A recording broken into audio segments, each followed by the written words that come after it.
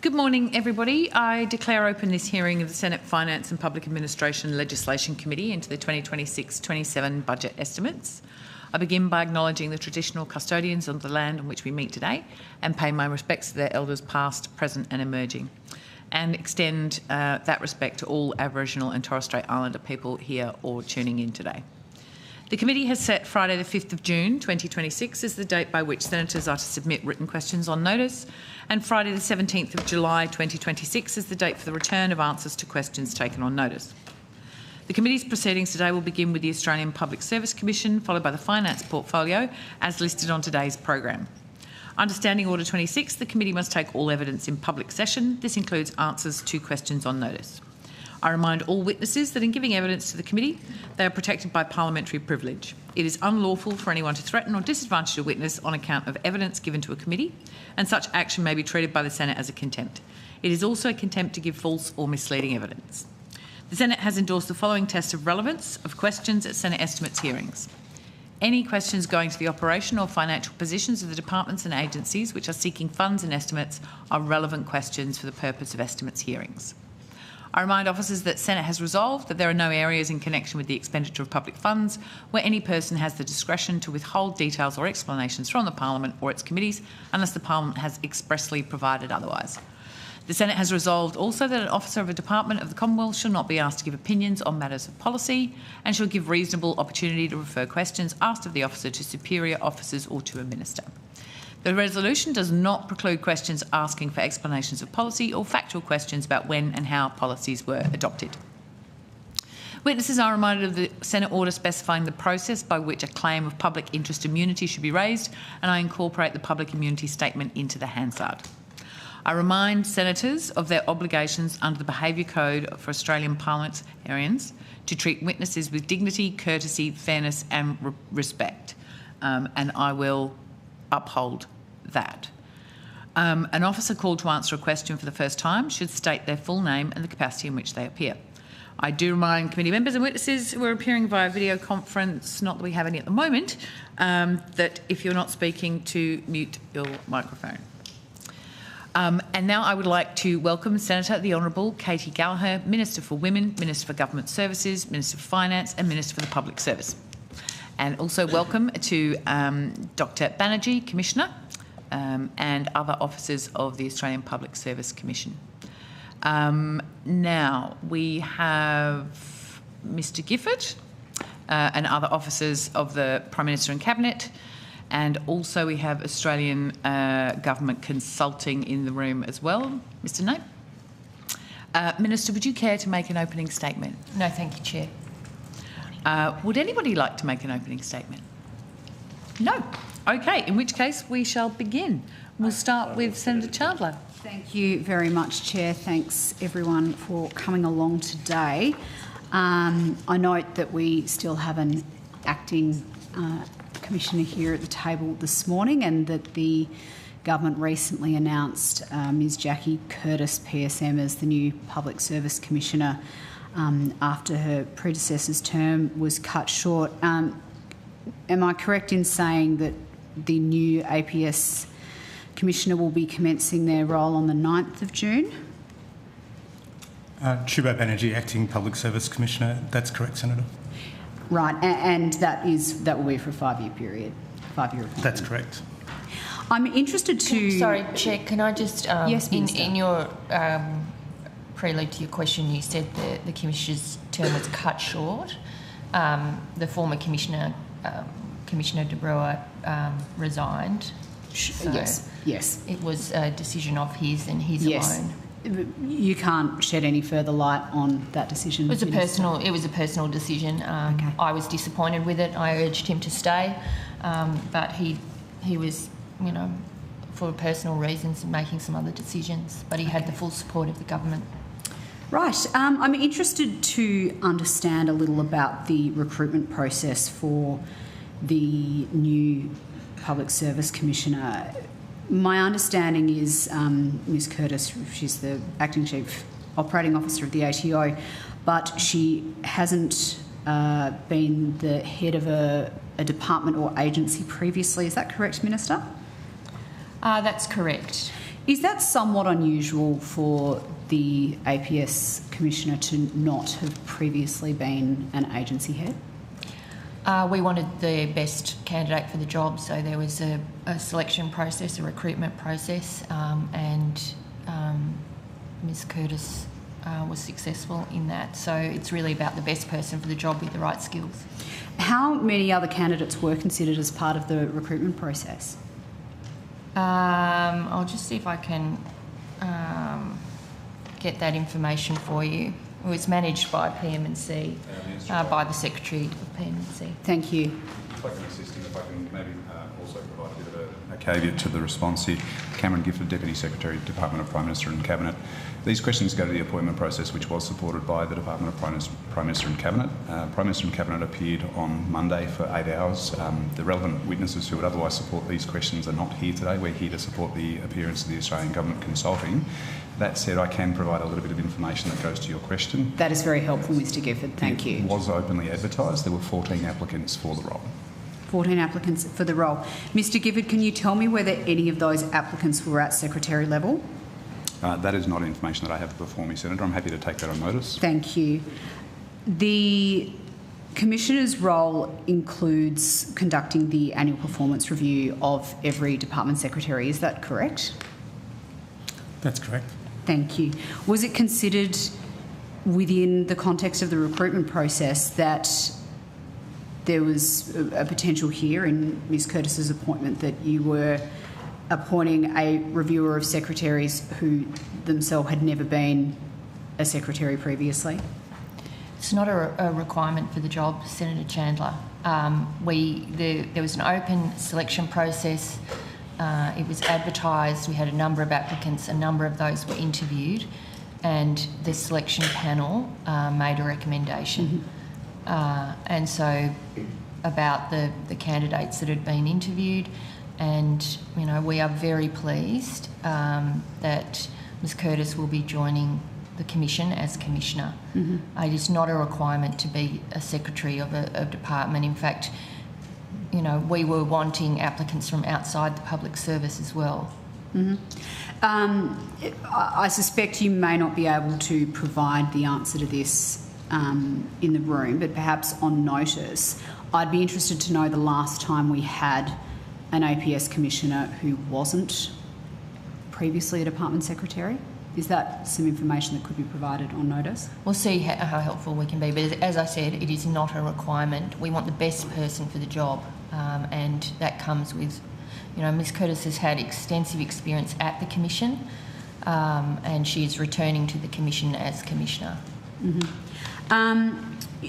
Minister, you mentioned that a number of candidates were interviewed, and Mr Gifford, you mentioned that there were 14 applicants. Can anyone tell me whether all 14 applicants were interviewed, or if not, how many applicants were interviewed? Senator, I can advise that 4 of the 14 applicants were interviewed. Thank you. And again, on notice, I know you've already committed to provide me with the information as to whether any of the 14 were at secretary level. If you could provide on notice whether any of those 4 that you interviewed were at secretary level as well, that would be interesting for me to know. Minister, you mentioned that you were keen to, cast the net wide in that recruitment process and potentially look outside the public service.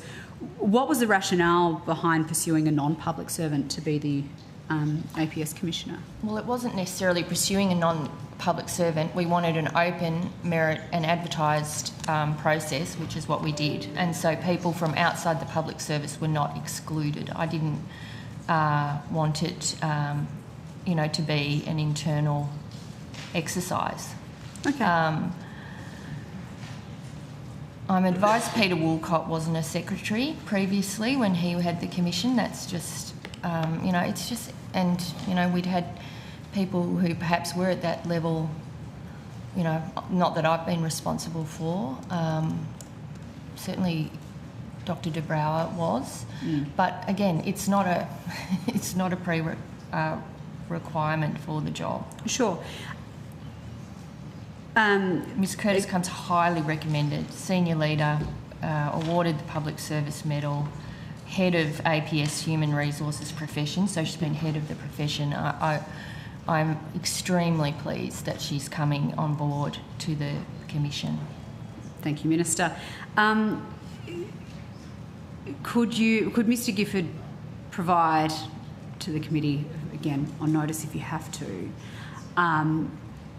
of the number of applicants and of the number of people that you interviewed, the 14 and the 4, how many of them were outside the public service? Well, I can answer that. Oh, thank you, Minister. There was one who was outside, who is currently outside the public service. Of the 14 Of the applicants 4. or the 4 that were Of the interviewed? 4. The 4 that were interviewed. Okay, thank you. The new Commissioner is going to inherit a pretty heavy workload.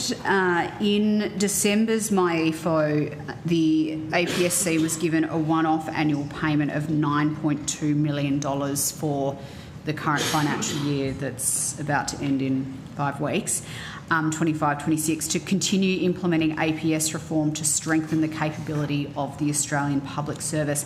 Has that full $9 million been expended in that 6-month period? Senator Rachel Bacon, Deputy Commissioner, APSC. Sorry, Senator, were you talking about money at MyEFO or money at budget? Yes, MyEFO. Yes. So there was money in MyEFO towards artificial intelligence capability building, amongst other things. So that was the funding that was available at MyEFO. There were other budget decisions in budget that had to do with APS reform elements. Okay.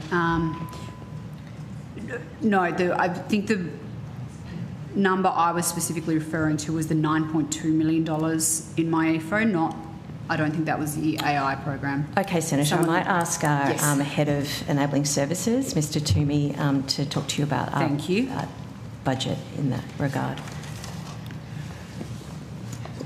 Morning, Senator. Robert Toomey, Assistant Commissioner, Enabling Services. There was funding of $9.2 million for APS reform. That was in MyEFO. It was first reported at MyEFO. Right. It was a decision that occurred after the budget, which happened. Well, decisions were taken by the government after the election, and funding was provided at that time. It wasn't reported publicly until MyEFO. So has that full $9 million been expended? Well, sorry, $9.2 million been expended? What I'd say, Senator, about our budget is that money that we get through the course of the financial year, we'd look at the resource allocation to deliver our statutory functions and government priorities, and that we'd make sure that we come in as close as we possibly can to our budget allocation in delivering all of our priorities. So just so I'm very clear of the period of time in which that $9.2 million could have been expended, am I correct in saying that because it was an election commitment but only publicly came to light in MyEFO, that 9.2 could have been expended effectively across the whole financial year from when we came back after the last election to now? Yeah, so I understand what you're referring to now, Senator. Thank you to Mr Toomey. And yes, that would be part of our budget for this financial year, and so we would be looking at allocating those resources to deliver outcomes this financial year.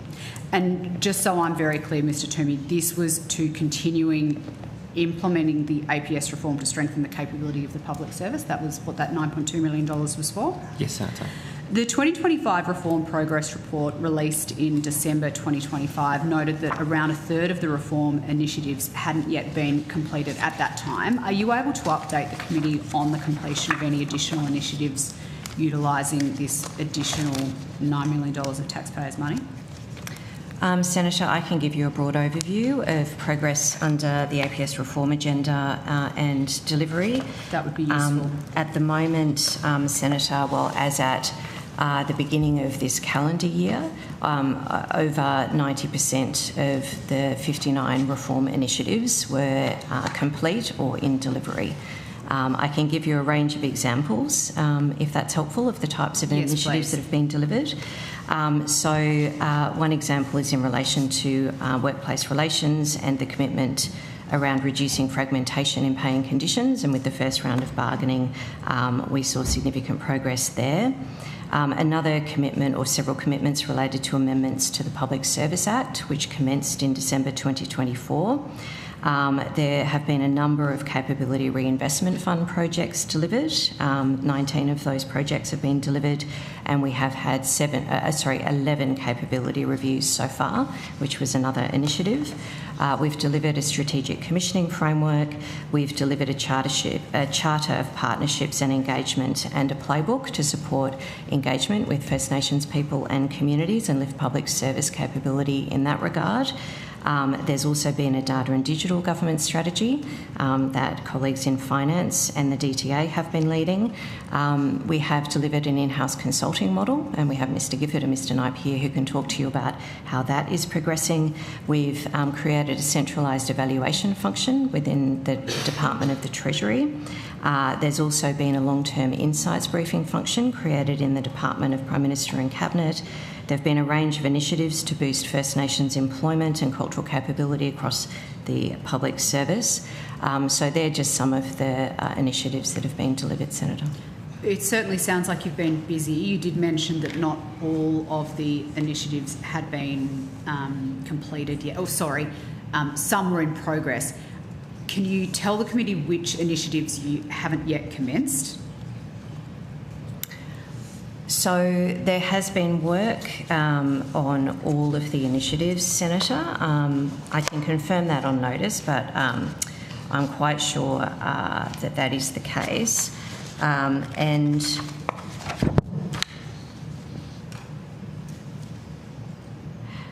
probably the way that we've characterised, and you would have seen this, I think, from the annual reports that you've referred to.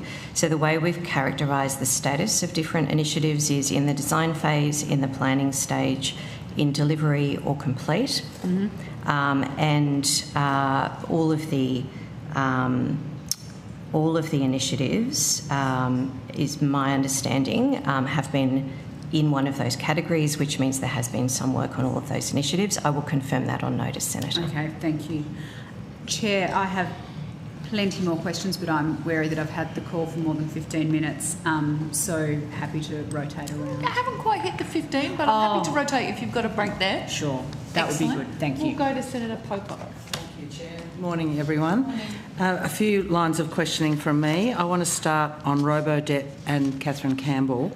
The APSC's Centralised Code of Conduct Inquiry Task Force found that Catherine Campbell breached the APS Code of Conduct a total of 12 times, and her breaches, very serious, included failing to ensure internal and external legal advices about the scheme were sought, failing to sufficiently respond to public criticism and some whistleblower complaints about the scheme, creating and allowing a culture that prevented issues about the scheme from being properly considered within the Department of Human Services, and causing the resumption of income averaging under the scheme when she knew or ought to have known that debts raised pursuant to that process were potentially inaccurate.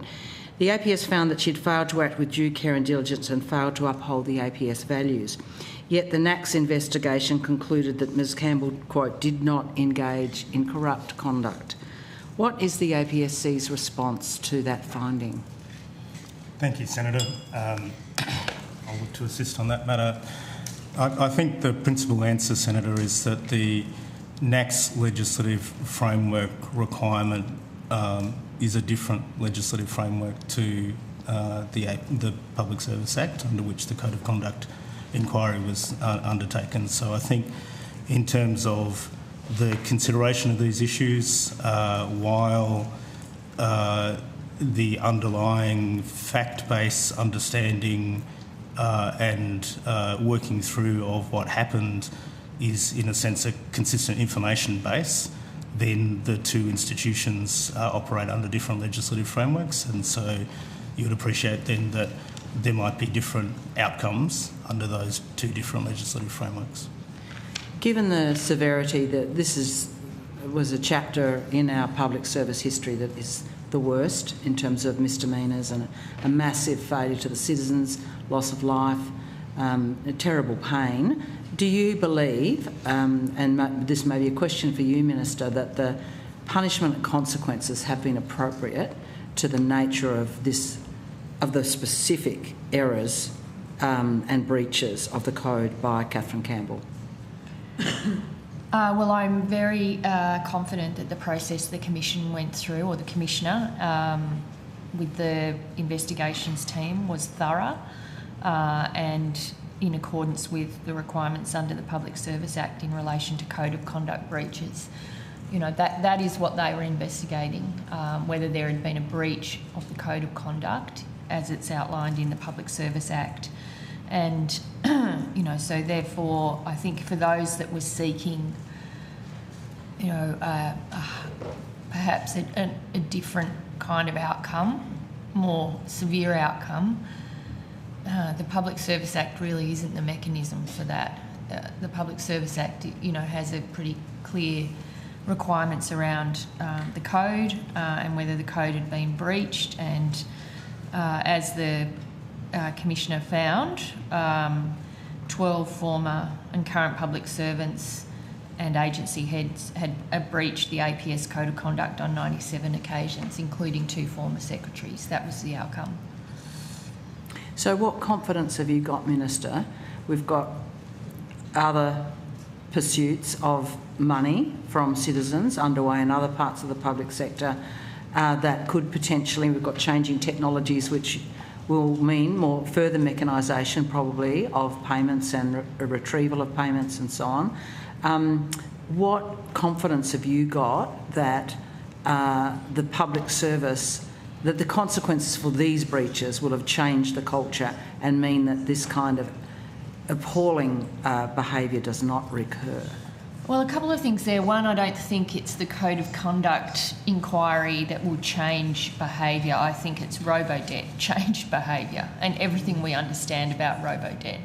And coming in 4 years ago, you know, prior to the Royal Commission, but, you know, with an understanding of how very bad policy, because it wasn't actually the systems that were bad, it was the policy that was bad, that was wrong. It was also its administration. Yeah, sure. The way it was administered, the actions of public service. You start with a policy which is about pursuing people for debts you think they might owe, which, you know, is probably the most positive way of describing the decision around robo-debt.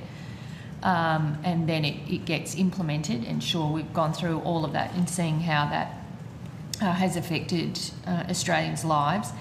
But the impact on the way the public service operates has been significant.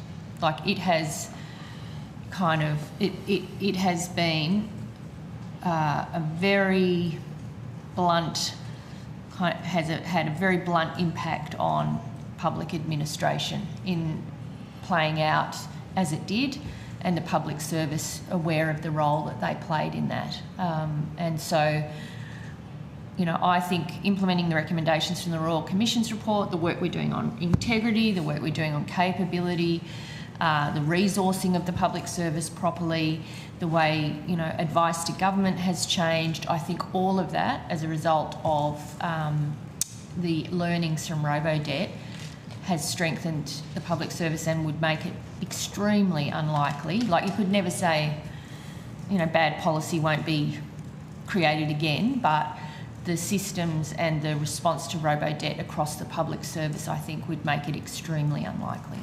So in your comments then on policy just a moment ago, is your government committed then to not applying mechanistic, formulaic pursuit of debts from Australian citizens in any program in the way that robo-debt as a policy set out to do? So, and we can have a chat about this in say, Services Australia. The government does rely heavily on automated decision-making in relation to sort of, if you just think about Medicare, you know, millions of transactions that are happening all the time across Australia where, you know, those payments and processes are automated. So it does require some nuance here in terms of, in terms of protection around decision making and its impact on Australians, we would, particularly in relation to debt recovery, and perhaps it is a better conversation to have with the experts from Services Australia here who can talk you through how all that's done.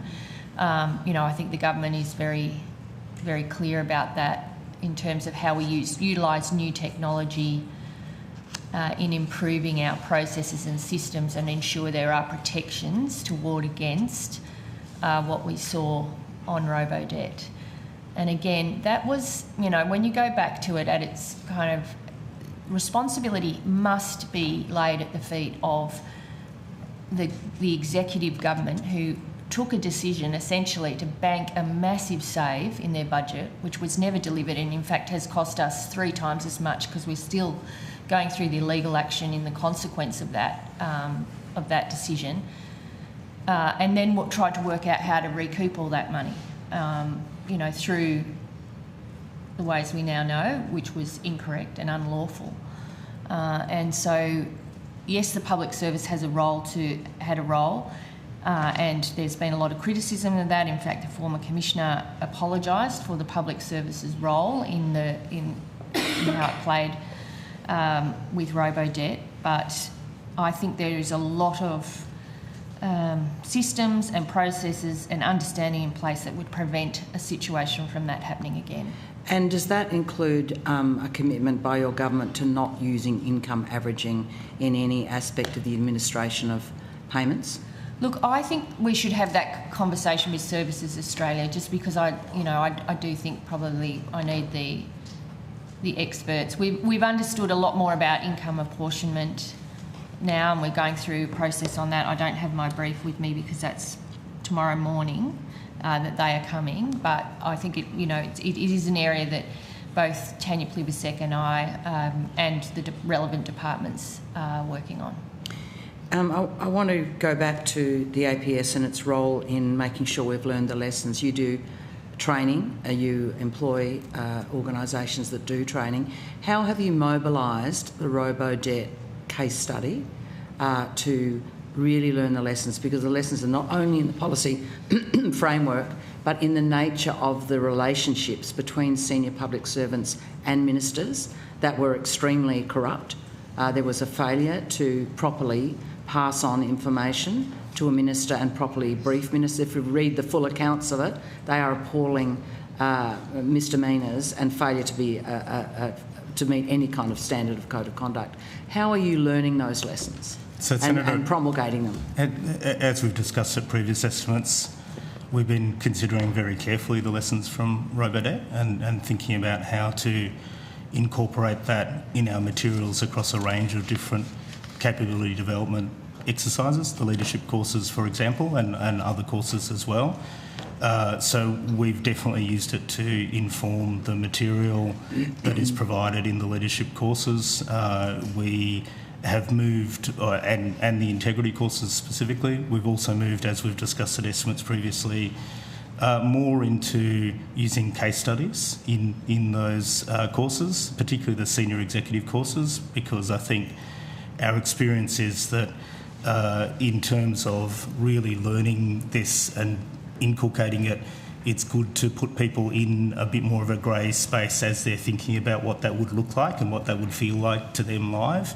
So we've developed a range of case studies in consultation with relevant experts across the service, including the integrity agencies, to really try and draw those out. I think at a previous estimate, Senator, I might have mentioned that some of our case studies had been perhaps a little black and white, that they'd been a little bit about detection of illegal activity, whereas I think more and more our education nowadays is really about where things might feel like they're at the boundary and what the circumstances are for that, and how senior public servants would look to act in a way that's consistent with the APS values. So this has been very much on our mind, and I would say that we're incorporating it broadly across a range of different offerings. Thank you. I have some questions about the sealed chapter of the robo-debt report, the Royal Commission's report. That sealed chapter was tabled in March, and it revealed the names of 8 public servants who'd been referred to their agency heads for alleged breaches of the APS Code of Conduct. Can you advise what the outcomes of these referrals have been? Just ask Ms. McIntyre to assist as well. So, Senator, we considered the seal chapter carefully, of course, and have been thinking about the implications. We've always been very careful about commenting on individual circumstances or individual inquiries. So I can certainly provide the overall assurance that we have looked carefully at those materials, considered the appropriateness of our response. In terms of specific referrals or cases, we're always very careful about what can and can't be provided under those circumstances. If you want to go to those more detailed questions, then I think we'd probably have to take them on notice and consider what can be provided to the Senate under those circumstances. Yeah. How many of these individuals are still employed? Let's start there in the public sector. Senator Melanie McIntyre, General Counsel and Assistant Commissioner Integrity Operations at the Public Service Commission. I have information in front of me with respect to sanctions that were recommended for 5 current public servants at the time that the decisions were made, including reprimands, fines and demotions. I don't have information to date because the information that I have in front of me at the conclusion of the APSC's process was from September 2024. So we can take that on notice. Thank you. And can you take on notice information about what the outcomes of those referrals for those individuals have been? So, Senator Pocock, I'm going to rotate. Are you about to switch? I've got a couple more, yeah. No, I'm still in there. Okay. Do you want me to finish this topic and then... We can come back to you. Yeah, We've got plenty of time. We'll go to Senator Chandler. Thank you very much, Chair. I just have a few questions about various measures in the budget, which sounds novel, doesn't it? The first of which is the digital traineeship program. This was a flagship program that came out of the 2022 Jobs and Skills Summit. Is that correct? Senator, there was actually a previous government commitment around digital campuses. I know you've asked about digital traineeships. The digital campuses measure was kind of linked. And so the current government continued with that measure and built on it. And we can provide information about the campuses program, but does your question go more to traineeships? My next question was going to go to the fact that this program has been ceased in the most recent budget papers, and I'm interested in understanding how that saving was identified. We can definitely talk to you about that, Senator. So the measure the program in relation to campuses... Sorry, no, this is in relation to the digital traineeship program. Sure. Sure, I can assist, Senator. So as part of the regular budget process, Senator, we had a look at all of the programs that were currently underway. That's a normal part of our budgeting process, and we discussed with the Minister leading into the budget process some of the programs that were currently underway or close to being terminated in terms of their funding. It was considered as a part of a regular budget review in that way. Was it identified that the digital traineeship program was not effective? Is that why it was ceased? Senator, there have been concerns for some time about how effective that particular mechanism for traineeships has proved to be in practice. There has been very broad support for the idea of more entry-level pathways, including traineeships.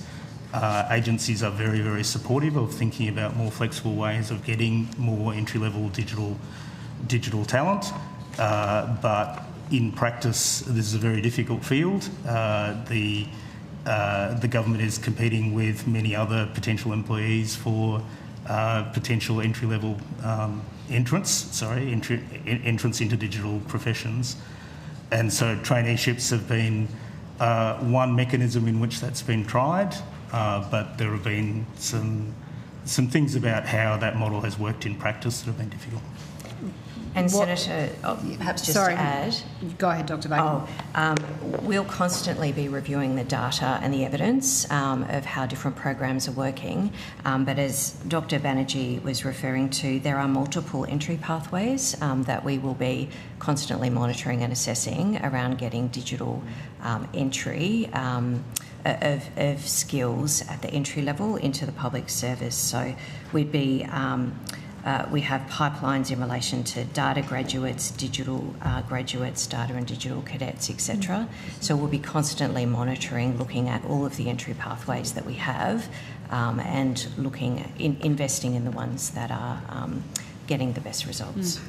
Minister, I said in the preamble to my question that my understanding was that this was a flagship program that came out of your government's Job Summit. Were you disappointed that it hasn't seemingly been as effective as you wanted it to be? Look, I think, the advice to me is it hasn't been as effective. And I think when you get that advice, you've got to have a rethink about how you want to, press on. I think, Dr Banerjee's evidence that agencies are interested in how we ensure that we're getting good digital talent and entry-level talent into the APS is right, but this program wasn't resulting, I think, in permanent placements in agencies. And so, you can have two choices there. Do you press on with a program that doesn't seem to be filling the needs of agencies, or do you rethink your approach? And that's where we're at. So my understanding of the program was that there were about 1,000 digital traineeships offered under this program. Can you advise the committee how many of those traineeships have been were taken up? I can certainly provide that answer on notice, Senator. You don't have that answer in front of you? I don't have it directly in front of me. I'll look to find it. If I can find it within the session, I'll provide it to you. Can you tell the committee what will happen to the existing digital traineeships that have been taken up now that this program has ceased? All the trainees that are already in the system will continue as they currently are. So it's a matter of once you've been placed as a trainee, you're into an agency, you're into the workforce and you keep going. So there's no issue with the trainees in that regard. What we'll stop doing is recruiting and bringing new trainees on. Sure.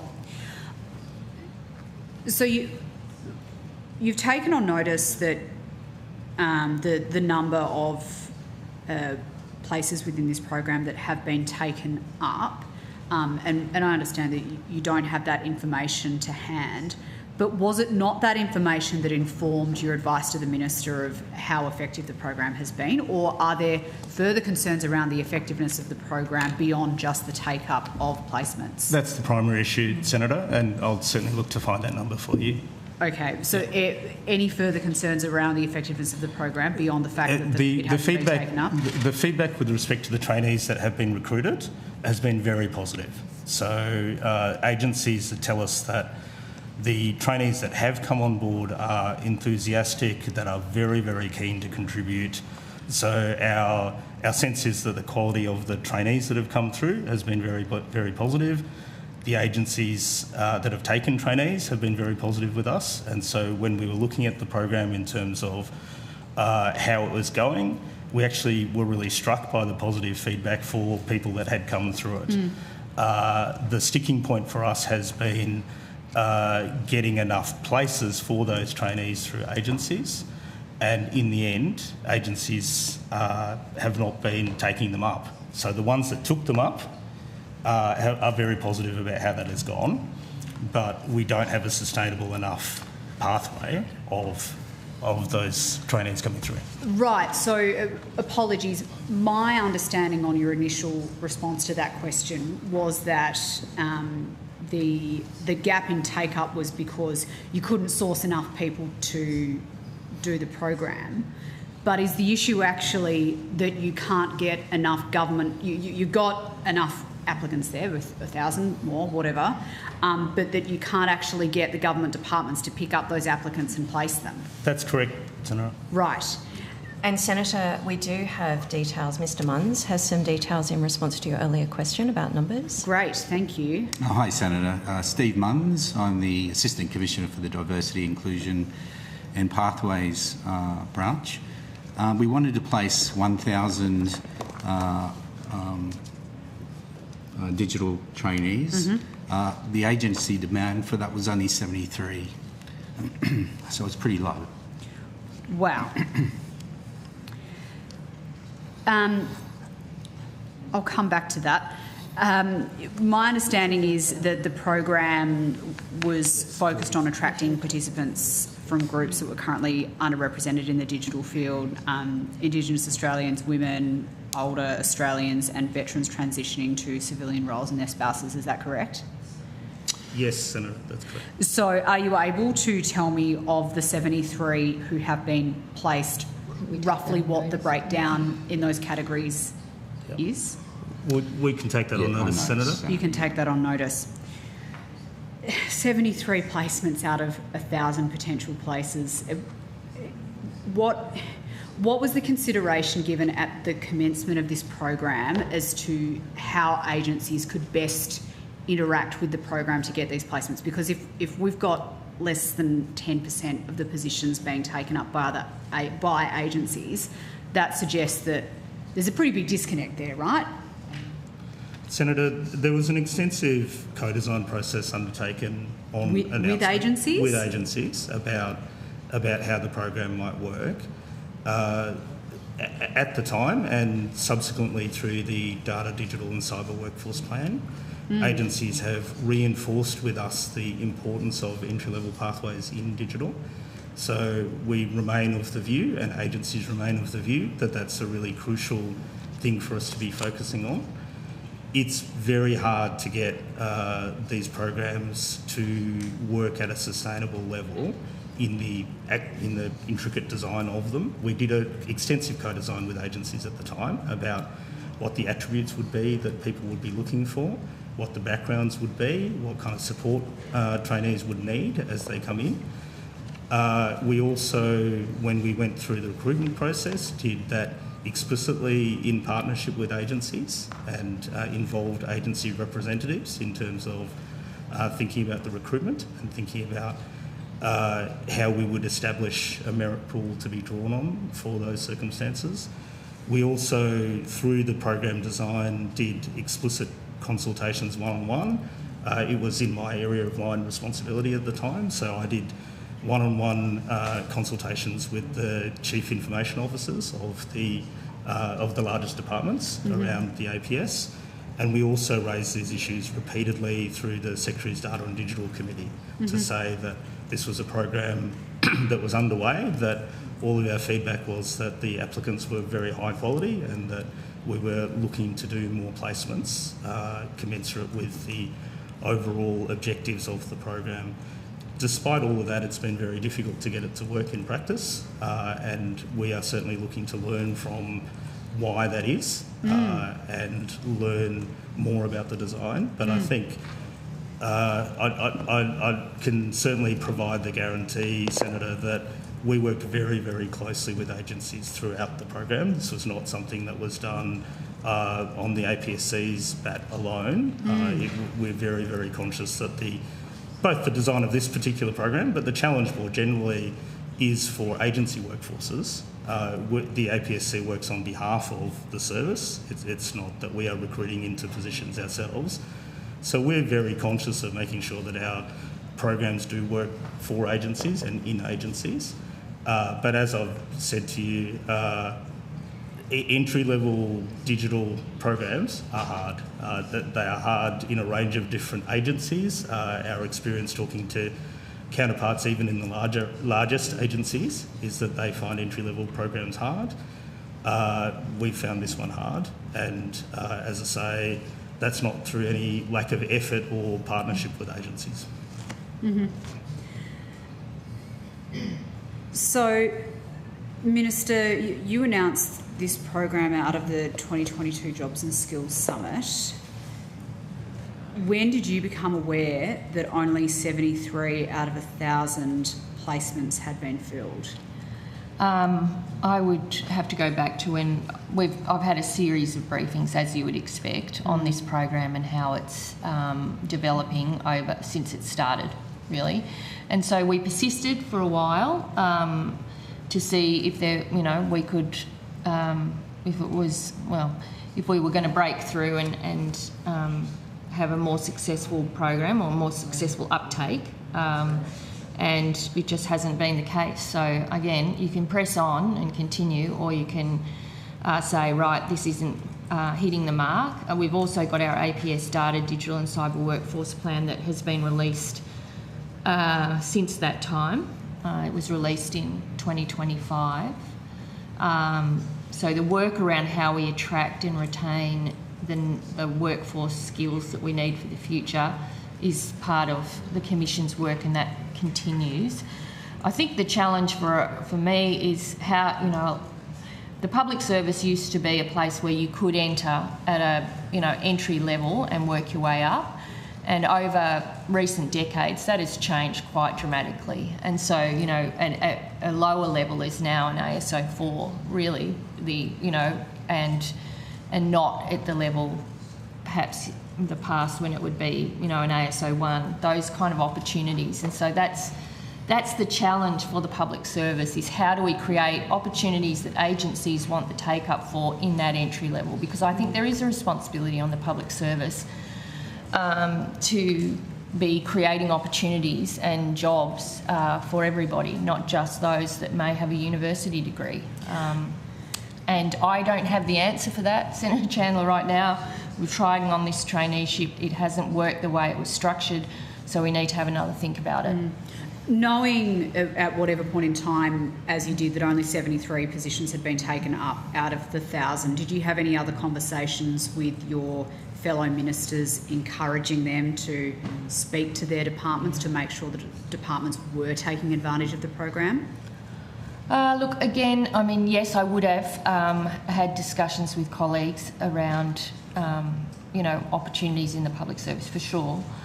But specific to this program, it's for Indigenous Australians, veterans. Yeah. It sounds like absolutely. A good initiative. Yeah, absolutely. I would have to check again, but I have I have a lot of discussions with Cabinet colleagues around the APS, around ASL, around what we're seeing across agencies. But this is part of the way the APS is structured. Agencies are the accountable authorities. They make the decisions. The APSC can provide guidance and set up programs that have whole of government effect, but ultimately, if the agencies themselves aren't finding creating those opportunities, it's an issue. And we've certainly seen that with this program, and we need to have another think about it. Minister, of those 73 places that have been taken up, do you know if any of them were in Services Australia? I would have to check. I'm sorry. You could take that on notice? Yeah. Thank you. In determining that this program hasn't been successful and wrapping up the funding for it in the budget, have you at least, Acting Commissioner, gone out to agencies to say, why hasn't this worked and how can we recast the program in a way that could work better for agencies? Given that you said you had very positive conversations with agencies in the design process, I would have thought you'd be pretty disappointed that it's come to this. We are disappointed, Senator, and we've had repeat conversations at senior levels with secretaries, with deputies, with chief information officers, with chief people officers, with COOs over the period of time of the program. That started, as I said, in the initial design phase, where we had a very extensive set of conversations. About a year in, I did a specific set of one-on-one consultations, particularly focused on the larger agencies. Because you were concerned that take-up had been poor? Had been slow in the initial period. And I also mentioned that we have raised it through the Deputy Secretary's Digital Committee as well as the Secretary's Data and Digital Committee. So it's been raised on multiple occasions. We have brought forward suggestions for how to make that matching process as easy as possible, how to make sure that we are looking to meet the needs of the workforce in agencies. So this has definitely been something that we've continued to work on with senior colleagues all the way across the service. I've been reflecting on the lessons that we have learnt from that implementation process, which has been shared with agencies as well. And as the Minister has said, given that this remains a priority, digital entry pathways under the Data, Digital and Cyber Workforce Plan, we will continue those conversations at the Secretary and Deputy level. Acting Commissioner, given you... So one more question, if that's okay, Chair. Given you were very closely involved with the design of this process and the conversations with agency heads to come up with this program, did you get a sense way back in 2022 that this was going to be so unsuccessful that only 73 of 1,000 available positions would be filled? So, Senator, we've stepped through for you the efforts that we've been making to make placements.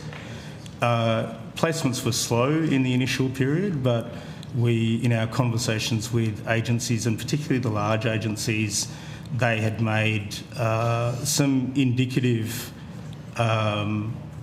commitments into the future years. They'd made some indicative commitments into the future years that suggested that it might be then possible to make the program viable going forward. So while I was concerned from an early period, I had some indications, particularly from large agencies, that it might be able to be turned around. That has not proven to be the case. Okay. Just one final quick one. My apologies on this topic. My understanding is that the digital traineeship program is still on APS Jobs. When is it going to be taken off that website? I'll check that, Senator. Certainly the budget decision should be reflected on the website. Okay, thank you. Thank you, Chair. Senator Pocock.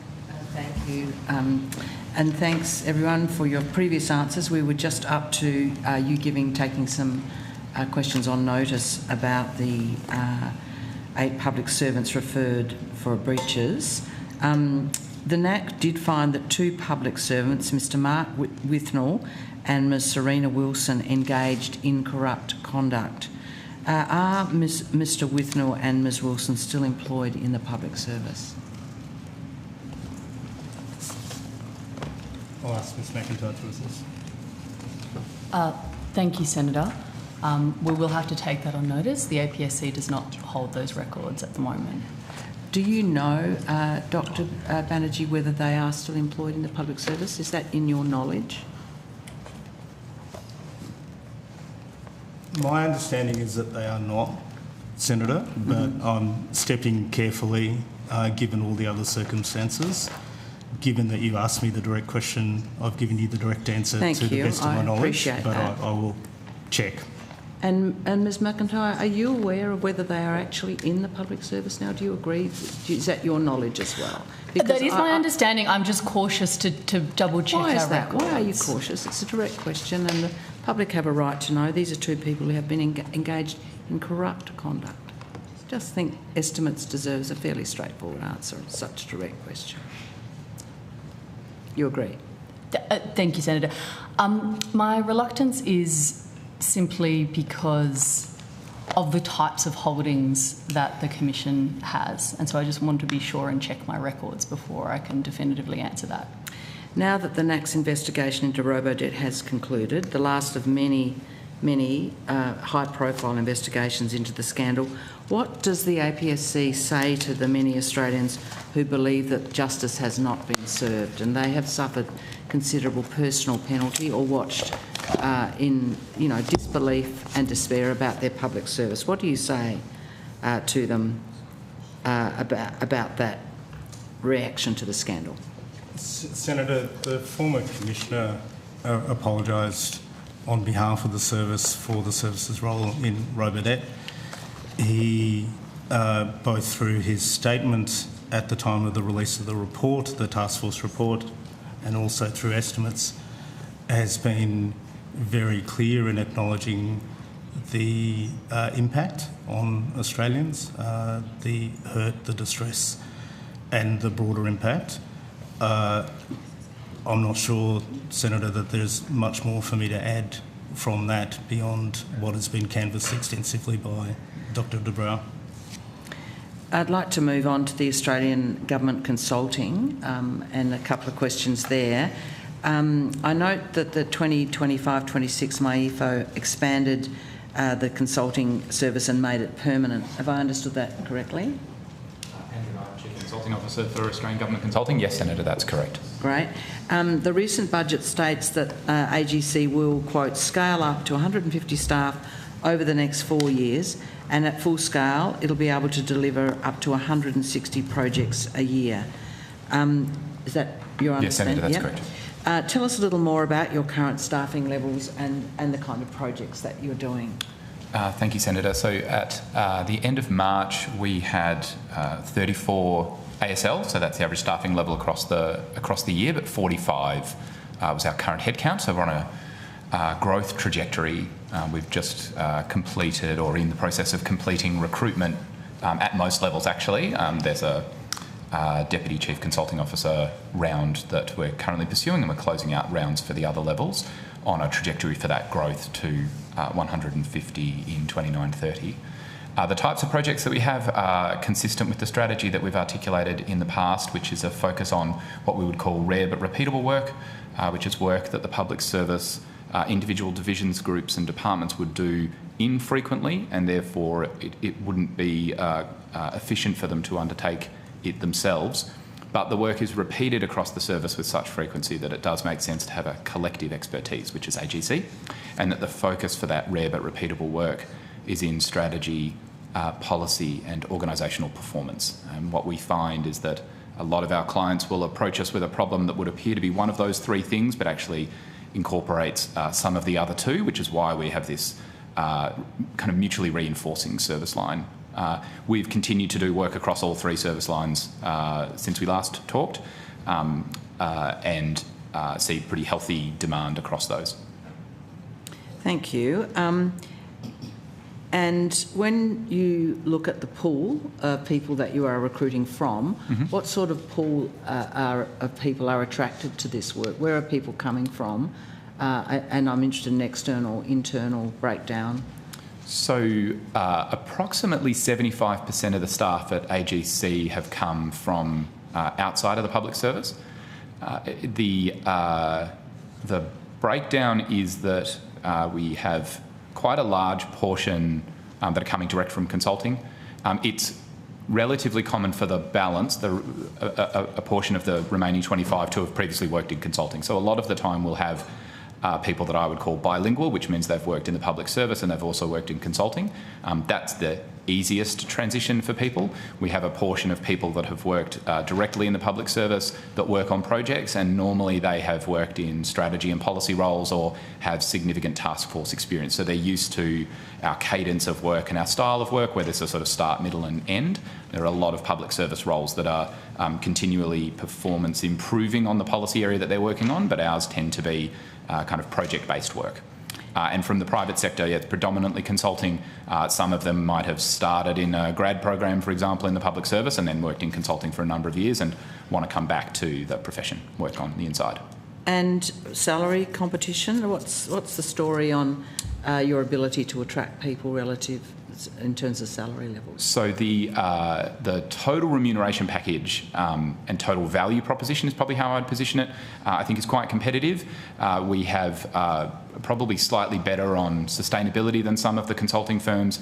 We have quite generous superannuation that contributes to the total value proposition, but a lot of what we lean in on is the values and the style of working. Because we're inside of the service, we have the ability to collaborate with the public service in a way that's much more constructive and collaborative than it might be if you were an outside consulting firm, and that's something that we hear from a lot of our staff, that the way of working can be a lot more collaborative.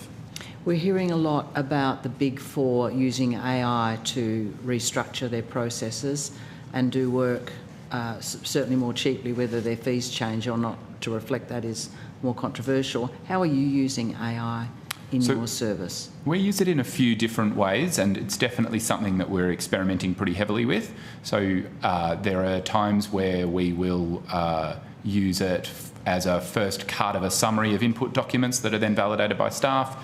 There'll be times where it will be used as a kind of check on our thinking. So if someone's come up with a first shot at a piece of work, they might ask AI to kind of interrogate that. We've used it for initial drafts and things like that. We've got a number of different tools that are used inside of PM&C, and we're also participating in a GovAI trial where we've got access to other tools inside of a kind of secure environment. And do you see risks there in the use? I see opportunity. I think we use it very responsibly and we talk about it openly. So I don't think there's a problem with using AI. Our staff are accountable for the work that we do, and that's the thing that we emphasise the most. So I think there are risks in using all manner of technology and research techniques, including the sort of subconscious bias that an individual researcher might have, as well as the bias that the algorithm might have. And what's the ballpark budget of the work that you're doing at present in this current financial year? Do you have a sense about what the monetary value of what you're up to? So the revenue for the projects that we've completed year to date is 4.6 million. And we've got sort of 7 projects underway, and at the moment we're at sort of 75% cost recovery, and as we climb to full cost recovery as an ambition for next financial year. So this is a tiny amount of the total consulting budget across the public sector, which is really huge. Why is it such a small amount of the total consulting, given the very, I imagine, large amount of work on strategy, policy and organisational performance that's out there still being contracted to the Big Four? Why aren't you getting more of it? AGC's sort of mission would never be to displace or replace all contractor and consulting spend. We're part of a broader strategy that others will be able to articulate in more detail. That would include things that the APSC has carriage of, like the Strategic Commissioning Framework, as well as reforms that finance is undertaking in procurement and the reforms that departments are undertaking as they absorb the saves on contractor and consulting spend. So there are quite a number of avenues to reduce the spend on contractors and consultants. We're one part of that. Probably small but mighty, Senator. We would always be displacing proportionate to our scale, and that's one of the reasons that government has made the decision to expand our size. Thank you. I'm sure we'll come back to discussion Senator about Pocock, I've been down to visit the team down at Australian Government Consulting a couple of times now, but if you would be interested, they are a great bunch to go and just learn a bit more about how they're trying to insert themselves into being, part of the fabric of the APS. We'd be very happy to organise that. Thanks, Minister. I'd be very happy to take that up. Thank you. That's the end of my questions. Thank you. We'll go to Senator David Pocock. Following questions from Senator Chandler. I also have some questions about Ms Curtis's appointment, and I want to be really clear from the outset. This is in no way a reflection on Ms Curtis. I'm simply interested in the process. You told Senator Chandler that the panel made recommendations, and I presume those recommendations went to the PM and to you, Minister. Is that correct? Is that how it works? Well, they gave a report, yes. And was the selection made from the list that was provided? Yes. Is this process explained publicly anywhere? Well, it's in line with the government's appointments framework. So, I don't know. I don't know there's more to add. We advertised, it was open, we had a number of applicants, there was a short list, there was a panel that considered that short list, and a report was provided to myself, but I think it's the PM's appointment. It's not mine.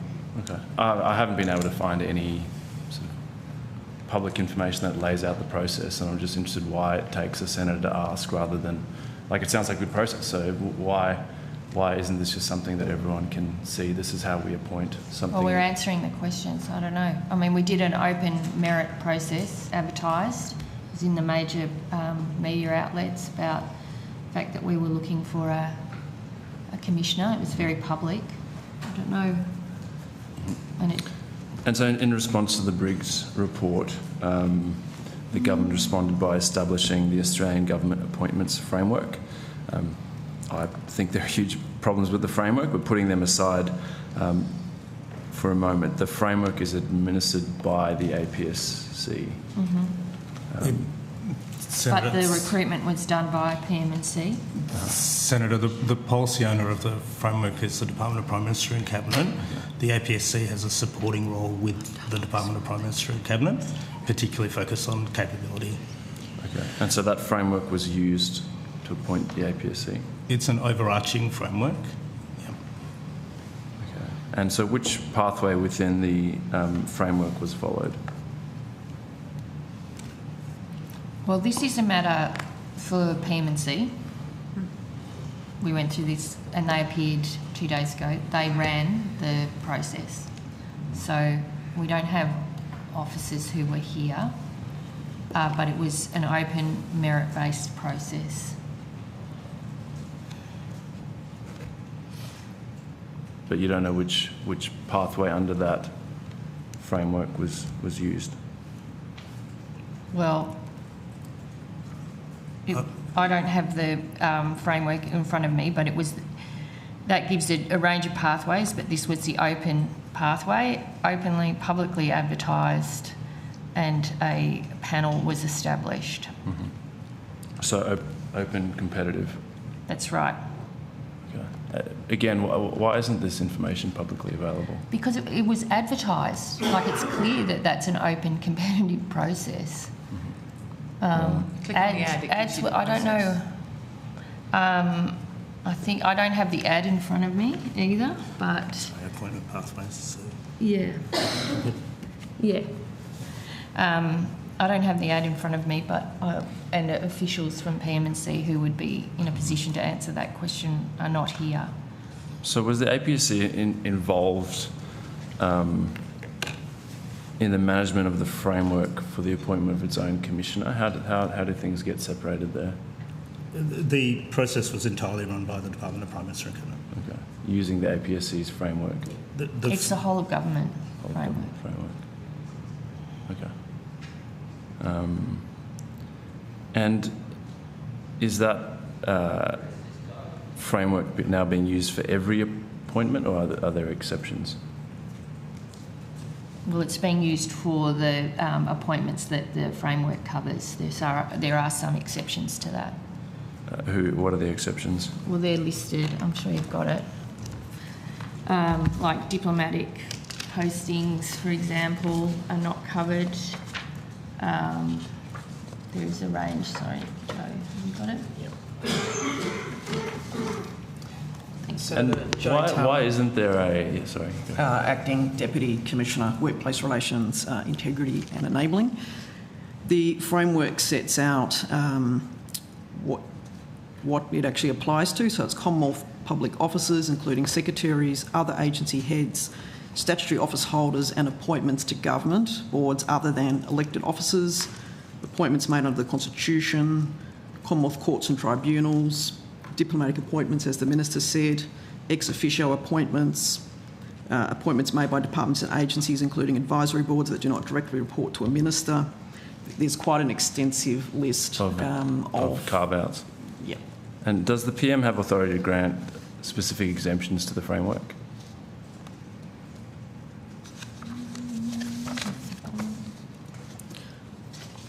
Probably need to take that on notice, okay. Senator. Thank you. And then just finally, there's a lot of people interested in government appointments, I think for good reason. Is there a barrier to actually, when there's an appointment made, to be able to just outline on a website or something that this was the pathway that was used for this appointment? under the framework?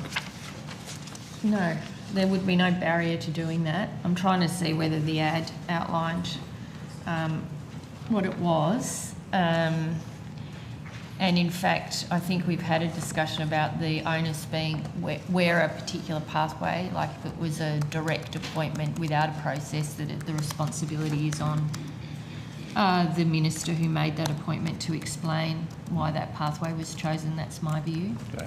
I didn't do it in this instance because we were doing open competitive. Like, I don't think there's anything more public than putting an ad in a paper and saying, hello, here's a job, would you please, anyone interested, apply?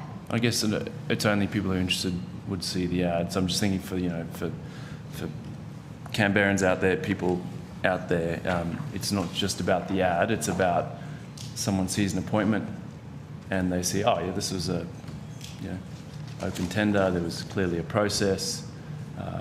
I just think that would help rebuild trust in some of the appointment processes, and this estimates alone we've seen a number of questions over some of the leadership of specific bodies or different areas.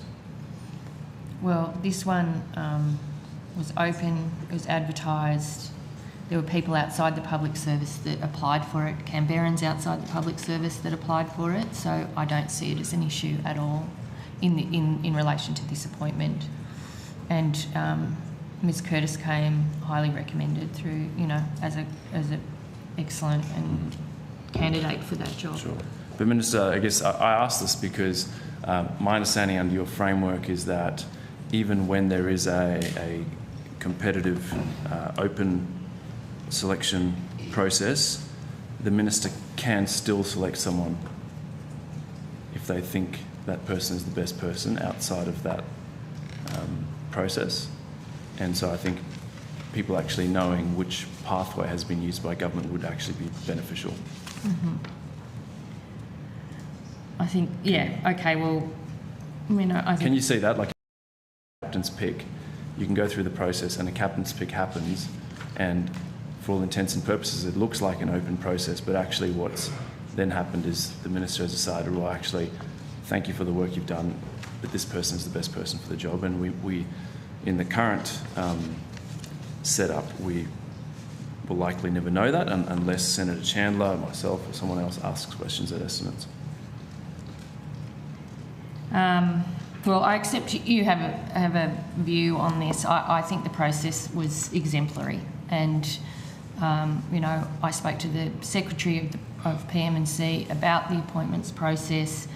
It was very clear I wanted it advertised, I wanted it publicly known that there was a job, and we wanted interest from outside, not just internal, and that process was followed. Okay. Thank you, Minister. Thank you, Chair. Thank you. Senator Chandler. Thank you, Chair. I want to go to the APSC's monitoring of voluntary redundancies across the public service, but I did first want to ask the Minister, do you still consider the APS to be the appropriate size, as he stated at the 2025 election? Yes, I think roughly it is, ons and offs. There'll be changes within agencies, but I think we have, the public service we inherited from the former government, which was without capability or labour to do the job it was being asked to do. I think we have made the necessary adjustments to rebuild it, and there will be movement, across agencies, but it's largely roughly the right size. Okay. Is the APSC tracking all the current voluntary redundancy rounds across the public service? Senator, I do have awareness of some of the rounds that are currently happening, but it should be pointed out that we only collect data through our APS service employment database on a biannual basis. So I can assist you with providing the number of voluntary redundancies, but that data is only from 2025. The end of 2025 or mid-2025? I'll need to just check. It'll be financial year, I imagine. It's the whole year. The whole year, okay. Is the department, what departments is the APSC aware have held recent voluntary redundancy rounds?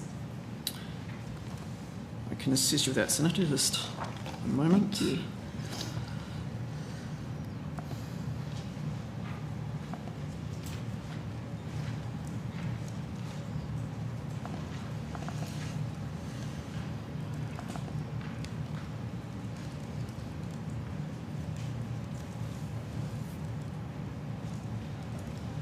So the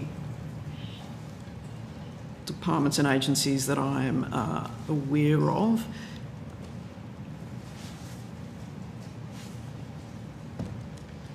there have been some in DSS, also in Department of Agricultural, Forestry and Fisheries, the NIAA, DQ, JUA, and the APSC as well. There still may be the Australian Public Service Commission has also done some voluntary redundancies. Was the Department of Home Affairs on your list there, Ms Talbot? Yes, they are also there. I was going to say it's been pretty widely reported that they are. Yes, no, they're also on there, Mr. One. Undertaking voluntary redundancies. Minister, are you concerned about national security departments like Home Affairs commencing voluntary redundancies? Well, agencies have to manage to their budget. So as Finance Minister, you know, that's the approach I take. There are additional investments going into Home Affairs and a number of the other security agencies. In fact, there's over 8,250 additional ASL in agencies with national security functions since we came to government, including the Department of Defence, Department of Foreign Affairs and Trade, Department of Home Affairs, the AFP, the Australian Criminal Intelligence Commission, Office of National Intelligence, AUSTRAC, and the Australian Submarine Agency. So what voluntary redundancies are you seeking in Home Affairs? How many? I don't have that number. We're not here to represent Home Affairs. Okay. That's a question for them. Ms Talbot, was CSIRO on your list? We'll need to check that, Senator. There have been voluntary redundancies at CSIRO, though, if that's the question. Yes. We have also provided, I think, nearly $500 million in additional funding to CSIRO because, again, this is an agency that had been underfunded for decades and we've sought to work through what their resourcing requirements are. And we feel that we have provided them with suitable additional budget support in addition to the $1 billion they receive annually to run that agency appropriately. And the Fair Work Ombudsman and the ABS, are they on your list, Ms Talbot? Senator, what I should say is that list was a list at a point in time, so I don't necessarily have every agency or department that has started. What's the latest data the APSC has on public service redundancies? As mentioned earlier, it's for 2025 and there were 421 voluntary redundancies. Okay. That was different to the number that was in the APS employment data that I've seen, which had 523. That is a breakdown. To the table. So I can give you a breakdown. So when we talk about voluntary redundancies, it's 421. Then there are involuntary redundancies, which were 13. Sure. And incentive to retires, which were 69, which gives you the 523. Yes, sorry, and I might have said redundancies when I meant retrenchments, but thank you for that. So you don't have a total quantum of redundancy payouts paid this year? That would be managed by individual agencies. That's not a figure that the APSC would hold. So you couldn't tell me what the average voluntary redundancy payout was and how that would compare to a standard resignation? No, I couldn't, Senator. Does the APSC employment data show the share of public servants with less than 5 years of experience at its highest level in 23 years? Would that be a correct read of things? Might ask Ms Steele to Thank answer you. your question, Senator. Nicole Steele, Assistant Commissioner, People Insights. That does sound correct. I don't have that breakdown, but we do provide that publicly, and the length of service sounds about right. Okay. Do you have a number of re-engagements following redundancies? We don't collect that information. Would individual departments collect that information? It would be very hard for them to track that information. If someone had taken a voluntary redundancy, they are able to reapply within a certain time frame. And so I think it would be hard for individual agencies to have that information as well. Okay. I guess I'm just trying to understand if we're offering voluntary redundancies, and you've alluded to the fact, Dr. Steele, that statistic that shows that the share of public servants with less than 5 years service is at an all-time high, or sorry, let's call it a generational high. Minister, are you concerned at all that if you're incentivising public servants to leave the public service, then you're losing that experience and that capability? Well, I do think agencies have to manage their staffing, including any redundancies offered, carefully. And, my assessment from where I sit is that they do that. It's not unusual that we have a young length of service, public service, because we have recruited, as you well know, 40,000 additional public servants into the public service. So that is not unusual in our rebuilding of the public service. But, my view is agencies need to manage their budgets, but they also manage their workforce, and that means they need a range of experience and leaders who are able to do the job that their agency does. But this is also covered, of course, by enterprise agreements and things like that in terms of how it's managed. Does the APSC have an advisory or a policy role to play when departments are undergoing a voluntary redundancy program to support departments to make sure that they don't lose those capabilities? Or is that, again, something that, Minister, we're trusting individual departments to do of their own accord? Well, they are the accountable authorities, so, it's not... the APSC can, and I imagine would, if an agency reached out around advice on management of voluntary redundancies, provide that guidance and advice. So there is that role that the Commission would play. Mm-hmm. Senator, the APSC does have a role in this, and particularly redundancy processes in the APS are governed by the Public Service Act. There is things outlined in the Australian Public Service Commissioner's directions, and also the Fair Work Act as well as individual agency agreements, as the Minister mentioned earlier. In particular, before proceeding with redundancies, agencies typically consider redeployment, look at natural attrition and other recruitment controls as well. Right. Noting that we're due for morning tea at 10:30, I've just got a short tranche of questioning on the APSC's own ASL. Can I try and knock that over before 10:30, Chair? Let's do this. We'll go to Senator Whittaker for one question while you and I confer on how we're going to manage the next bit. Yep. Great. Thank you, Chair, and thanks for your time with us this morning. I'm hoping you can share what the State of the Service report and APS census say about the outcomes of the APS reform work and increased employee engagement and trust in the public service. Senator, thank you for your question.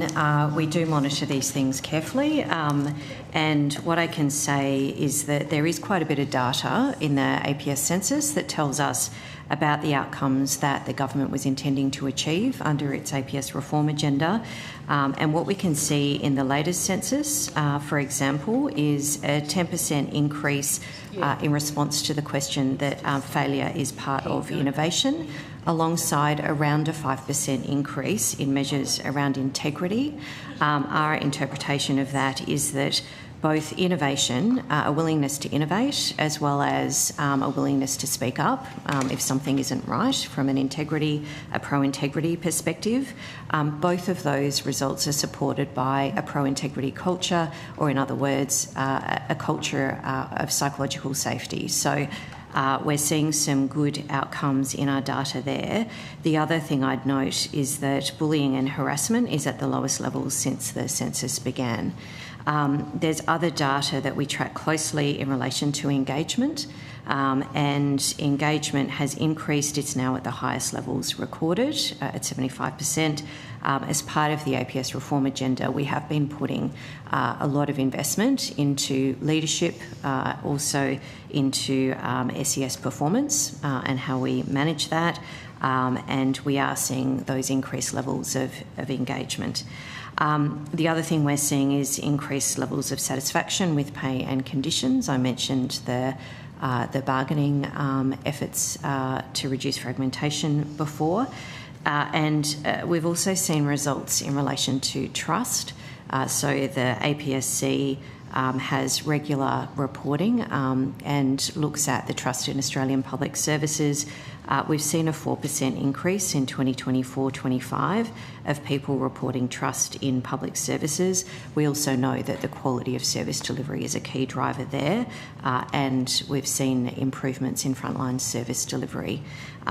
So the other thing I'd mention, Senator, is that the APSC is above the OECD average in the quality of its key measures in the quality of public service, and also rank 8th out of 120 countries on the Blavatnik Index. Thank you. Thanks, Chair. So with that, we will break for morning tea at this point and return with the same witnesses at 10:45.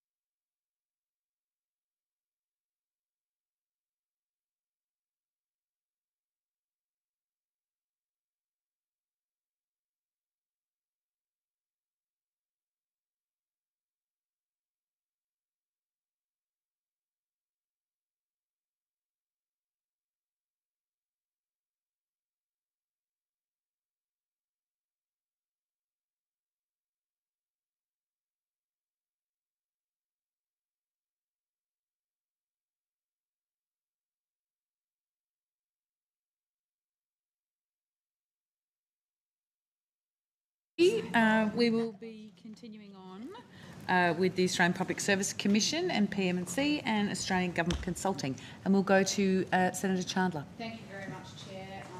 I know I foreshadowed everyone a question on something else, but I might jump in with wage negotiations now, if that's all right. The APSC has been provided in the budget with an additional $19.2 million to undertake its workplace relations role in APS-wide enterprise bargaining. Is that correct?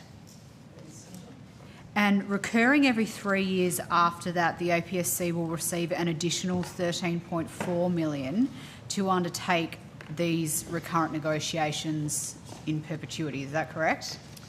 That is correct, Senator. It's cyclical funding being provided, given that in a bargaining year, we require a significant number of staff to be able to support those centralised negotiations. Minister, what's the growth rate of the public service wage bill as currently budgeted for? Agencies are provided with indexation annually, and the expectation is, as we go into bargaining, that those outcomes are managed within agencies' allocation. So my understanding from BP1 is that the percentage growth is 5.1% next year, 1.6% the year after, 0.6% the year after that. Can you show me? Tell me. Sorry, page 385. Sorry, and one of those numbers was negative. So that would suggest it was going backwards.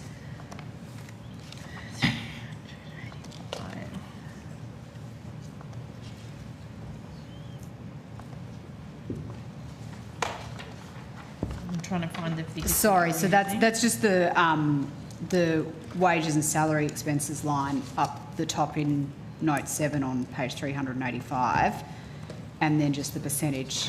Yeah. So marginal uptick next financial year, and then ticking down after that. Yep, that's as it's yep. So doesn't that mean that the government is, on the one hand, providing funding for public servants to negotiate a wage rise, but in the budget it suggests that that wage bill is flatlining, given the public service is at its appropriate size, according to you?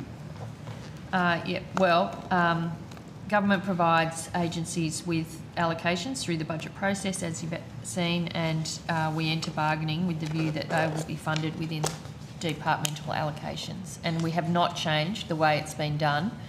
This is the way it's always been done, including under the former government, in the way it's reported. I'm just, and we'll ask some more detailed questions, but just keen to understand that you've given the APSC ongoing funding to undertake wage negotiations. Well, but, it but you essentially allows them to have a surge capacity for that period of time that they do the bargaining on behalf of the APS. Sure, but you haven't budgeted for any increases in wages. What I'm telling you is that we are doing it exactly the same as it's always been done.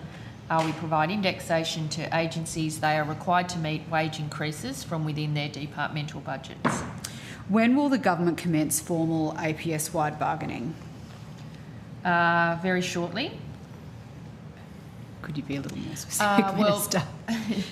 Well, I think the union...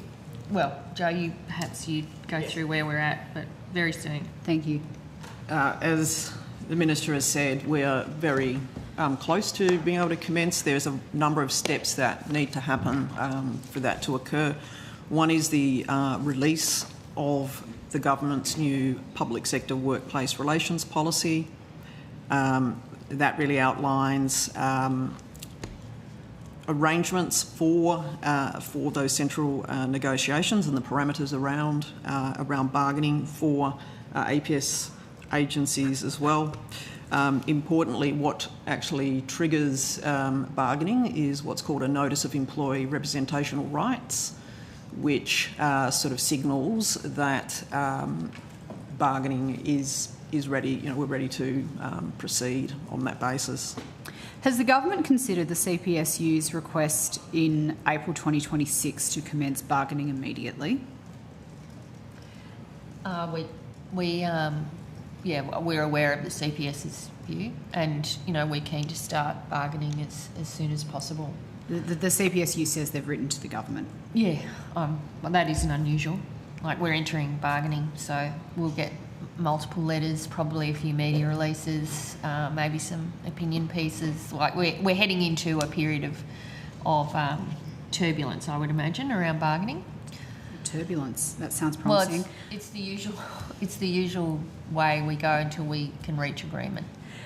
When the government received the written request last month to commence bargaining immediately, did the government seek formal advice from the APSC on the CPSU's request? Well, not specifically.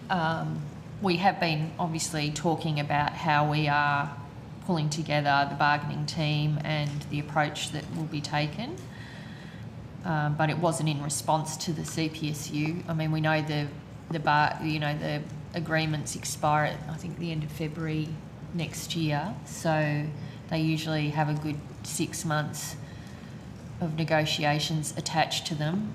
We would like them to be, and then this centralised bit does the first, the core, essentially, agreement, and then there's work that needs to be done that's agency specific.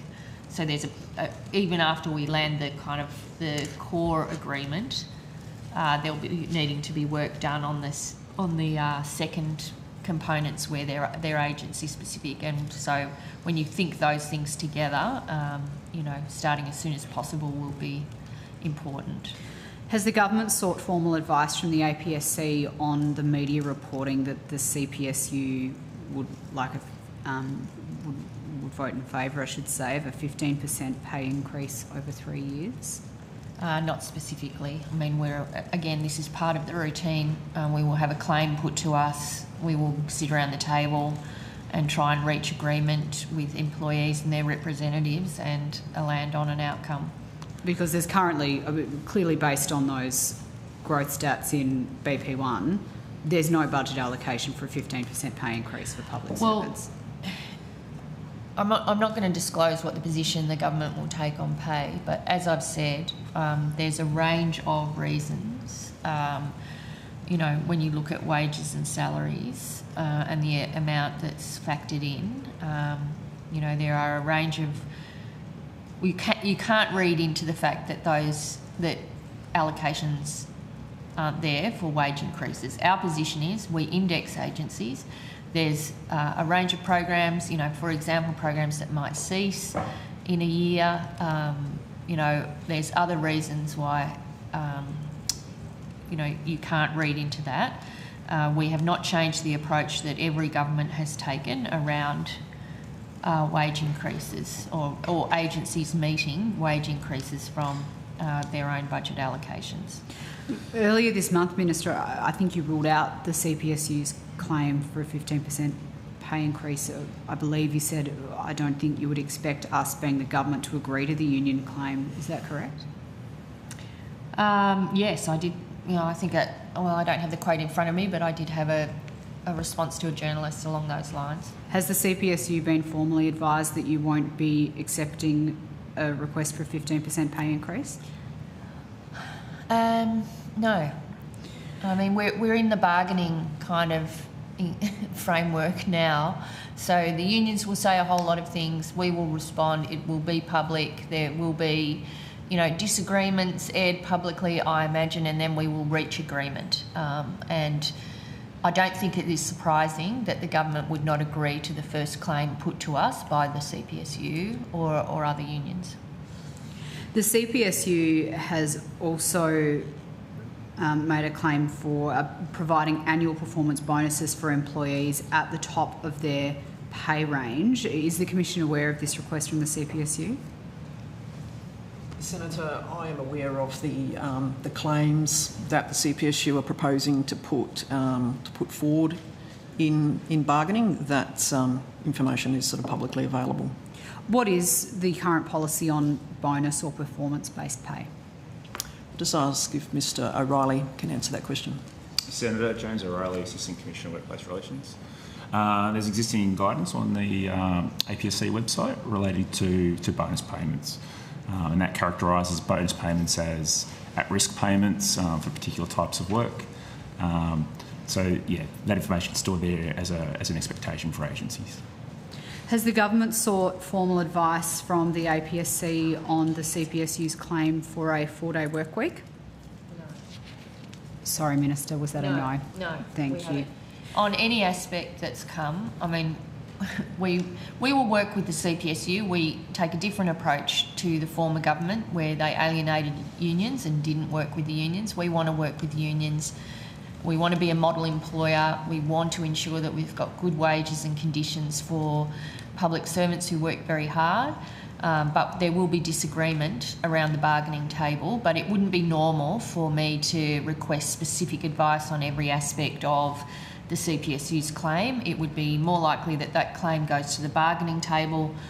The bargaining teams work out what can be agreed, what can't be agreed, and I would play a role at some point about trying to resolve the remaining issues, and I imagine they will be the ones around wages and conditions that have money attached to them, like have cost attached to them. So any requests for changes to conditions in the lead up to a bargaining taking place, you don't pay any attention to that. You don't do preemptive work around requests that might be made. I note it. I look at it, but I leave the initial bargaining and engagement to the bargaining teams.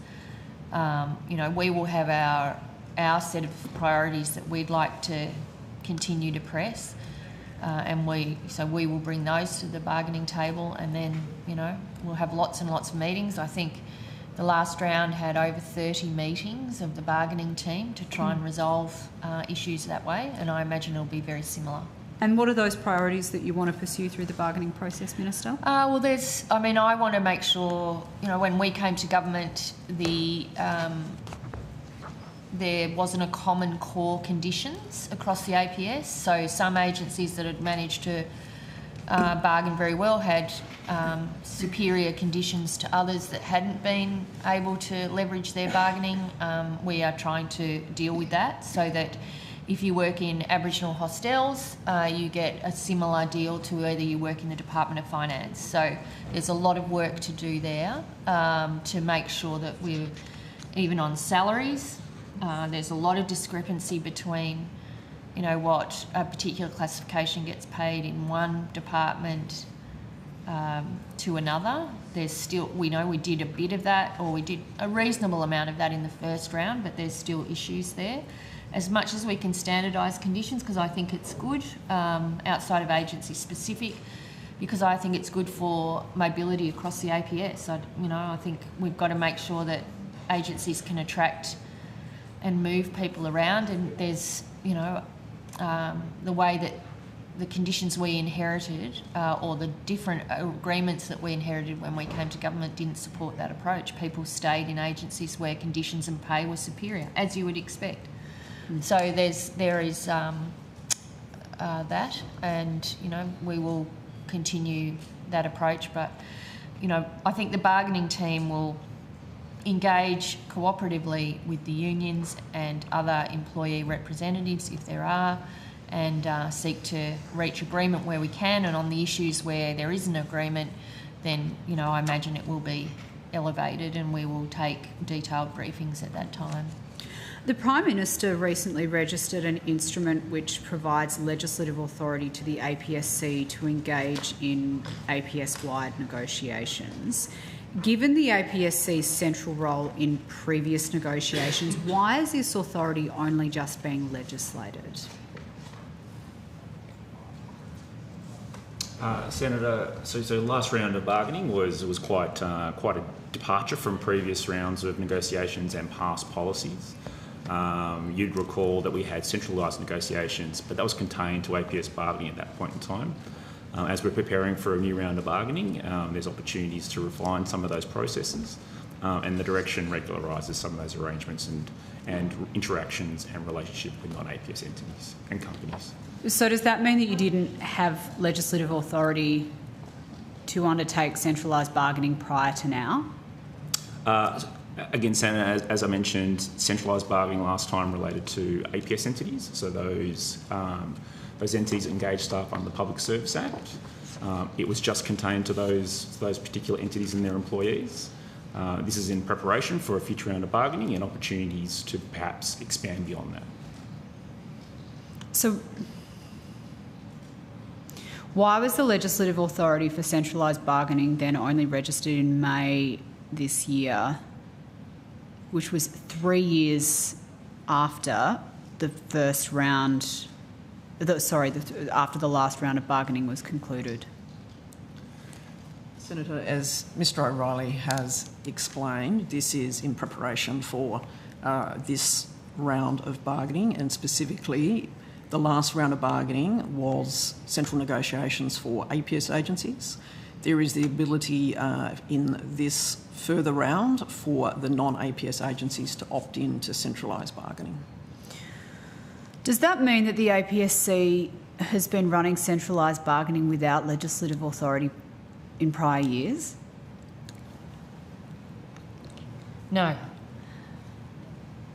So just explain to me why we need the legislative, the first legislative round authority concentrated on APS entities. As you've heard, the evidence already provided, this gives us the opportunity, if those entities choose to have non-APS entities come into the centralised arrangements. Okay. Was there legal advice sought as to the validity of the 2023 enterprise agreements, given that the formal legislative authority's only just been registered? Were there any concerns that something has fallen through the cracks here? It just seems strange to me that we've only just got this authority now. As I've indicated, Senator, this was in the context of the upcoming bargaining round, and it's distinctly a difference from the previous round, which was focused on APS agencies, with the ability for the opt-in of non-APS agencies. This is this instrument sets out the parameters for that future bargaining round. Okay. Chair, I've got a couple of other topics, but... Please go ahead. Yeah, okay. I was just getting a sense check on whether anyone else wanted to jump in.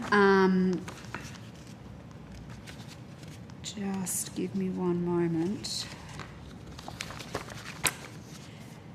I did foreshadow I was going to ask about this earlier, the current funding and ASL level for the APSC. So the APSC's ASL is reducing in the budget from 385 ASL this financial year to 339 next financial year. From what areas is that ASL reduction coming from, and at what level? Thank you, Senator. So with now the budget in the public domain, we're working through internally how to make sure that we manage within that budget for the coming financial year. We have been conscious for some time of fiscal constraints on the APSC and have been going through a realignment process for some time. That involves looking at a prioritisation exercise against our statutory responsibilities and government priorities. Which have just increased from the sounds of things. So we're thinking very carefully about our resource allocation against those. But this is a regular process of departmental or agency management to look at your budget, look at what can be afforded against those priorities, and to make that decision. So that's for this coming financial year now that the budget figures have been confirmed as of budget night. We're working through that now. Are you considering voluntary redundancies to meet this ASL reduction? Yes, as we've previously said, Senator, the APSC has offered some voluntary redundancies. How many have you offered? I'll ask Mr Toomey to assist with that. Senator, as of the 13th of May, we have offered 33 redundancies. Sorry, was that 53 or 30? 33. 33 redundancies. Okay. I'm just jumping around a little bit here because I know we're just trying to get through these things close to time.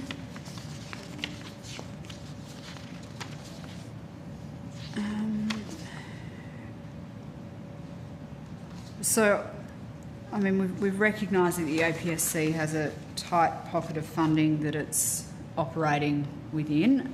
So let's go to some questions around how that's being managed. At last estimates, my predecessor in this role as Shadow Finance Minister, Senator Patterson, asked a series of questions about expenditure on leadership retreats. Are you able to update the committee on the expenditure on leadership retreats since that February hearing, including the cost and location of these retreats?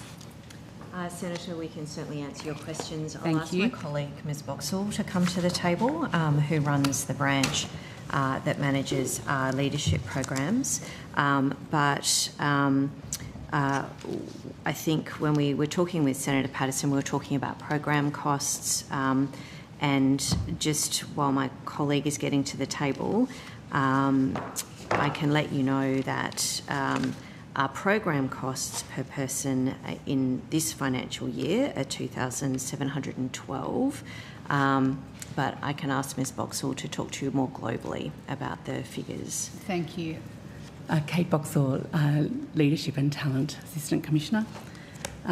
Senator, in terms of the number of retreats, we've run 8 immersive retreats of our 48 programs this year to date.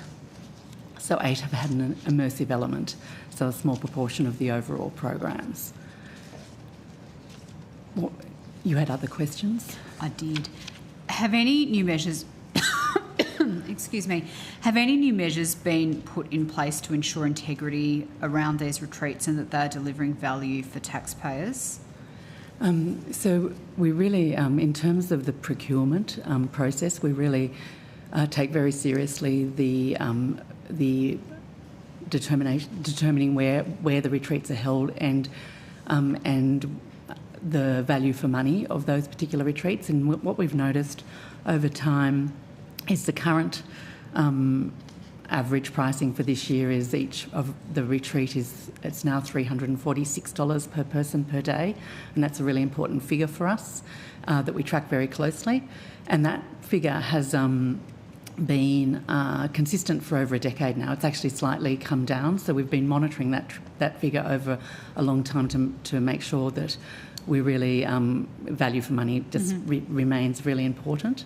And sorry, Ms. Box, we'll continue. No, you're right. Okay, thank you. You've referenced the $346 per person per day figure. So can you tell me how much each of those 8 retreats cost? I'd have to take that on notice, Senator, because it's a matter of how many participants we had in each program. So because it's a per person per day rate. You don't have the cost of each retreat in front of you there? I'll look at it. I might not have the combined retreat. I'll have the information per retreat. Oh, that would be fine. I'll just have a look at that.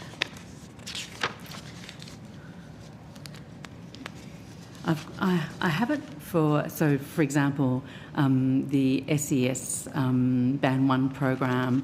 I'm just going to go through them. This might be indicative for you. The catering and conference participation package for 27 people on Band 1 program was $20,669 for the catering and conference package, and the accommodation for that particular program was $17,754. So that's an example of one of the programs. $37,000. So yes, that's right. Where was that held, that particular retreat? Just looking at that. Sorry, So we have a range of venues for the small number of programs that Ms Boxall was talking about. And just to put it in context, Senator, I know this isn't your specific question, but the vast majority of courses run by the Academy we do virtually. So for our craft capability courses, 80% of those will be virtual. And the majority of our face-to-face courses overall are in in-house venues. So venues such as the Museum of Australian Democracy, for example, that we have as space that we essentially use in-house, and the majority of our programs are run in those in-house venues. So we're really talking about a small minority of our leadership programs here. And that's come down over time as well. As a proportion, we're really careful about which programs have an immersive element, and we've implemented for our EL staff an approach where there's no travel required, because we've got a social learning at scale model. We've got a collaborative learning model that we're using. So we're actually trying very carefully to reduce the number of immersive. So they're very selective about when we do that. And of the 8 we do, it's only a component of the program. So there's other components that don't require travel. So we're being really mindful of costs and trying to extend the number of people we can reach to build capability at a lower cost point. So, Ms Boxall, that $37,000 retreat, could you confirm for the committee where that one was held? The Element Hotel in Melbourne, Richmond. Element Hotel.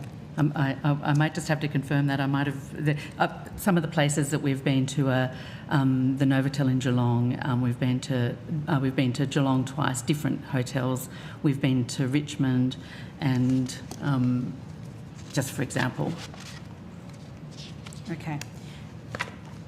You, sorry, Dr. Bacon, you said that you were trying to minimise the number and quantum of these events, but I mean, I've had a quick look on AusTender, and it looks like APSC has spent almost $478,000 on event contracts over the last financial year. That's a lot of money, isn't it? Do you have an AusTender number, Senator? I have several. Yes, in front of me. Because we will do different types of events, Senator. So I'm not sure which particular contract you're referring to, but we will do events, for example, where we will get subject matter experts, often practitioners who are senior Australian public servants or very experienced public servants, to deliver seminars or masterclasses, for example, to be able to teach, learn public servants who are there to learn from experienced APS practitioners. So the costs of running those events, we would outsource the costs of, if we need to find a venue that's big enough, for example, we might source a venue, we might source some of the support needed to actually run an event. And Ms Boxall has mentioned that a very small number of our overall offerings involve an immersive element with our leadership programs specifically, and there's very good evidence-based reasons why we would include an immersive element to get the leadership outcomes that we need to get through our programs. So when you say immersive element, what are you alluding to? Is that where days' worth of accommodation are required for individuals? Right, okay. I will provide to the committee, we're not going to go through the whole list here because we'll be here all day, but I'll provide to the committee the contract notice numbers, but on notice I would like to have for these what event the expenditure related to, the numbers of attendance, including the classification of attendees at these events, just so we can do that piece that you just talked about, Dr. Bacon. An itemised list of all costs relating to the event, including food and beverage served, and whether any alcohol No alcohol is ever served at an event. No alcohol is served at an event. That's good to know. And if we could have the average cost per day per participant, Dr. Boxall, as well. You mentioned that there'd been a couple of events at Geelong. Did you go to the Crown Plaza Geelong? Was that the other hotel on your list? There's two, because every time we do an event, we go to multiple hotels to get the best price. So, and we've gone to different places there based on price. One was the Novotel, I think. Yes, I think we talked about that one. What was the other one? The Crown Plaza. It was the Crown Plaza. Okay. Just let me sort through here. I do have some questions for AGC, but I'm wary I've had the call for a while. Senator Sharma, did you want to ask some questions? I did have some questions. Oh, sorry. Oh, don't mind me. No. All respect, Chair, I might cede the call here. Maybe Senator Chandler, just in terms of the convenience of other witnesses who are coming, do you have a sense of how much longer, just so that we can gauge? I reckon I only need another 15 minutes. Cool. Okay. But if Senator Sharma, please go ahead. 10 to 15 minutes, if that's all right. Thank you. I just had some questions for the APSC about the appointment of the Fuel Supply Task Force Coordinator, which I asked, I think, of PM&C yesterday. Was the APSC consulted or involved in that recruitment process? Not as far as I'm aware, Senator. Okay. Are you familiar with the I'm role? familiar with the task force, but it's hosted in the Department of Prime Minister and Cabinet, Senator, so they would have done the arrangements. Okay. So they didn't consult you on how they were proposing to fill that role? Not me directly, Senator. Anyone else at the APSC? Not me, Senator, no. Okay. Because, and you might not be aware of this, I'm happy to familiarise you with it, but it was filled through a contract on AusTender, and the value of the contract for 3 months of work is $233,676. So it's about $1 million annualised being paid to this role. Now, I'm aware that from time to time the public service brings in outside specialists or expertise to do roles, but normally, as I understand it, they're employed on a contractual basis using guidance for remuneration from the Remuneration Tribunal. Usually it's a daily per diem or a daily rate. Is this a conventional way to fill this sort of a role, in your experience? Senator, the matter was handled by the Department of Prime Minister and Cabinet. It's not a matter for the APSC. I wasn't consulted, and I've not been involved in the matter. And it was done in very, it was responding to an urgent need to elevate that piece of work that was being done and led by PM&C. I wouldn't have expected to be consulted under those circumstances, Senator. Okay, you're the guardians of the APS strategic governing framework, if I got that right? Strategic commissioning framework. Strategic Senator. commissioning framework. Yep. But just explain to me what the strategic commissioning framework is meant to do.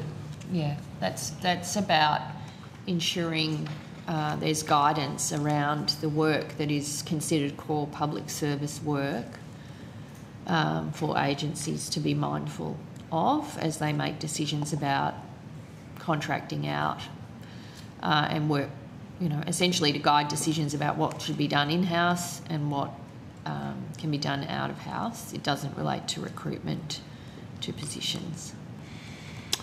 Well, because I understand it identifies things as core work and advises that for core work should usually be done within the APS, an APS that's grown by 44,000 personnel over the past 4 years, and that outsourcing should only be done in limited circumstances. Is that correct interpretation? Senator, that's a reasonable high-level characterisation of the strategic commissioning framework.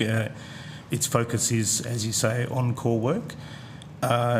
Within that framework, there is an understanding that there are particular circumstances where particular expertise or particular short-term requirements might require flexibility from accountable authorities in thinking about delivery of pieces of work. That's then a matter for the Secretary of the Department of the Prime Minister and Cabinet. If you're filling a role like this, would you normally use the Management Advisory Services panel? Isn't that normally the preferred framework for engaging consulting services? These are matters for the PM&C. They really are. We've got APSC does not have overarching responsibilities for how other agencies recruit and fill positions or bring in external labour. That is not a matter for the APSC. Well, can I ask you then, Minister, I mean, do you think $1 million a year is right for this role? Is there any reason that rather than using normal government frameworks for recruiting outside consultants, something goes up on AusTender with a salary rate that's higher than, I think, nearly any other federal public servant? I think it's a matter that you have to ask officials from PM&C and ministers representing the Prime Minister. It's not a matter for these witnesses. Were you consulted in this recruitment process, Minister? I wasn't consulted, but I was aware through my work, primarily through the National Security Committee of Cabinet. And were you aware of the remuneration rate? That was not a matter that came across my desk. But you have oversight of the entire public service. Doesn't this seem an extraordinarily high sum of money for the work that's being done? I'm not going to pass a judgment on remuneration about a position that does not fall within my portfolio responsibilities, Senator Sharma. Okay, it seems like the appointment was conducted outside the normal frameworks. Well, no, I don't think you can presume that at all, and you should have asked these questions. I think you sat in...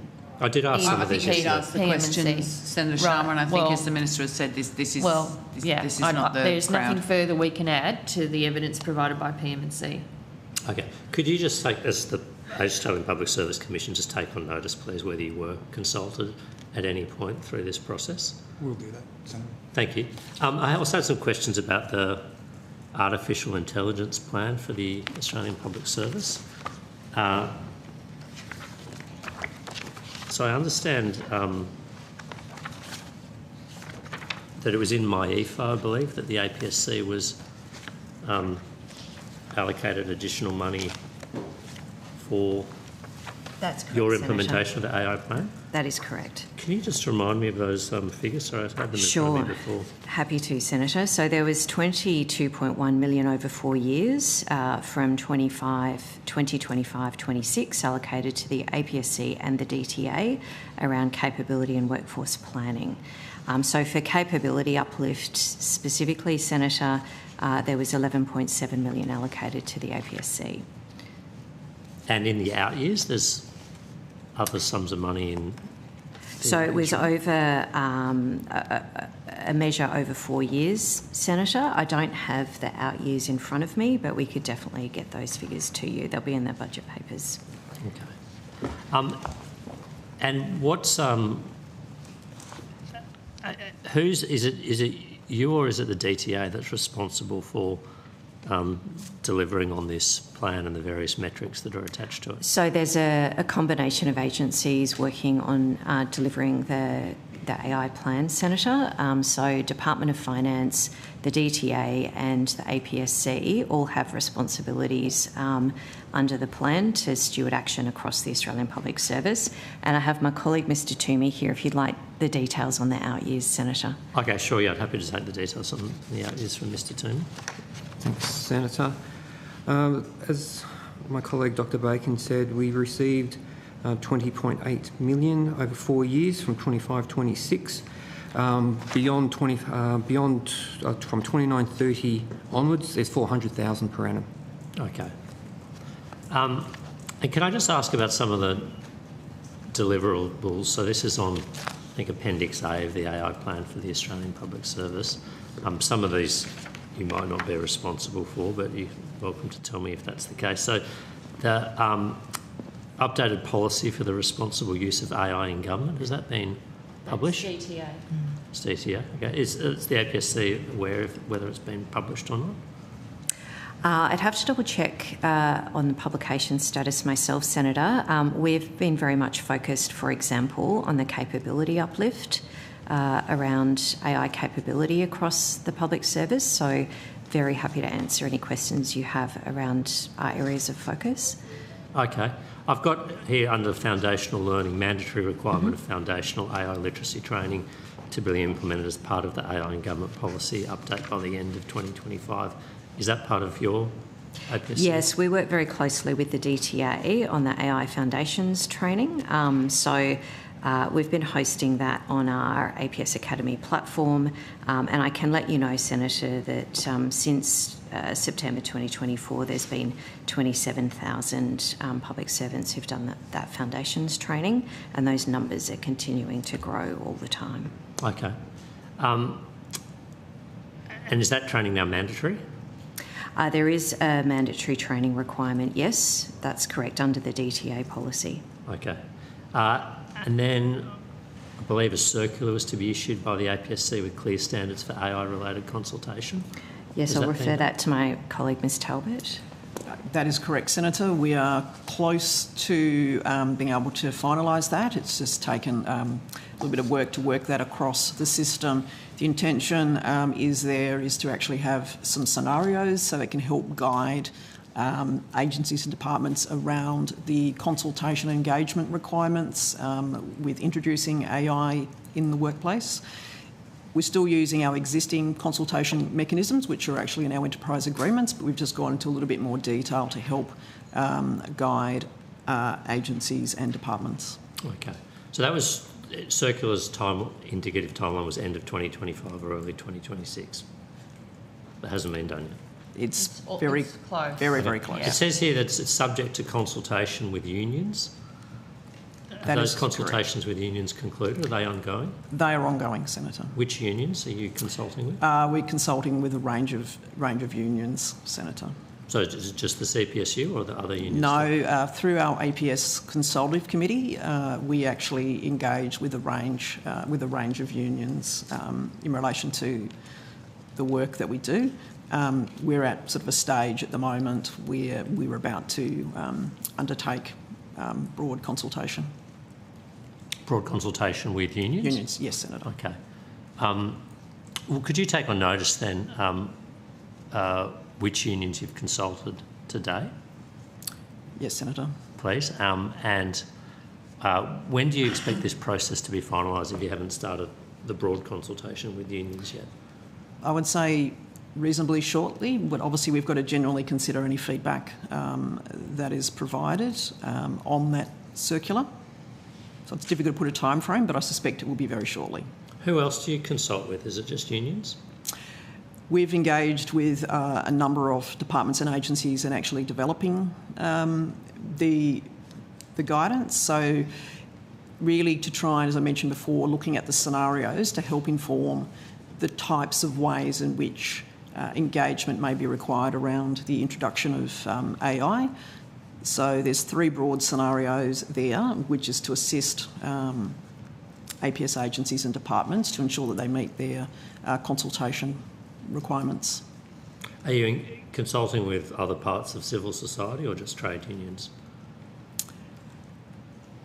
Just with trade unions, but what I would say, Senator, is that we've been very mindful of some of the work that we do in the OECD, particularly around reports released around AI in the public service, and they outline quite clearly the importance of engaging with employees in and around the introduction of AI in the workplace, including, as my colleague Dr. Bacon has said, around providing access to training.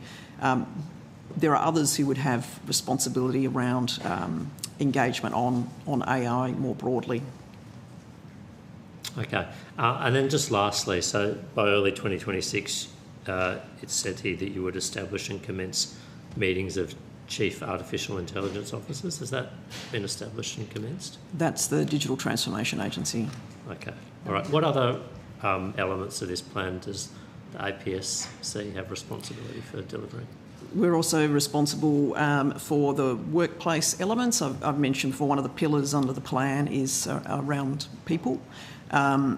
We've been given funding for a AI workforce planning tool, which is actually to assist managing the change that AI might have in the workplace. In particular, it'll enable the APSC to have a view across the entire service of any changes around skill, whether we need to kind of redeploy people or not, but also it'll provide APS agencies with a tool to help manage the impacts of AI on workforce. That's not Gov AI chat. No, Senator, that's the Department of Finance. So Department of Finance, not DTA, Department of Finance is doing the Gov AI chat, not DTA. That's correct. Okay, that was all I had, Chair. Thank you. We'll go to Senator Barbara Pocock. Some questions around the pay of public servants in the across the public sector, Minister. I understand there was a recent ballot of CPSU members and 96% of those who voted supported the CPSU pay claim of 15% over the next 3 years, 5% a year, or CPI, whichever is the greater. You are reported as saying that you believe this to be impossible to meet. Is that an accurate picture of your attitude to this claim? Yes, that is. I mean, we covered this with Senator Chandler before, but yeah, that is. I think that accurately reflects my view. And you are steadfast in that view, despite what we see clearly are increases in workloads, the costs of repetitive efficiency dividends, the impact of redundancies and so on. Clearly people facing increased pressure in areas of the public sector as a consequence of all of those measures, but you don't intend to meet that claim. Well, I think it would be highly unusual for anyone to agree just before bargaining even commences to the union claim. Like, I've been involved in several rounds of bargaining on this side and on the and as a union representative. I think it would be very unusual for one party to say, yep, we just agree with the union claim. I can't think of when that's happened before. The rest of the quote that I provided in relation to that statement, I was asked a question whether I thought the 15% claim was impossible. I answered, I think so. We're having to manage a pretty tight budget already with a lot of pressure on it. I don't think you would expect us to agree to the union claim. We go into bargaining to bargain with them. There's ons and offs and trade-offs that need to be made at the table.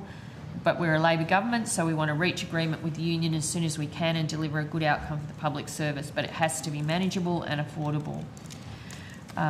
So, I mean, that's the position I take into the bargaining. We haven't started yet. We're hoping to start pretty soon. Do you think the wages of public sector workers at the Commonwealth level should preserve the real incomes and real wages of those workers? I think we're a model employer. That's part of our approach that we bring to the public service since coming to government. So we want to bargain and get a good deal for employees and employers. I think we've done a lot in the first round to try and improve the relationship between, with APS staff, including not just in the headline pay rates, but in trying to deal with the serious eroding of consistency across the public service. That came with a reasonable price tag as well, to make sure that the people in the less powerful kind of to bargain agencies weren't being essentially treated differently. We've got more work to do there, so I think you have to see it as the whole package. We've significantly improved conditions in relation to access to, parental leave for all employees. Like, we're really trying to make sure that the public service remains an attractive employer, but it has to be affordable. And we've done that at a time when we've employed additional public servants to make sure that the workload, which, as you say, was unmanageable when we came to government. The public service was not able to do the job that it needed to do, and we saw that through the failure in a number of areas, including departments that were about to go broke. We've fixed all that, but there is more work to do.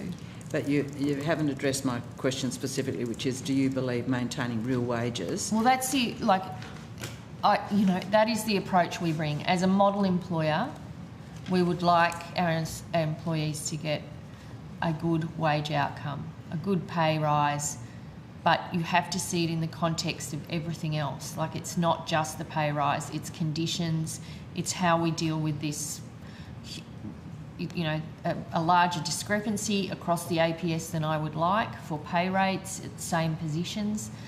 And we have to negotiate that with the union. I mean, in all bargains, there's always a trade-off, you know, about, you know, if you want this, what does it mean for this? And that work hasn't been done yet. So we need to get round the table with the union and start talking it through.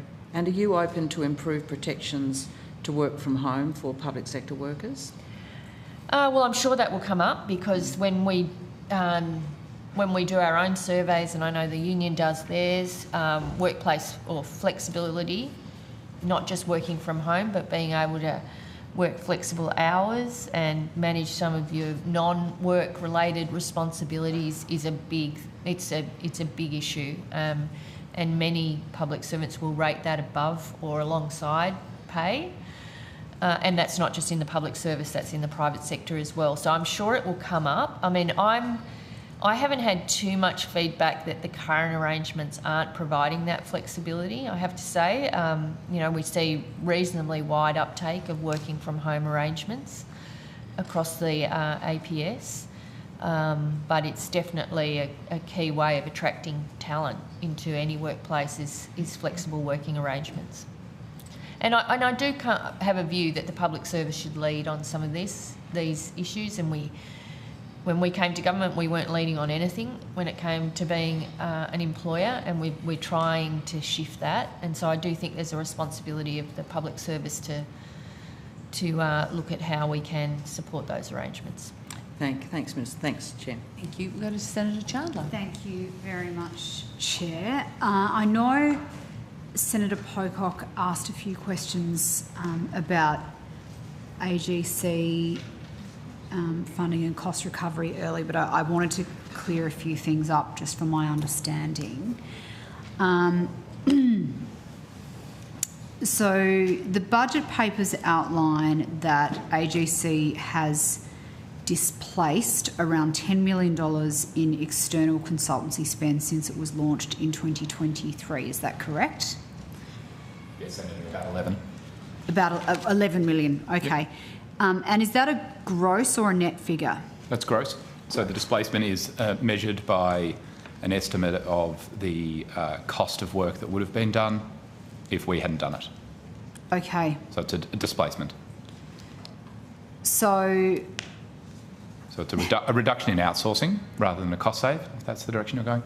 Right. So that $11 million doesn't include how much the AGC costs to run? The displacement number is the consulting spend that we have displaced that would have otherwise been spent in the market. Okay. So how much has the AGC cost to run since its launch in 2023? So our overall cost recovery rate, just bear with me for one moment.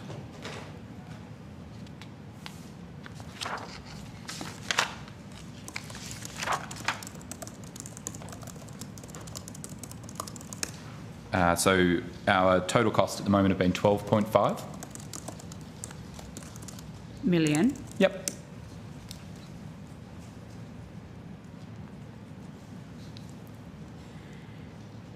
And what's your ongoing operating cost?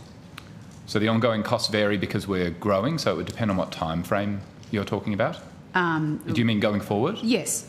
Yeah, so that varies from year to year. So we're currently, as I mentioned before, at a headcount of 45.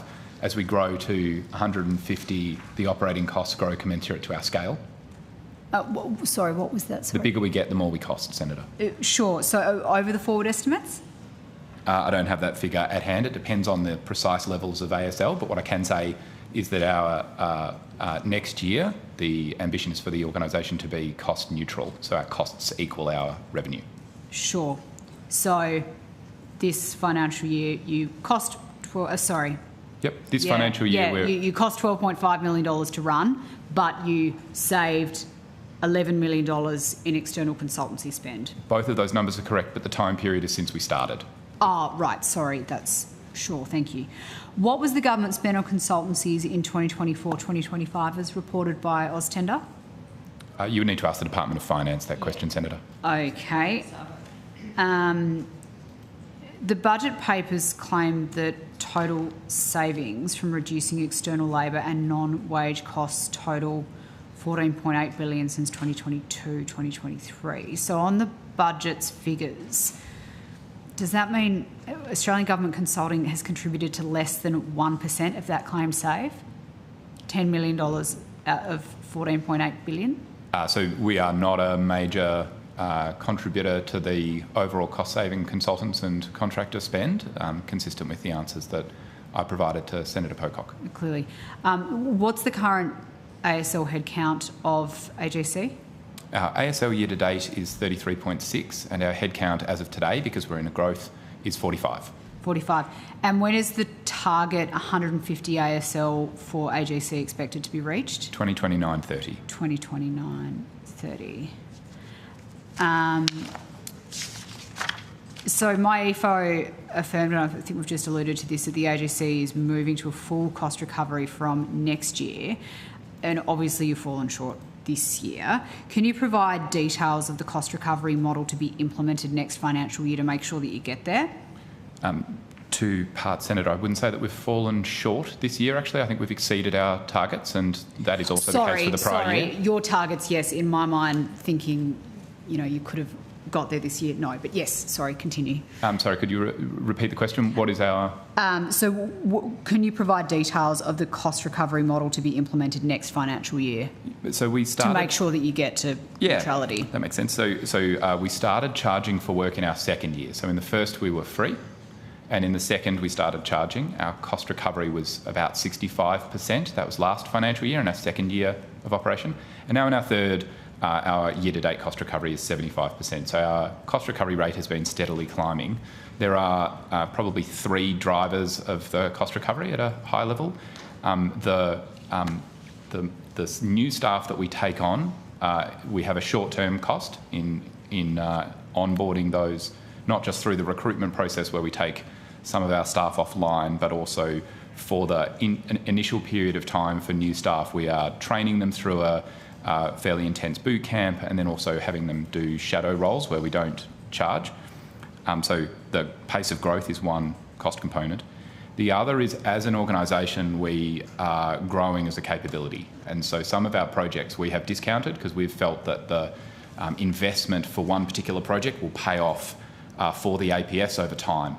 And that's been declining quite rapidly, which is also why... As in the number of projects that you're discounting has been Correct. declining. The discount, quite rapidly. both the number of projects that we're discounting and the rate that we apply.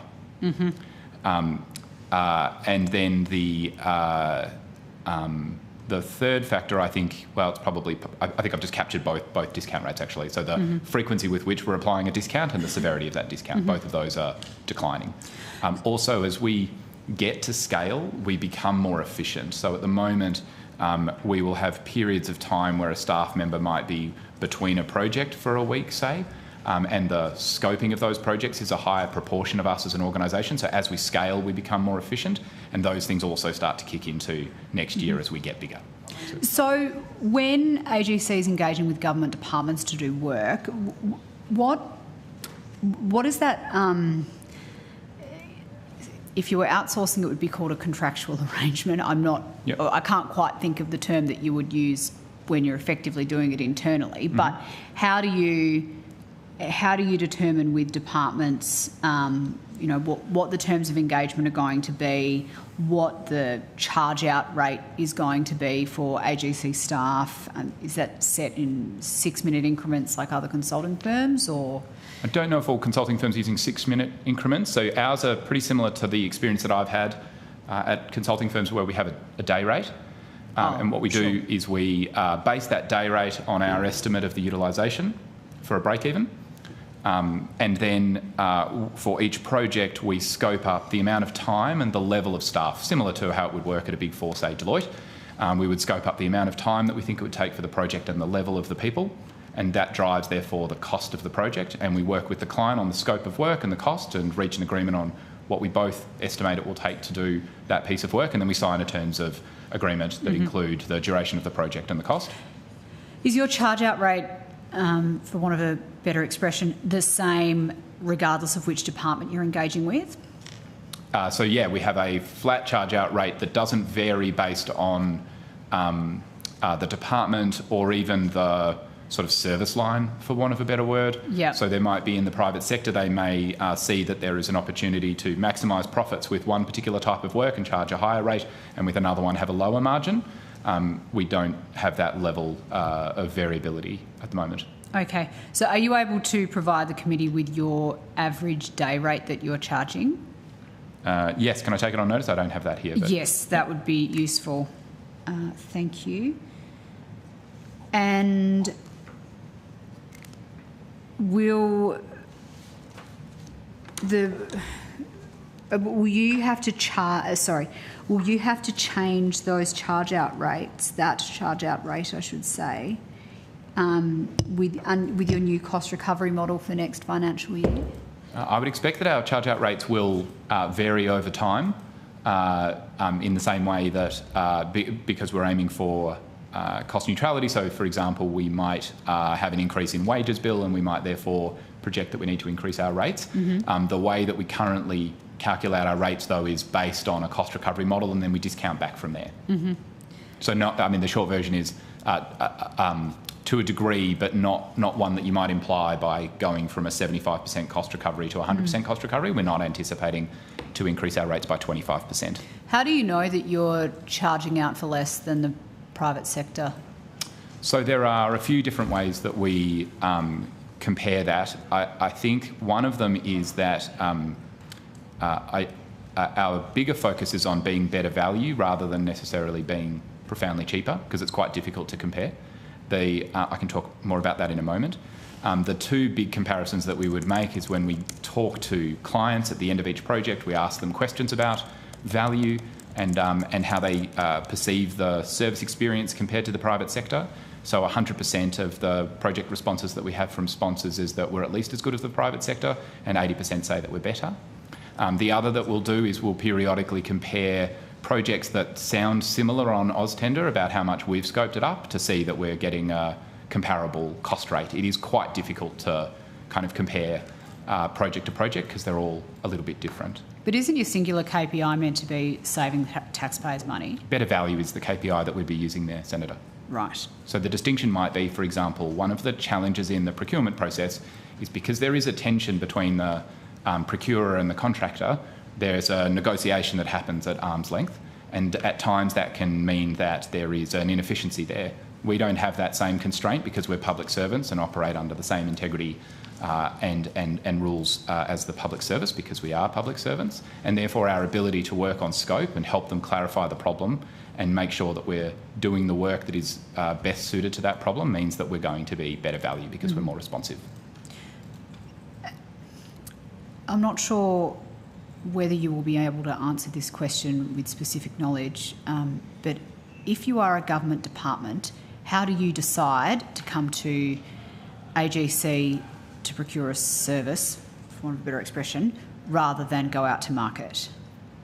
Yeah, you would need to ask the people that are making that decision. So it is. But there's no overarching framework that exists within government to specify when a department should come to you versus when a department goes out to the market?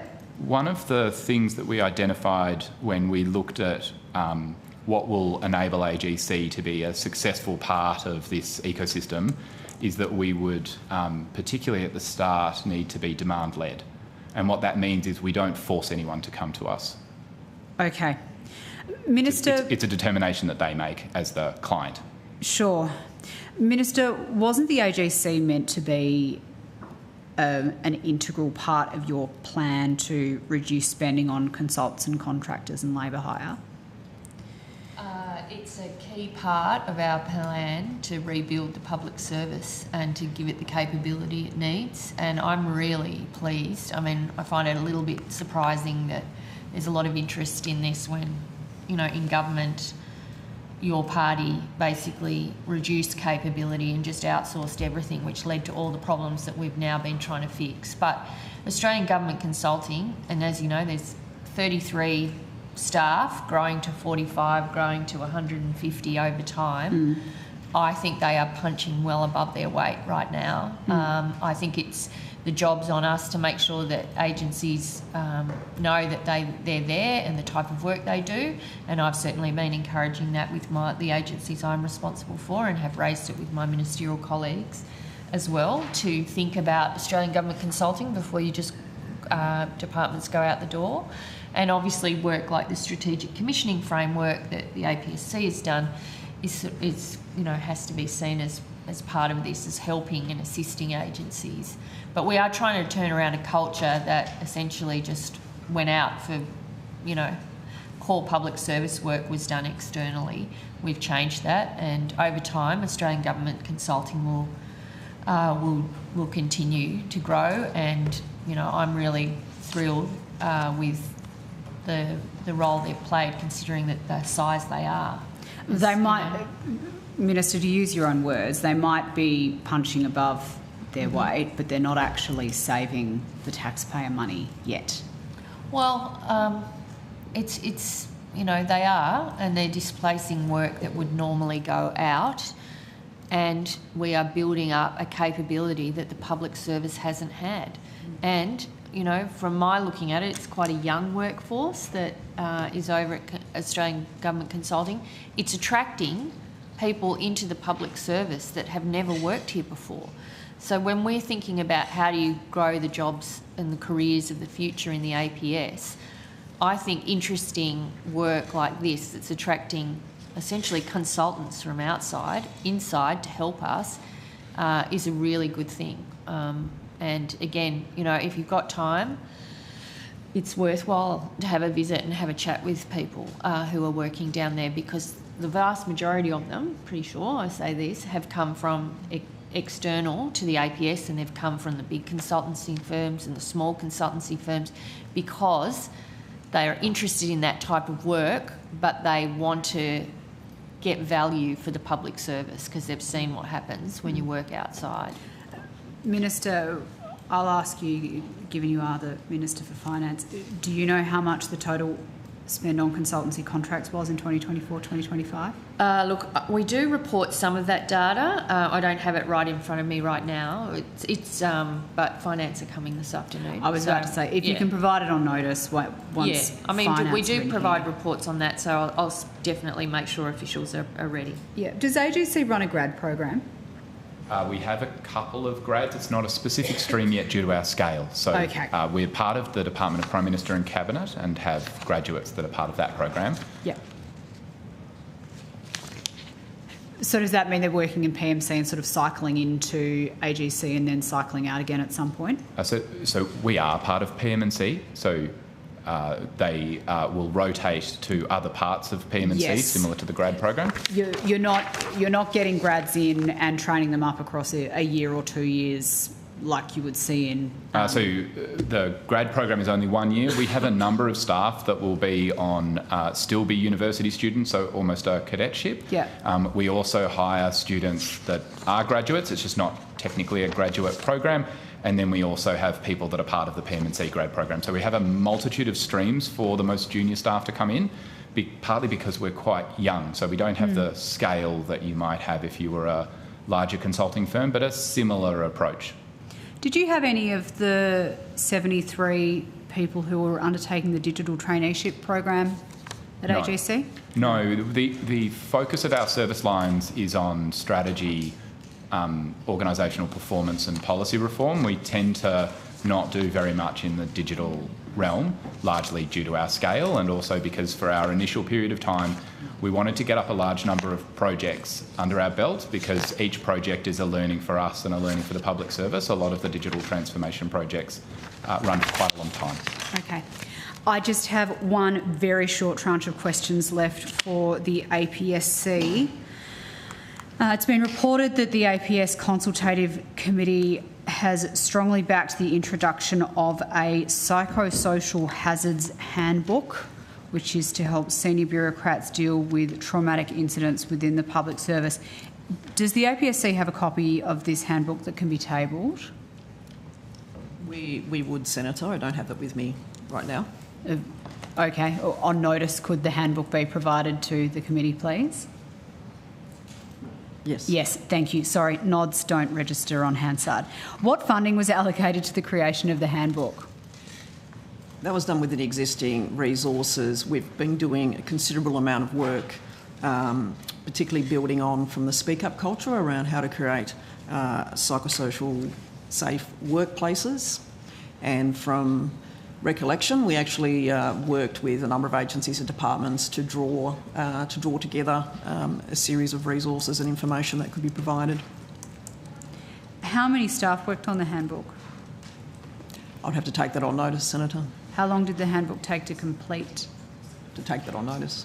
It's reported that the CPSU recommended this psychosocial hazards handbook, playbook is shared and discussed at the agency level for local implementation in consultation with workers and union representatives. Do you know if this has occurred? I would have to take that on notice, Senator. If you can take on notice when that occurred as well, if it did occur, that would be useful. I think one of the former APSC commissioners has said that the psychosocial playbook suggests a common sense approach to employer and employee engagement is being replaced by indulgent woke rubbish. Were you aware of that quote, Mr. Talbot? I'm not, Senator. Sorry, who was that from? A former commissioner, I think. No? You don't know who said it? I'd have to check and come back, Minister. Okay. I think that's it for me from the APSC. Thank you very much, everyone, for coming. Cool. Thanks, Chair. If you could get us a reference to that quote, that'd be really handy. Great. Well, thank you so much for joining us. We really appreciate your time. We will now let you go, and we will ask the Office for Women and the Workplace Gender Equality Agency to find their way to the table. And while we have the switch over, I'll just suspend for a few moments.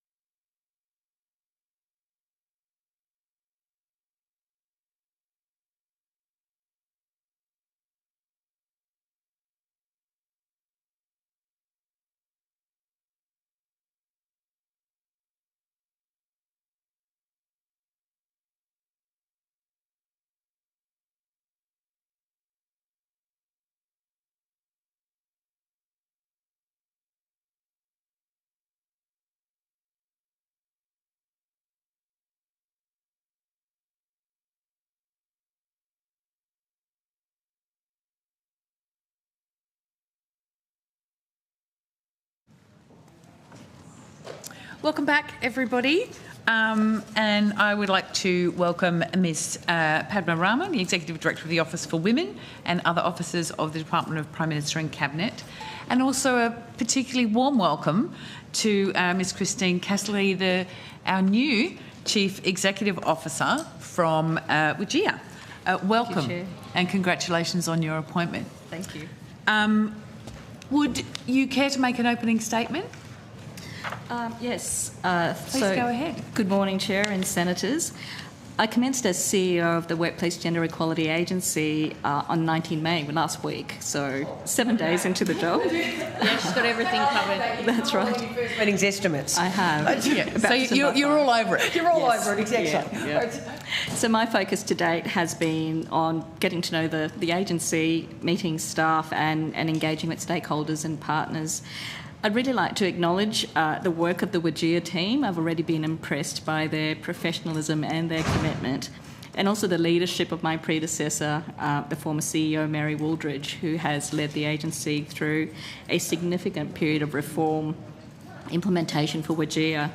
So at this early stage, my focus is on listening, understanding the agency in depth and ensuring the effective delivery of the agency's legislative and regulatory responsibilities.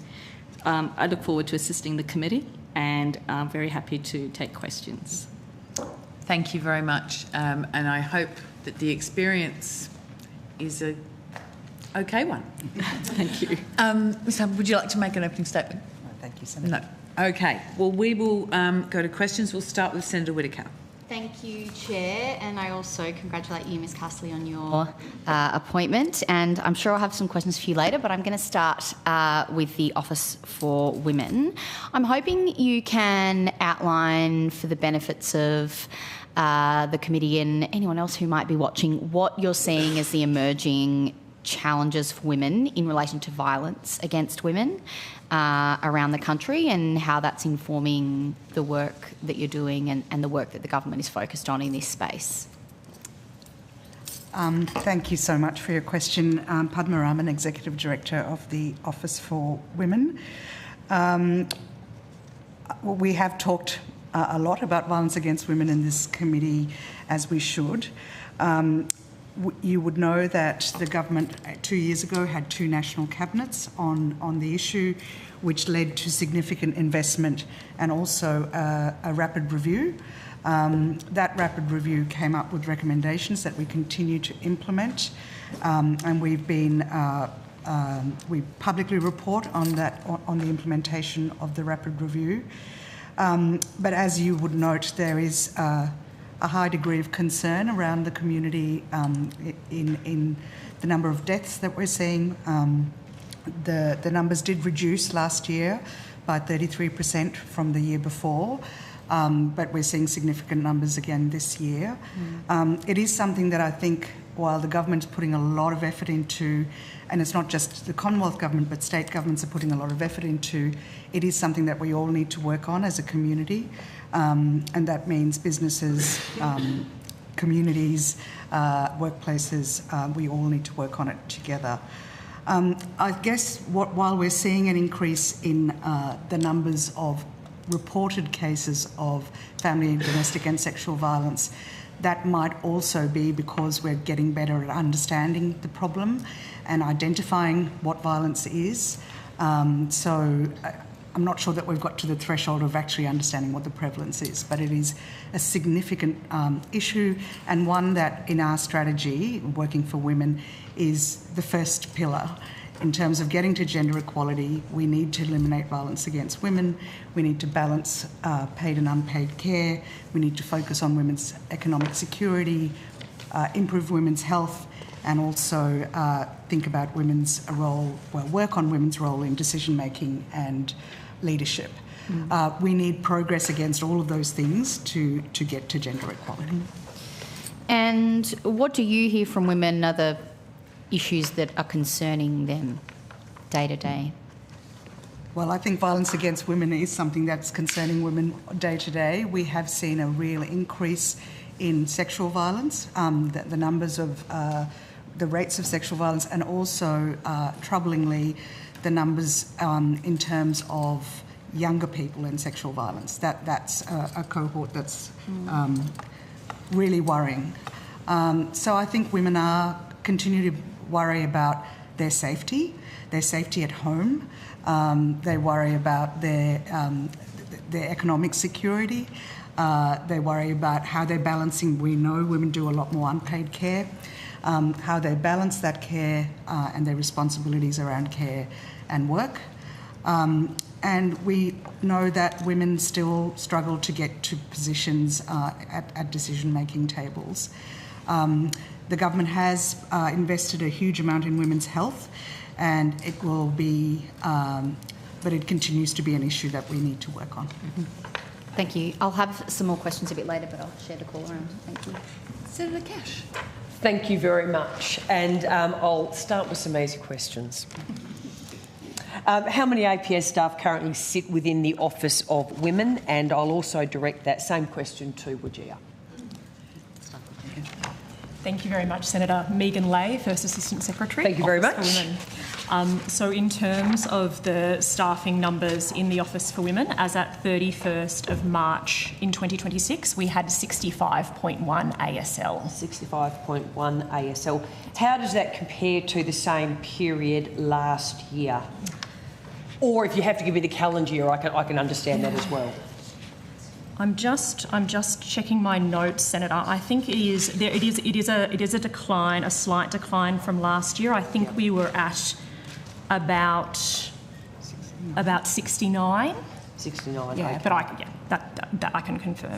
Sorry, 67.9. The Okay. figure is right there. 67.9. 67.9. Okay, thank you.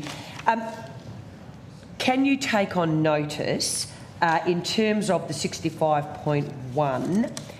The breakdown of how many staff are employed at each level in the public service. Yes, thank you. But on notice, and in terms of Wajir, hopefully that was one that. Yep. Beautiful. Thank you. So for the 25-26 financial year, we have 54 roles. That includes the CEO, who is not part of the APS. That's a statutory appointment. As of last year, it was 52. 52. So you've had an increase of two. And what levels were they in terms of the increase? I'd probably have to take that on notice. Yeah. Yep, no, not a problem at all. And what I'll also do is get you to provide a breakdown again of the 54 against the actual levels within the public service. Brilliant, thank you very much.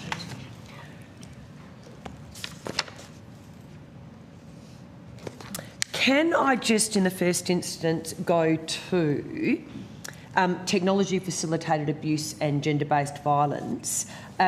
What work has the Office of Women been doing on technology-facilitated gender-based violence?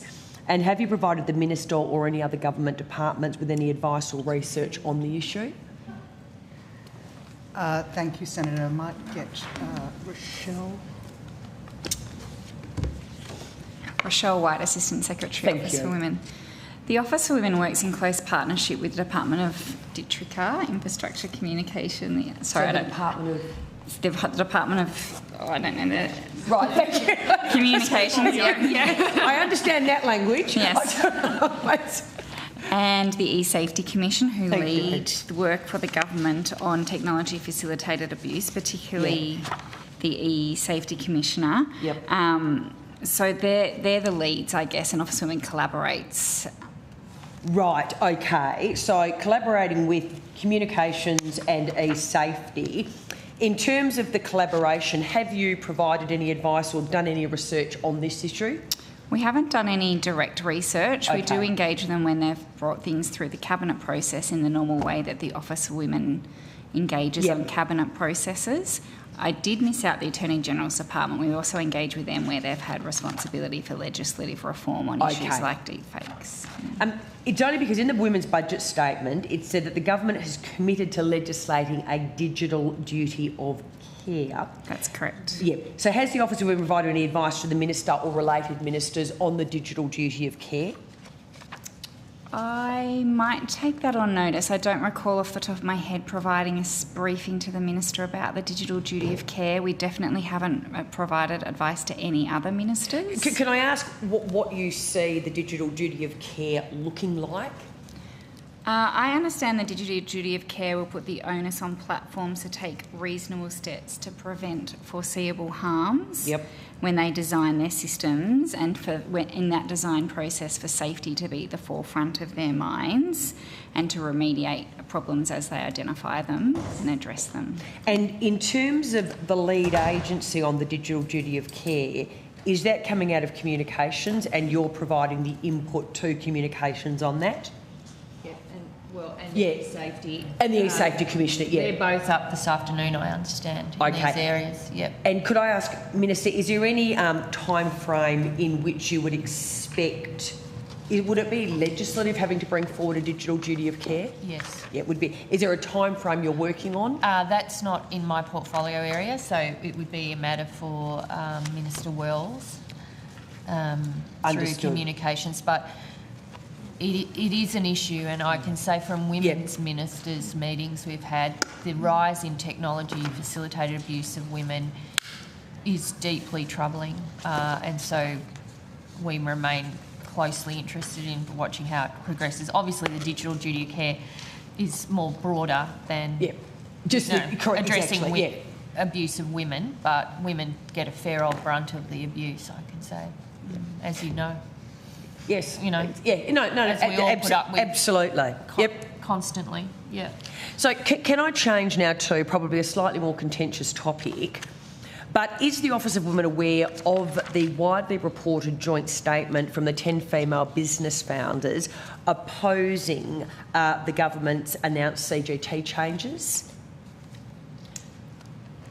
Yes, Senator, we're aware of that. Okay. Is Wajir aware of that? We don't see that, I don't think, as being within our remit. That's so fine. I'm just asking, just in case. In terms of your awareness, how was that awareness raised with you? Through media reports. Yeah, was through the media reports. Yeah. Okay. Did the office brief the Minister for Women on the media reports of that statement and the issues being raised in them? Senator, no, we I think it was only last week, was it? Yeah, no. Okay. I'll read out some of the quotes. I mean, you've read them, but they are concerning, and I just want to work through how they're going to be addressed.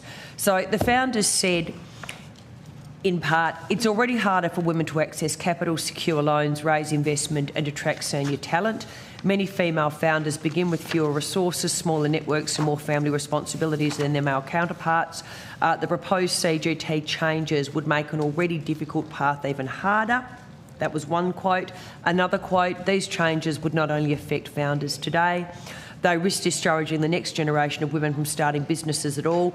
We are not political operatives, we are not tax avoiders. We are women who had an idea, took a risk and work incredibly hard to build businesses, often while raising families at the same time. So my first question for the Office of Women is, has the Office of Women undertaken a gender impact assessment of the proposed CGT changes? Senator, so certainly proposals that go through the Cabinet are required to have a gender analysis undertaken, or a more comprehensive gender impact assessment if they meet particular criteria. But that analysis and assessment is the responsibility of the agency that is leading the proposal, that is bringing the proposal forward, whose minister is bringing the proposal forward. So that is work. And while I won't go into details of documents that have been before the Cabinet and its committees, that would have been the responsibility of the Treasury. Yes. Okay. So, Minister, are you aware if a gender impact assessment of the proposed CGT changes was undertaken? I certainly had... I'd have to go back and check because it's not the Office for Women that does that, and so... and obviously some of that information will be budget in confidence. We do publish the Women's Budget Statement, which is available, which talks through, a lot of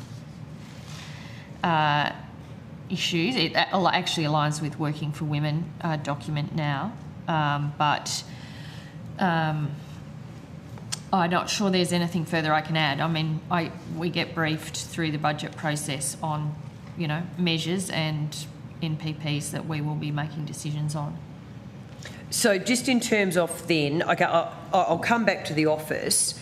Perhaps I put the more basic question in the first instance, just so I understand exactly what the evidence was. Was a gender impact assessment of the proposed CGT changes undertaken prior to the announcement in the budget? That's a matter for Treasury. It's a matter for Treasury, okay. So, as the former Minister for Women myself some time ago, and obviously I worked very closely with both of the groups represented here, one of the roles of the Office of Women was obviously to provide advice, in particular before the budget, on how changes would actually affect women. And we didn't necessarily have to be asked for that advice if we knew something was coming up.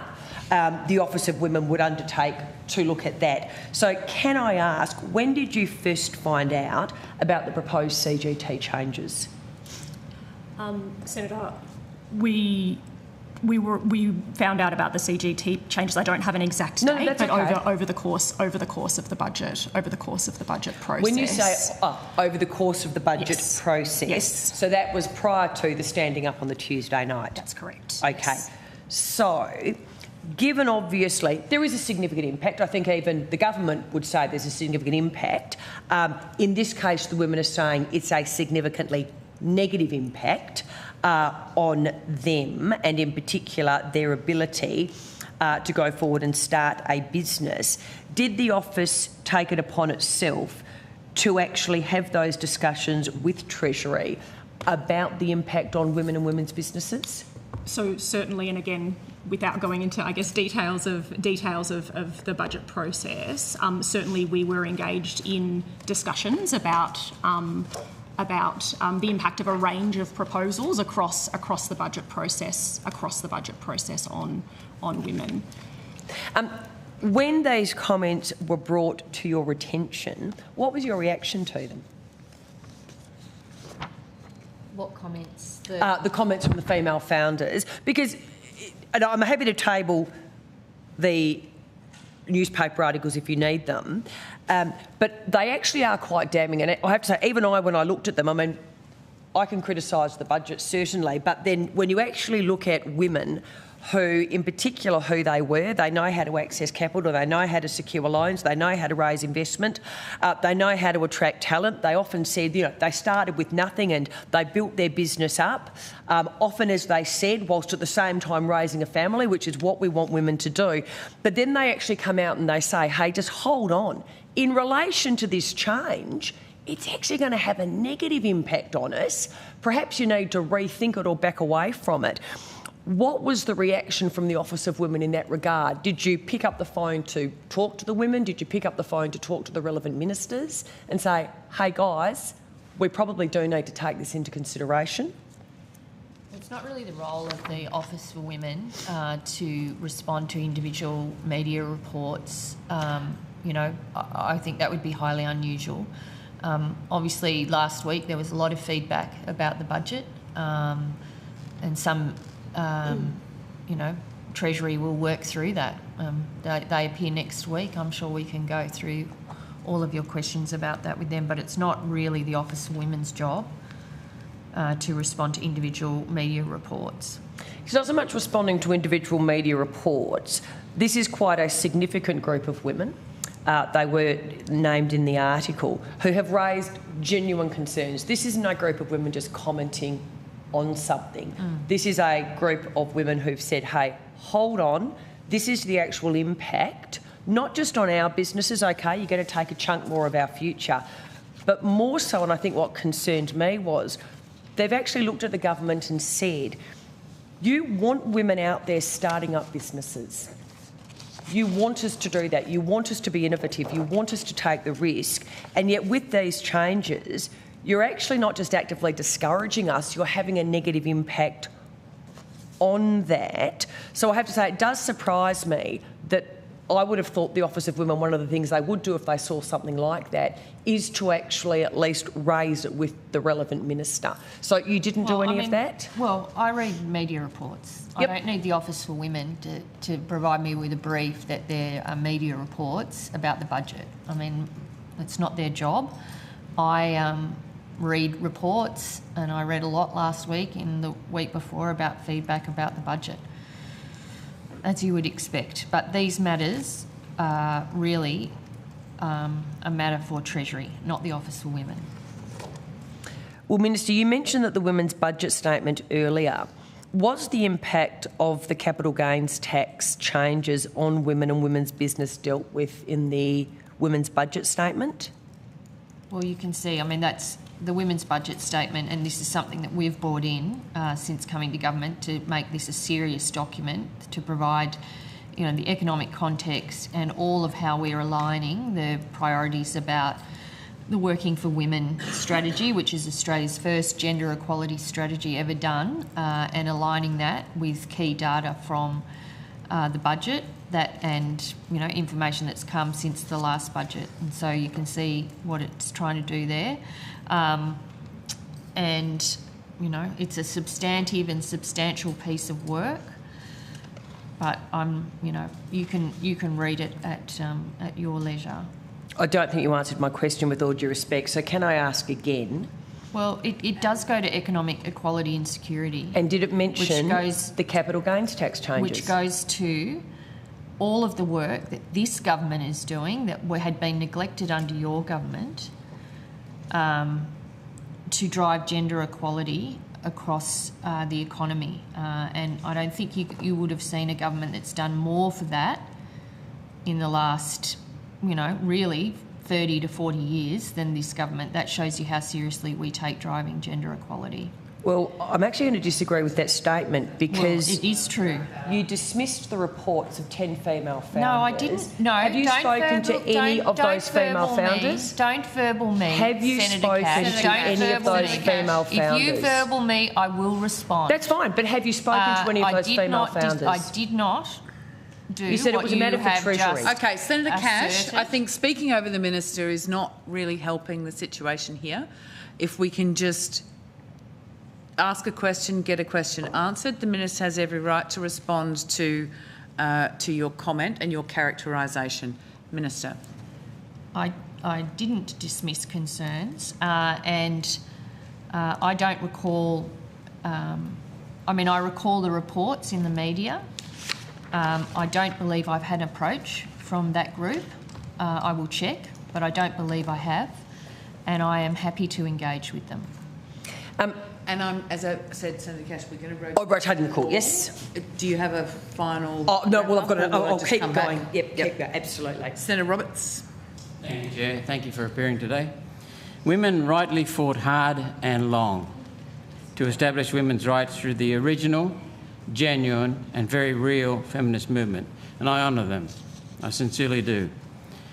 Does the Office for Women support Sal Grover in her case, Giggle versus Tickle? Sal is otherwise known as Giggle.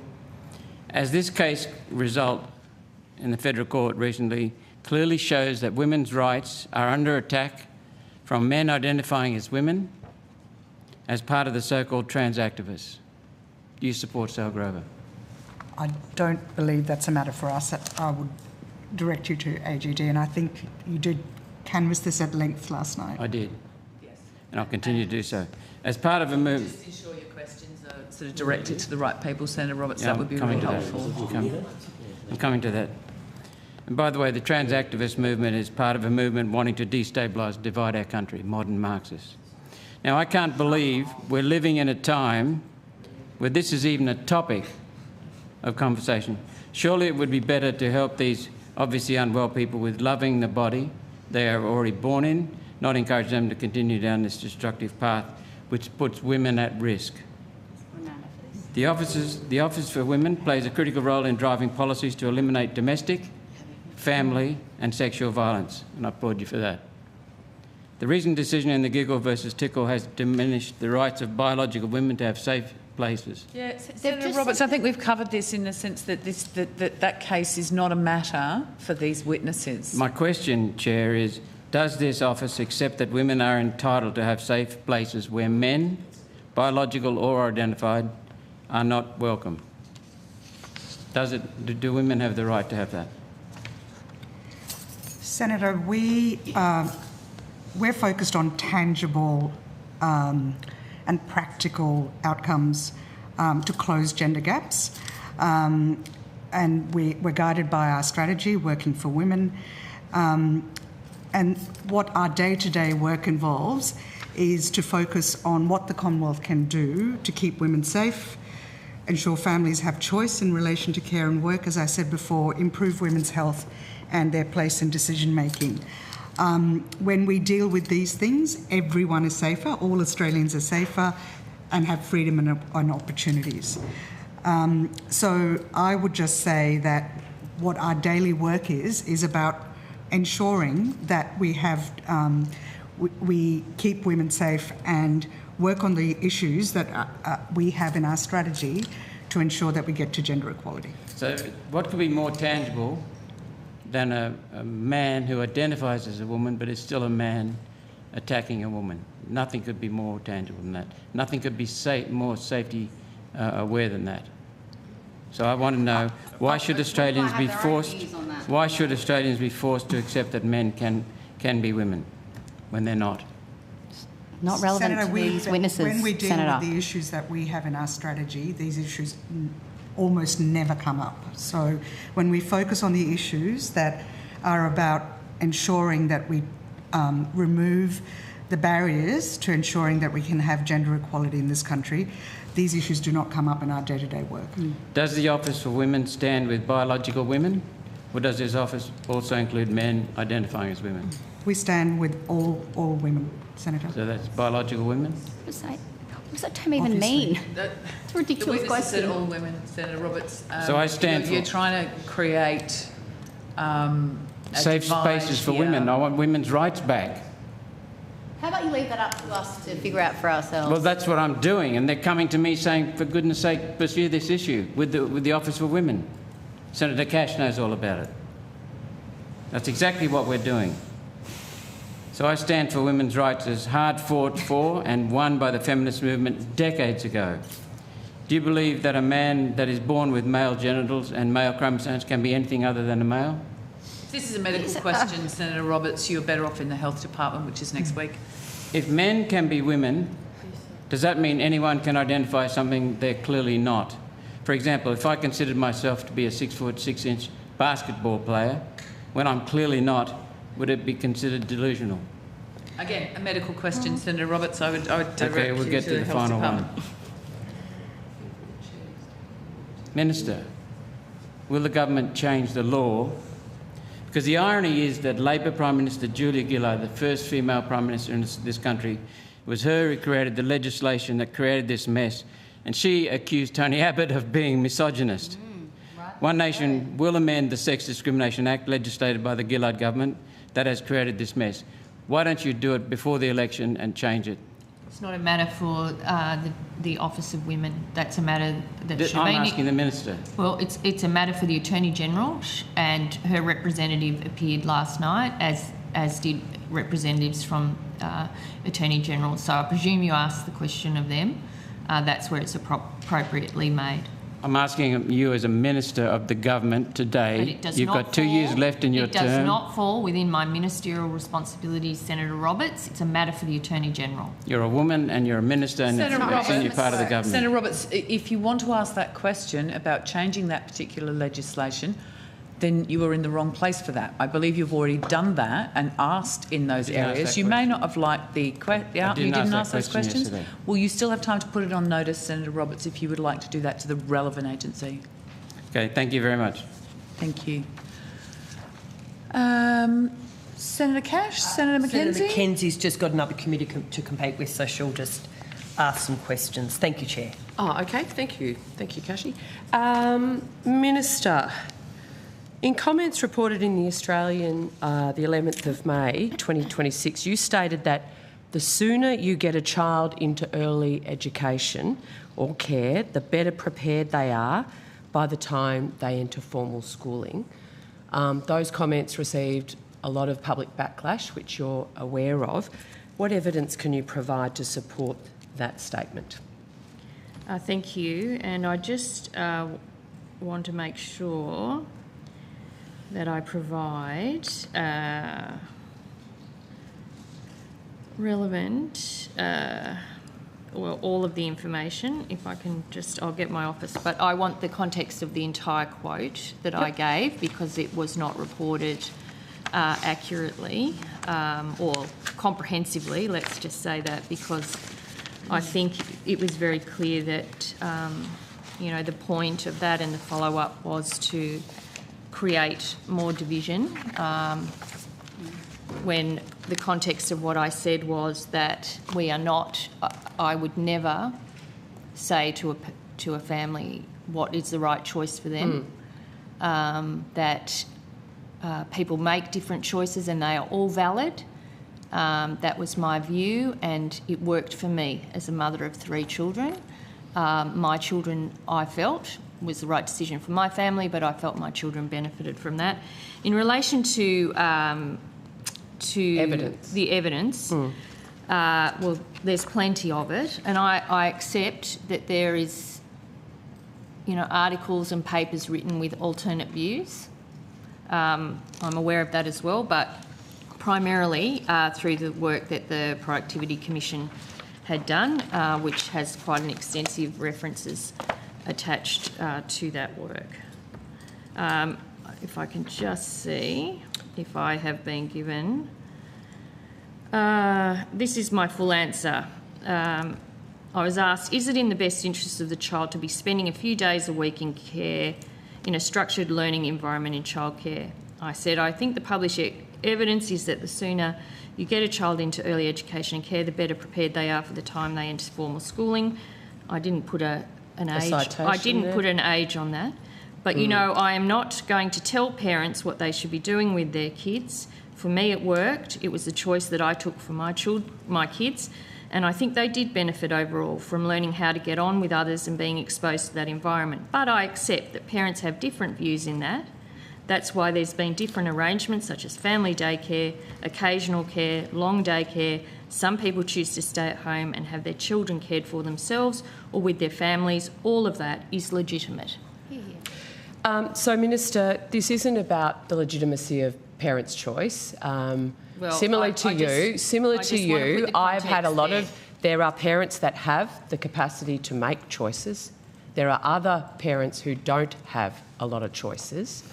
And my concern with your comments, and as expressed, wasn't about dividing anyone that's been a parent, your cloth nappies, disposables, your breastfeeding, your bottle feeding, you stay at home, you're at work. It's been mother against mother for generations, and I also don't want to contribute to what has been a very divisive conversation probably ever since women were raising children. My concern is that you stated that it was evidence, and I'm asking you, given the divisiveness of that, what is the evidence you based your commentary on? Well, because the evidence actually is, for the first 1,000 days, under 3, it is better. Globally, the research bears this out, not the Australian Productivity Commission, who I might say primary concern will be about workforce participation of females, not actually what's in the best interest of the child. So I would like to see what evidence from a child development perspective you based your comments on. Well, because it's not in the best interest of the child for the first 3 years. Well, again, if you go to the Productivity Commission's report, which did have a focus on child development as part of it, there are extensive references, including, pages and pages of references citing academic, perspectives on children's access to early education and care. So I'll leave you with that, and I pass no judgment on people with what they do and how they care for their children, including the many families that do rely heavily on early education and care between the ages of 0 and 5. Minister, no one around this table should be judging parents, particularly women, with the choices that they have to make. We'll just let the Minister finish and then you can re-prosecute. Well, I've finished, Chair. I mean, I've answered the question. She'd finished. I don't really have anything further to add. I rely on the readings I do, the work we've done around early education and care. It's a big part of working for women is the role of care, and paid and unpaid. Part of the approach we've taken is to try and make early education and care more affordable, more flexible. We've also extended paid parental leave. We've kept a portion there so that second parent, the father or the second parent, can take leave to share some of the responsibilities. We've made sure that we're paying those feminised industries more so women can have more choice about the hours they work, the time they have, and how they manage the different responsibilities they have. So every kind of decision we take, we think about how to support women and how to support choice in the roles they play, both in a paid and unpaid care capability. And we've done more on that than any government, including yours, that you did nothing on addressing these very substantial issues for women. Have we finished? Yes, please. Excellent. I've had another question. So given the concern that many parents did feel judged and that you weren't quoting evidence accurately, the evidence is that in vulnerable families, under 3 children are better off outside of the home in formal care. That is not any serious research for the first 1,000 days that you can quote. So on notice, I would like you to provide me the papers. I'm not going to. No, I've answered your question. So what is your evidence? Well, I've already directed you. It is not my job to It's not your job to direct me either. Well, I've directed you to the I'm asking work questions. and the references that I have relied on as part of the work that we've done across government in balancing the role of care, both paid and unpaid. And it's up to you to go and have a look at that and see whether you agree or not. It's published data. Well, I don't agree because I've looked at the evidence. Well, it's published information, Senator Mackenzie. We have a different... And you've you've collapsed the vulnerable child circumstance in with everybody. And that has led to the public backlash against your comments. And so I was giving you the opportunity to correct the record. I think the public backlash or the public response or whatever you want to call it, Senator Mackenzie, and I've had,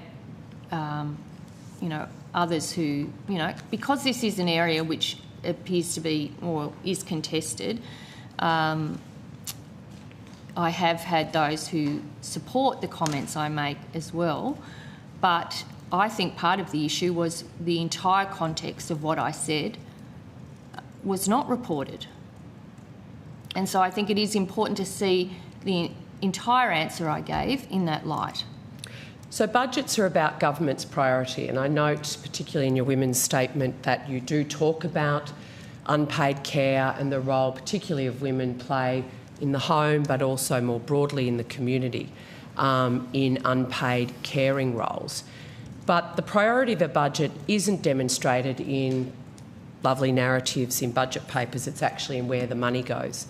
And despite the calls from so many who want more choice in the childcare system, there was no additional money for kin care, for grandparents, for workplace incentives, for businesses to actually ensure that they have workplaces where people can breastfeed or not breastfeed, etc. So there is actually more choice, because the reality is this government funnels families into one type of care through what it incentivises, and that's the concern of young families who do want more choice in how do they balance the realities of paying a mortgage and raising a family.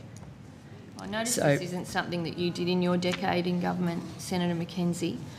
Since coming to government, we have tried to come at this from a number of ways. You are correct in the sense that the Commonwealth's significant outlay in early education and care relates to the childcare benefit paid through primarily through established childcare centres, so early education care. That's the way it's been for decades, including the decade when you were in government. So because I noticed you wouldn't support Tony Abbott's I noticed, you were a senior minister at the time. What Labor did Party you do? stood against it, which was just again, I'm not classic. sure how helpful it is with everyone talking at once. If we ask the question, answer the question. It's quite a simple, quite a simple process.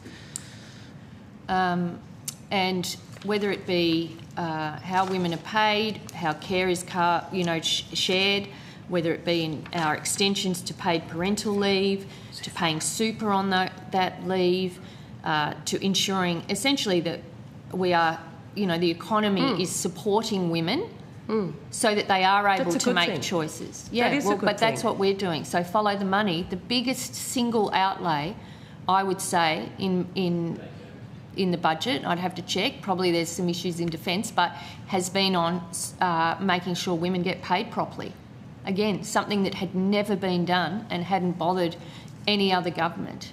So, you know, these are the things that are raised with us when we do our consultations, and we did extensive consultations on working for women when we finalised that strategy. It was in those key areas: economic security, safety, health, leadership in decision making, and paid and unpaid care. They were the 5 things, and we are acting on all of them. Every single one of them. Minister, recent polling reported that there was strong support amongst parents, including those that vote for the Greens, that greater childcare flexibility rather than the one-size-fits-all system.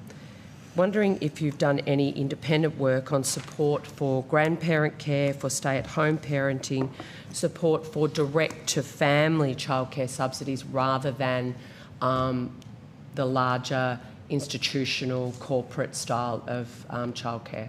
So that would be a matter for the Minister for Education and Early Education and Care. Currently, childcare policy settings are increasingly driven by workforce participation, particularly the Productivity Commission work commissioned. What weighting does the government give to workforce participation outcomes compared with child wellbeing outcomes in childcare policy decisions? Well, again, that would be a matter around you don't know? Well, you are the Finance Minister can as well. I just answer the question without the peppering? So in relation to child development, that isn't something that the Office for Women has policy lead on. In relation to participation and labour participation, we have seen a slight increase in over the last 18 months in women's participation. It's still much, well below male labour force participation, and it's ticked down a little bit in the last 6 months or so. It's in the low 60s in terms of labour force participation. We haven't, we Why want is that? We want to make sure. Well, it reached a record high. It's come off slightly, just ever so slightly. So it's still higher than historical averages. Part of what we are trying to do, in fact, everything we're trying to do when we're looking at gender equality is try to make the systems and the economies work better for women, and that involves how you provide choice, and flexibility. We get that, and it's work that is never complete. Basically, we think we've made some big structural addresses. We've addressed big structural inequities, whether it be about wages, whether it be about the 3-day guarantee. Whether, in a whole range of areas, in women's safety, again in health, which affects women and their participation in the community as well as the economy. So we are coming at this from every angle that we're able to. In all of your consultations with particularly young families, has income splitting come up as a way to actually assist young families in particular balance caring responsibilities with the economic realities? I've been asked by journalists about that. I haven't been asked in my meetings with women organisations or women stakeholders. It comes up from time to time, but only that I can recall in recent times through questions from the media. Okay, I will happily table some. I'll send you some articles, Minister. Yes, but But I'm not going to be schooled. I'm not with someone with a master's in education. I'm not going to be schooled on what's actually in the best interest of the child when it comes to academic research, or be directed to the productivity citations pages, because that's actually your quote, even in its full context, was incorrect. Well, look, and I just want to repeat, because I think I have been misrepresented on this. Have you let the journalists know? Thank you, Senator Mackenzie. We'll let the Minister finish. As someone who has been a single parent, who has raised 3 children, who's spent a large part of my career working with women and for women, I pass absolutely no judgment on any decision any individual family make about what's right for them, and I would never, ever put myself in a position where I was essentially being seen to tell people what they should be doing. I just completely reject it. and I've spent my career being non-judgmental about these things because nobody understands what works for an individual family unless you're in that individual family. Minister, as a single mother of 4 children who has been subjected to a whole lot of judgment, as you will have been your entire life as well, I am very conscious of how that feels and never want to be part of those type of conversations either. Women and broader community shouldn't be judging each other, but nor should we. That shouldn't stop us from being honest and truthful when we hear feedback about how we can make it easier and whether through decisions we're making, we're prioritising one option for family over choice, and that is the topic of the discussion, not passing judgment on families' decisions, because everyone is trying to do the best in a very complicated, tough system. Yeah, and the way the Commonwealth has traditionally supported families, whether it be through family tax payment A and B, or the childcare benefit, that has been the way that the Commonwealth has provided support. And I note that your party isn't offering, or maybe you are, and you haven't released your policy about choice and funding, in-home arrangements. I noticed when you tried it when you were last in government, it was not successful, and you moved away from it. So,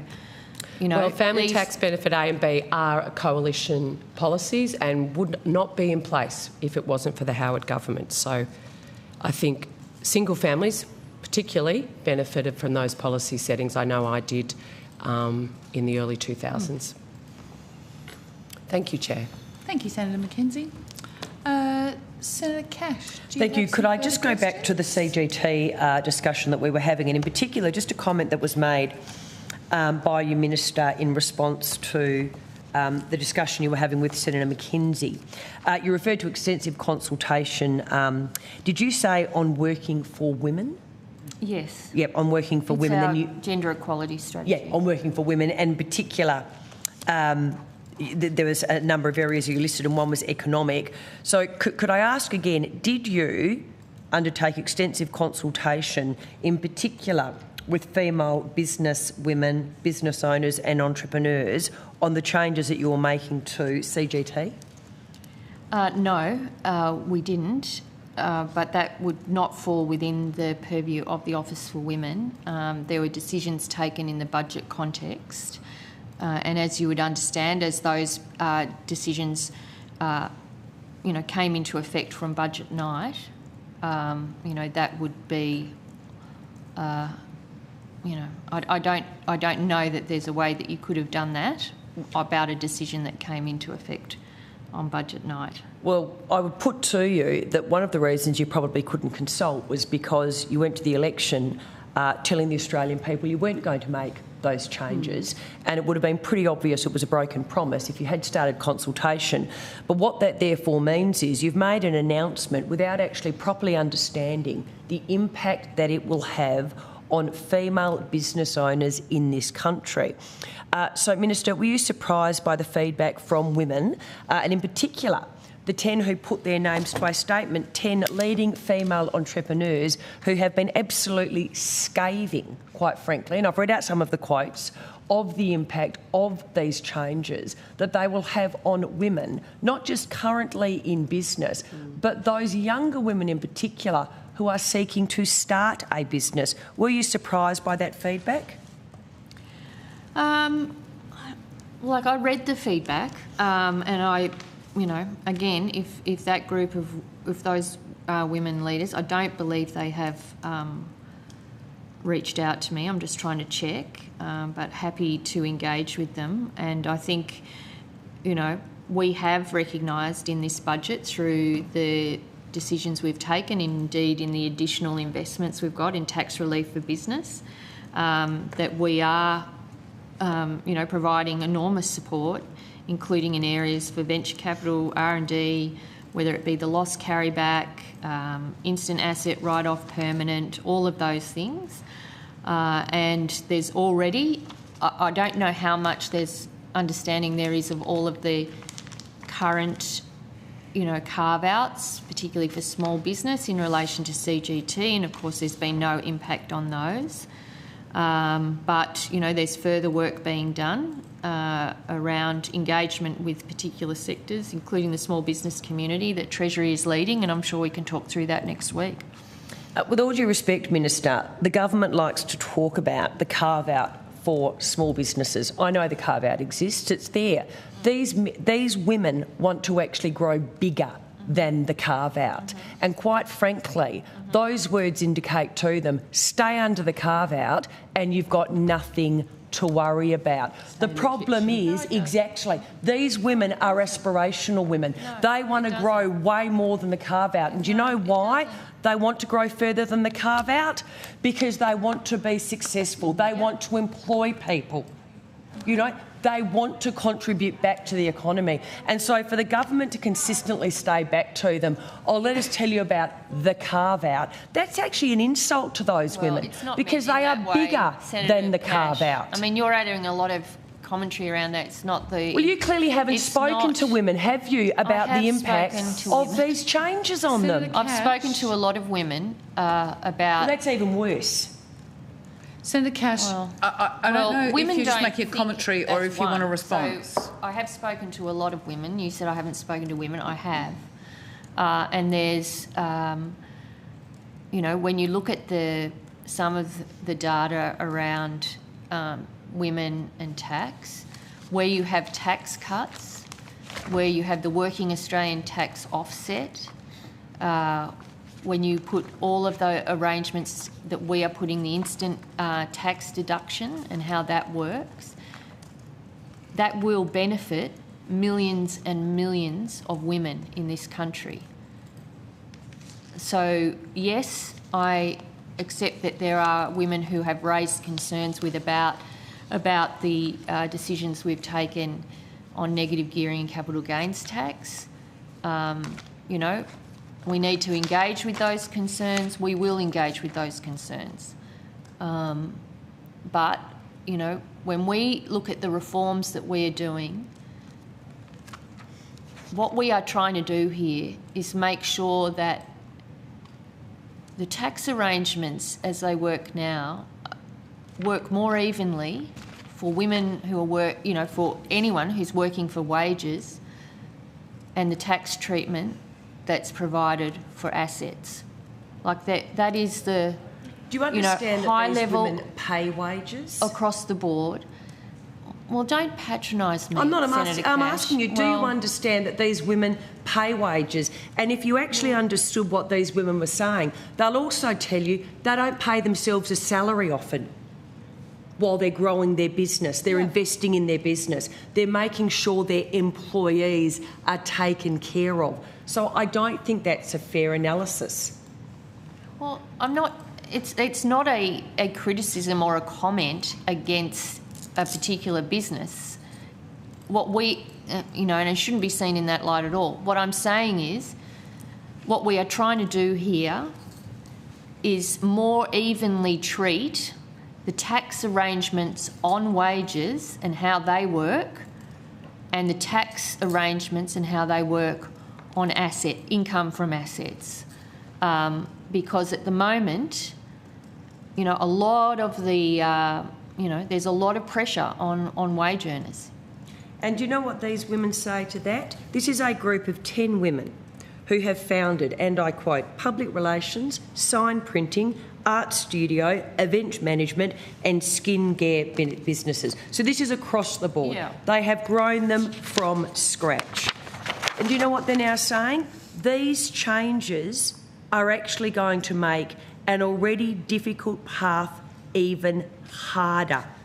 In other words, these women are going to stop actually going into business. They're going to stop being the employers that we need them to be. Do you know what that means? They stop paying the wages of the employees that you are referring to. But you talked about the tax changes. Could you therefore explain in simple terms, for a woman who runs a business and will be seeking to sell that business, say in 5 years' time, for say $15 million, the current treatment versus the treatment under the changes that are going to be in effect when she sells that business that you are now consulting on, in simple terms so we can all understand them?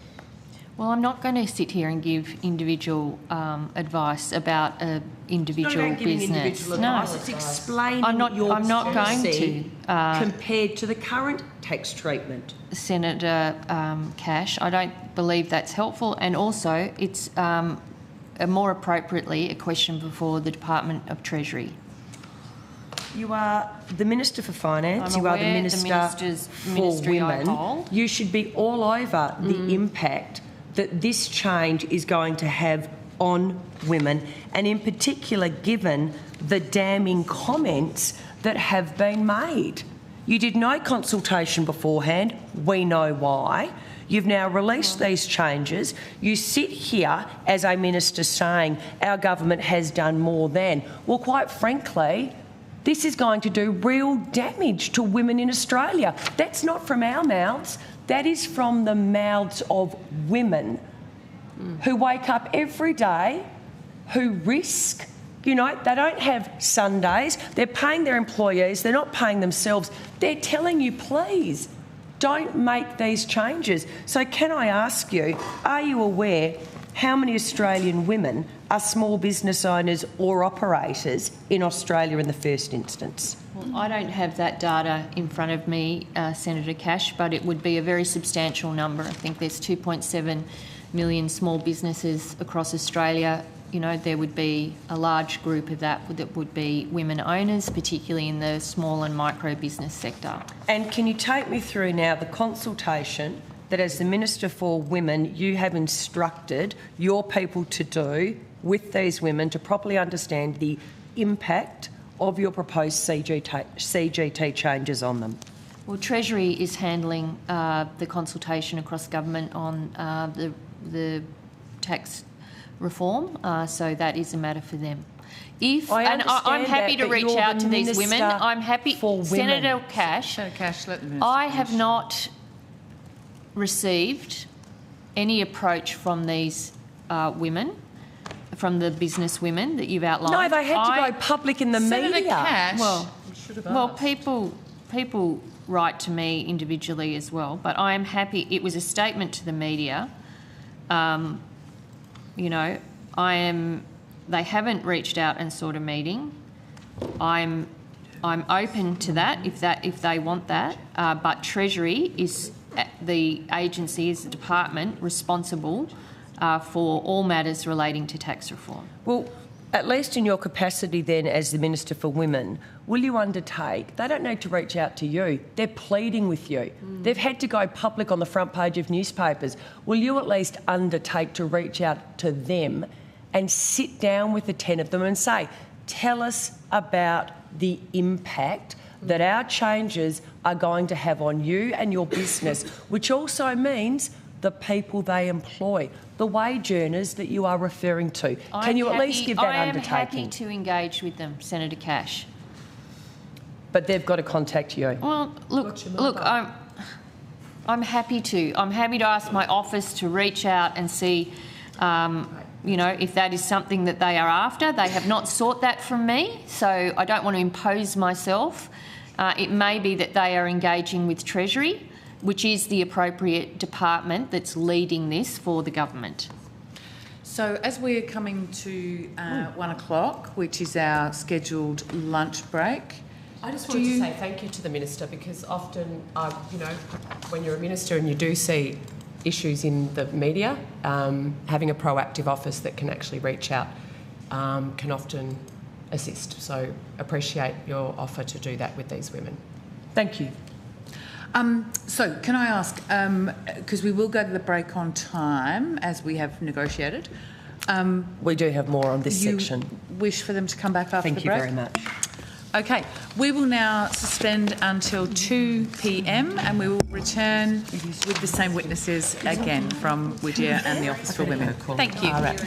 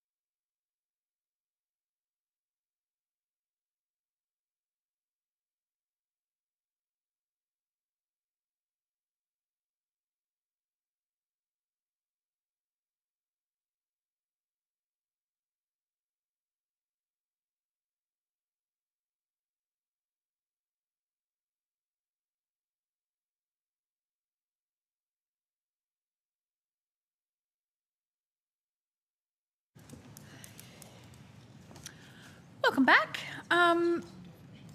Now, sorry to have brought you back after the lunch break, but senators have decided that they are happy to put remaining questions to you on notice.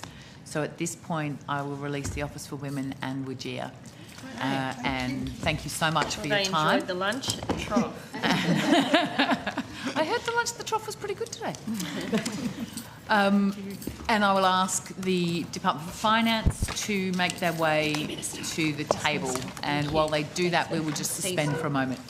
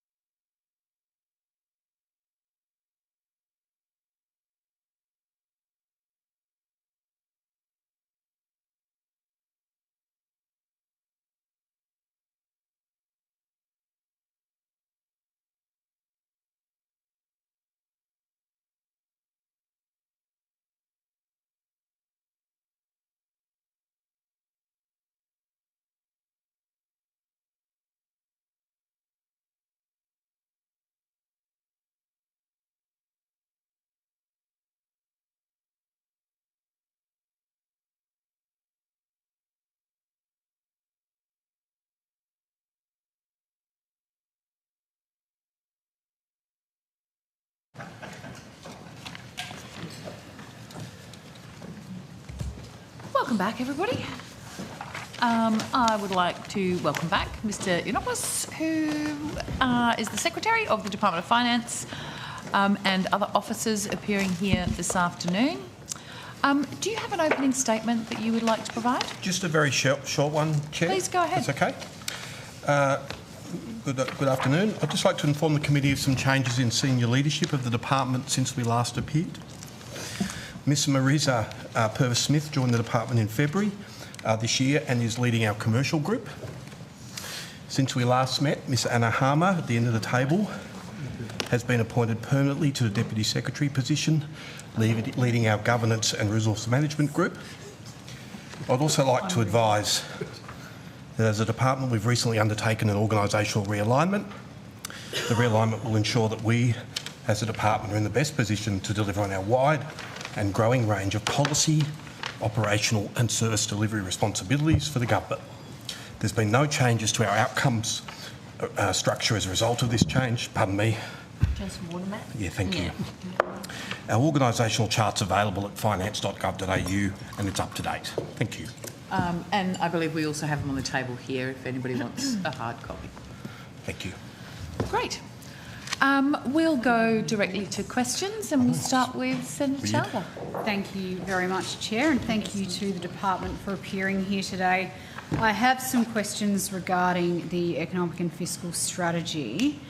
And I note that that strategy has been updated in this budget from previous. I want to step through each of these changes very methodically, but at a high level, Minister, the fact that you've had to change your economic and fiscal strategy, I mean, isn't that an admission that over the last 4 years under the previous strategy you got it wrong? No, it's not. 86. I think we've been clear in every budget and estimates process I've been involved with that we review and consider the economic and fiscal strategy, obviously jointly with the Treasurer, to make sure that it remains fit for purpose for the economic circumstances of the time, and that is the responsible and appropriate thing to do. Okay. Rather than asking why the decision was made to change it now versus previously, we might just start the step through and see where we get to. And I just am comparing the strategy in this budget to the previous one that I pulled from MyEFO. So just want to understand the how and why of some of those updates. So the first one I want to focus on is the addition of returning the budget to balance in a measured way over time. That has been added into the economic and fiscal strategy at this budget. But doesn't this budget deteriorate and fall into deeper deficit, a $31.5 billion deficit in the budget year 2026-2027 compared to $28.3 billion in 2025-2026 under the previous strategy? The bottom line is better in every year than was reported at MyEFO and much better than what we inherited. Doesn't the budget bottom line further deteriorate in 2028-2029 to $34.4 billion? Well, the budget in 26-27 actually improves by $2.7 billion over what was reported at MyEFO. So, as I said, the budget bottom line is better in every year than MyEFO and much better than what we had inherited. Is it better compared to previous years? Well, they're shown in the, and if you'll see what was reported at MyEFO and then what's been reported at budget is an improvement in 25-26. So we're improving that year, we're improving the next year, we're improving the year after that, and the years after that quite considerably in 29-30 because of the decisions we've taken in this budget. But you are deteriorating this year. No, the budget is improving for the 26-27 year. The UCB is improving on what was last reported at MyEFO, but not on the last budget. Which is the MyEFO. Well, that is what you measure against. Your forward estimates has as reported at the last economic update, and as you can see from that, the UCB improves quite considerably in 25-26, and again across every year, including quite a substantial improvement because of the reforms that we are bringing in 29-30. Okay, we'll get to those reforms at some point as well.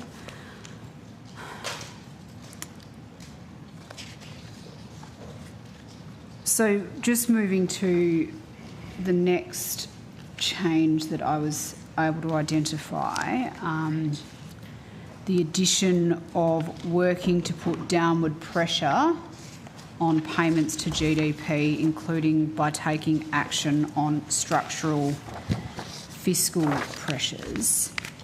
But my understanding is that payments as a share of GDP are increasing in 2026-2027 to 26.8%, which is higher than 2025-2026. Is that correct?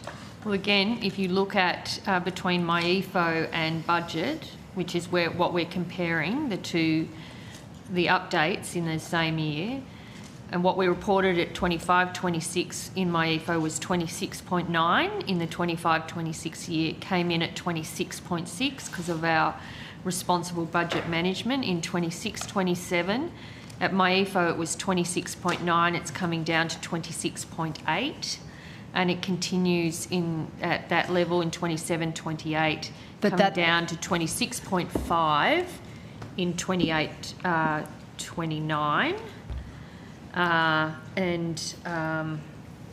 This is ongoing work to make sure that we are managing the spending pressures and making sure we're improving the budget over time. It's a big part of the work that I do with the Treasurer. Secretary, are you able to assist you? Is 26.8% higher than last year, which was 26.6%? It's lower, Senator, since my IFO. I don't have the budget papers for 25-26 in front of me, but it was 26.9 in the previous update, and now it's 26.8. Okay. I think we're utilising different comparison points here. I'm looking at what was reported at last budget versus what was reported at this budget. I think the historical tables are at 427. They are. I think they're in the back of the book. Yeah, that is very close to the back.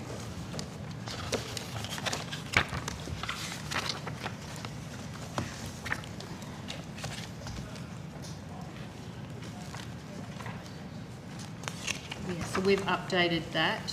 It was forecast to be 26.9. It's come in at 26.6. And again, that's because of our responsible budget management. We'll continue that this year and every year after.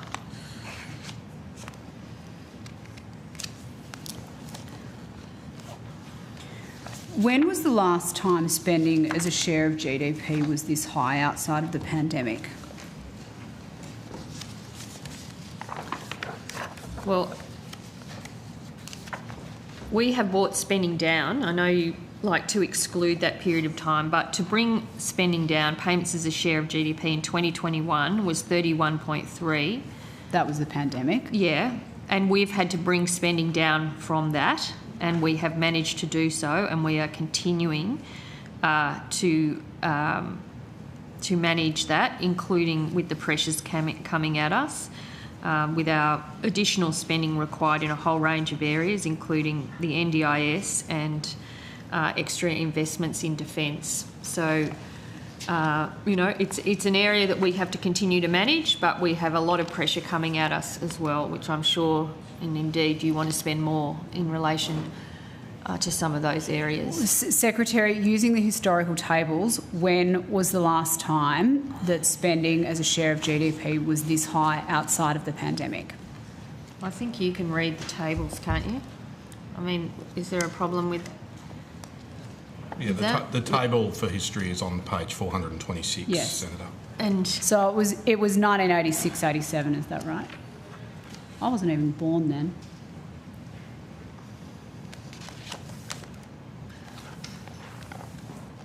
We brought it down from 31.3, and in 2019, 2020, 27.6 up to 31.3, and we've brought it down consistently since then. Yes. And that is despite, as I said, all of those pressures coming at us in aged care, in NDIS and in defence that we are having to fund. And all of which I presume, and certainly on the defence side, you actually say you are going to spend more. So this is something that governments are going to have to manage as our community ages, and the pressure on the government and government systems which we fund continues to grow.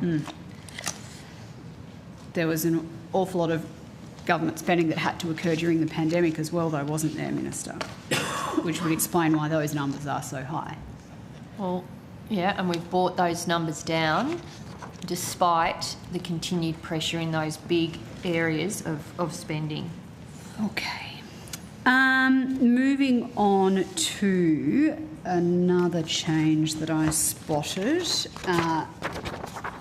We changed to finding savings and reprioritisations being the key words to strengthen the budget over time.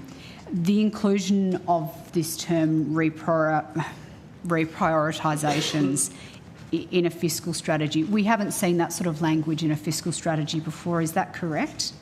Don't know.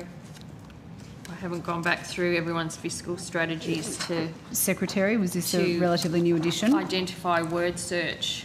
I'm unaware. We'd have to take it on notice to assess fiscal strategies. It's normal for them to be updated each year. I don't know that it would help much to identify if those words were used. We've been using them to reflect decisions we've taken. I think it's appropriate the fiscal strategy be updated to include that. We've found $65 billion worth of savings and reprioritisations in this budget. But reprioritisations, that just means that you're saving money in one place and spending money somewhere else, correct? No, not necessarily. It can mean that an agency has reprioritised internally, so it's not about, shifting between departments, although, you wouldn't rule that out, but it can be, instead of, a department or a minister prioritising a new policy proposal, that we've been prepared to support that if it can be fully offset, and I think that's appropriate that it be reflected in the budget books that way. I know this was a line of questioning that you've gone over with Senator Patterson previously. What is the net save, not the gross save, of that $178 billion? So the net save. Well, the net over policy your budget. decisions line is positive in this budget. I think it's 8.2 billion. Yep. 8.2 billion.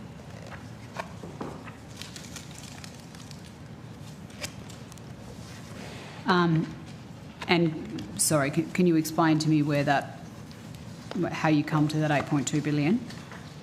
Well, that's over with all the decisions. Is it in the?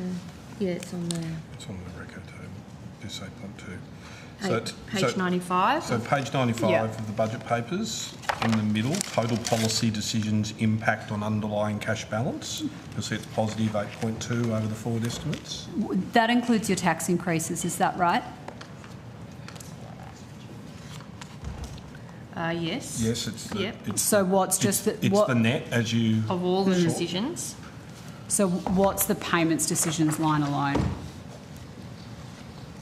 I'll see if we can find that for you. For that update, for this update, it's 535 million. 535. You'll see it's immediately above the 8.2. Yeah. Okay. So is that a deterioration?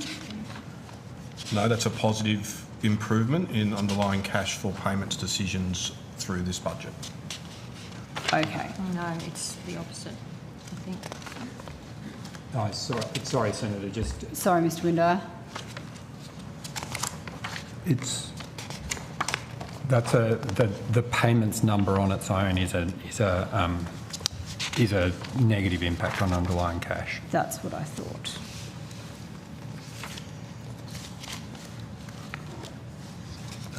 Yeah. Sorry. Okay. Chair, are you looking to move the call or? Okay, I saw you leaning towards the microphone. I wasn't sure how much time I had left. No, you go right All ahead. All good. Chandler? I might keep going through this section on just the line by line then. So another change I noticed in the fiscal strategy from this budget to my EFO, there were previously some references into the old strategy about climate change, and they've disappeared now. Is that right?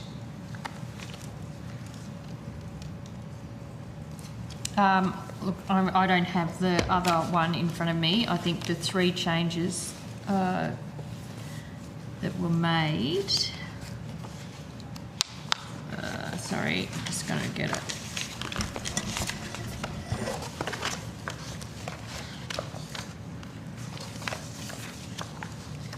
Are the ones that we've talked about: returning the budget to balance over time, putting downward pressure on payments, and finding savings and reprioritising.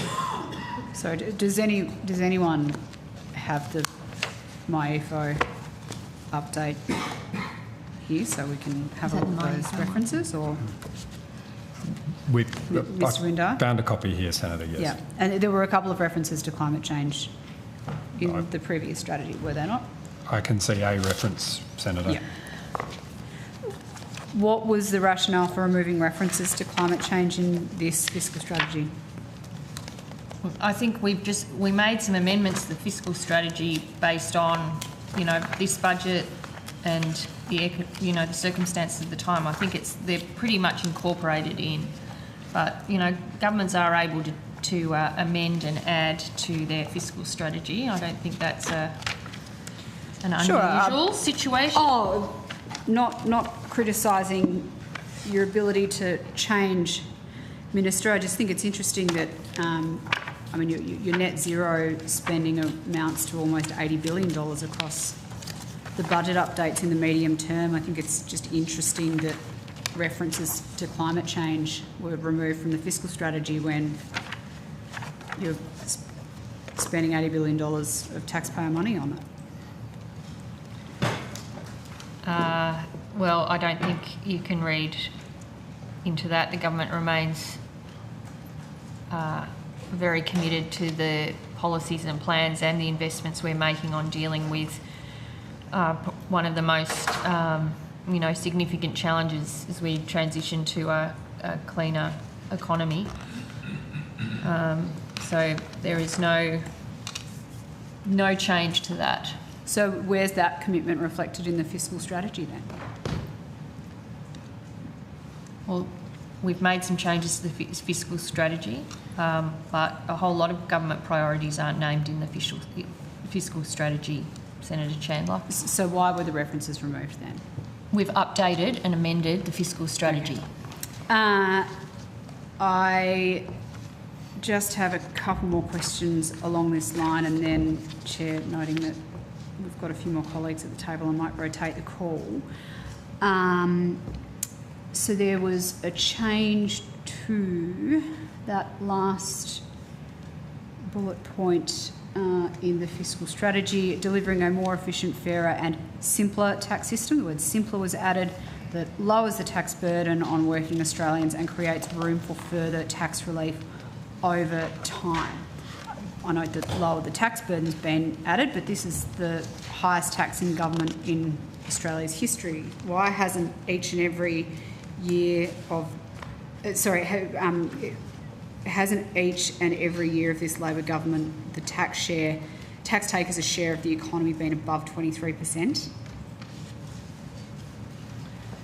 Well, I think they're listed in the tables at the back, but that dot point is a reflection of the decisions we've taken in the tax reform decisions of this budget and reflected in our economic and fiscal strategy.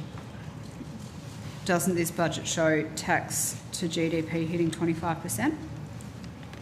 Well, the dot point there, delivering a more efficient, fairer and simpler tax system that lowers the tax burden on working Australians and creates further room for further tax relief over time, reflects the decisions we've taken in this year's budget as they relate to tax reform accurately. You added in simpler tax system, but particularly given some of the commentary that we've heard around the CGT changes, the negative gearing changes, doesn't this budget do the exact opposite and make the tax system more complex? Well, I think that's really a matter for Treasury. They'll appear next week. Finance are not responsible for the tax reform package in this budget.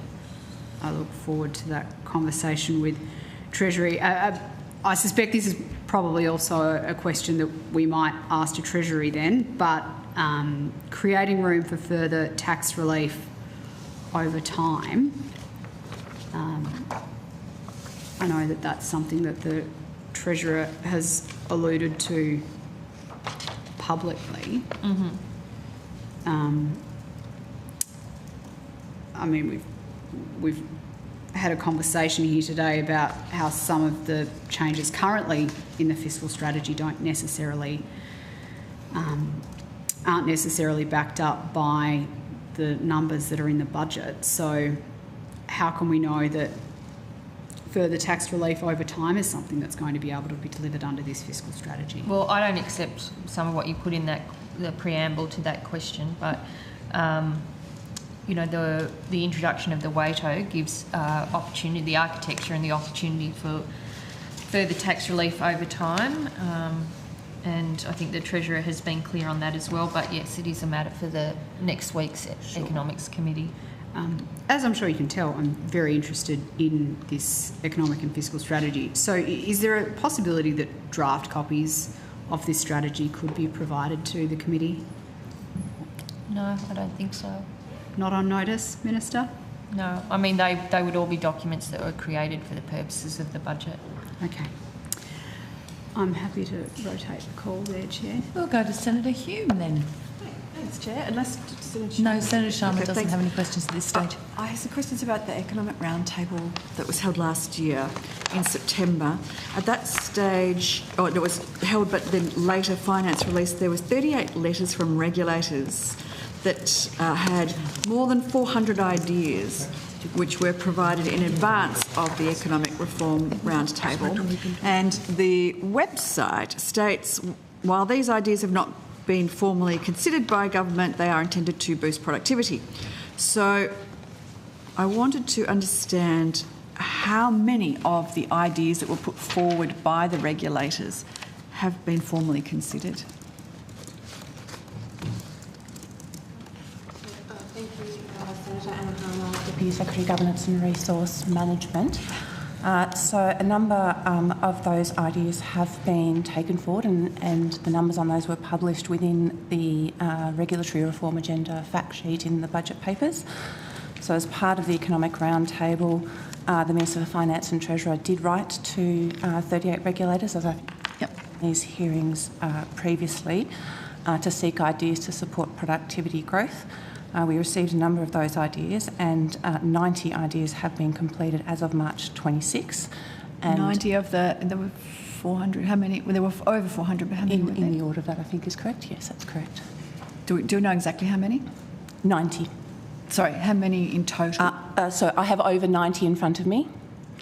So So how many, sorry, let me just be really clear. How many ideas were proposed and how many have been implemented? More than 400 ideas were proposed and more than 90 have been implemented to date, and others are under consideration. Okay. There were 60 measures that were included in the first regulatory reform omnibus bill. Were they all items from the over 400? No. They weren't? No. They were, that was work that we had started before the roundtable, looking across government at opportunities to, reduce, essentially, look at areas we could streamline or improve the efficiency of regulation across. I have a feeling it's 27, but it might be more different agencies. Maybe, no, that's wrong. I've got a 27 number in my head, so let's delete that. But it was really cross-agency work that came together to put that omnibus bill. And the second one, which was introduced in Budget Week, has taken the same approach. Right. I mean, when we asked regulators in that letter, I think it was to look at ways that had no impact on budget and didn't necessarily need legislative change. I think that was part of the discussion, changes that we could make swiftly without, and so that hasn't been rolled in, although some of them potentially could come into a future regulatory reform bill. If they don't require legislative change, though, they don't need to be in the regulatory reform bill. Sorry? If they don't require legislative change, they don't need to be in a regulatory reform bill. No, but they could still improve how they're, delivering their services or improving the systems, and engagement with customers and clients. So, we asked them to look broadly. Okay, all right. I suppose with that second bill that was introduced in Budget Week, how many of the measures from that list were from the 400 plus that were discussed or proposed by the regulators in advance of the roundtable? Oh, right. Excellent. Thank you, Senator. Ms Kelly Wood, Assistant Secretary, Governance and Resource Management. So in relation to the second regulatory reform omnibus bill, we have a system where we continually discuss regulatory opportunities, whether they be to improve regulation, reduce regulation or streamline regulation. And for the second regulatory reform omnibus bill, a range of those measures were collected across the public service from a range of different regulators and policy departments. Some of those ideas were identified through the regulator letters that you referred to from the Economic Reform Roundtable. Some of them stayed in and formed part of that bill. It depended on the ability to settle drafting instructions and drafting in order to meet the timeframes. So there is a range of different measures that are in that first bill and the second bill that came from those ideas. Right, okay. So how many of the measures from the 400 plus list from the regulators have been rejected?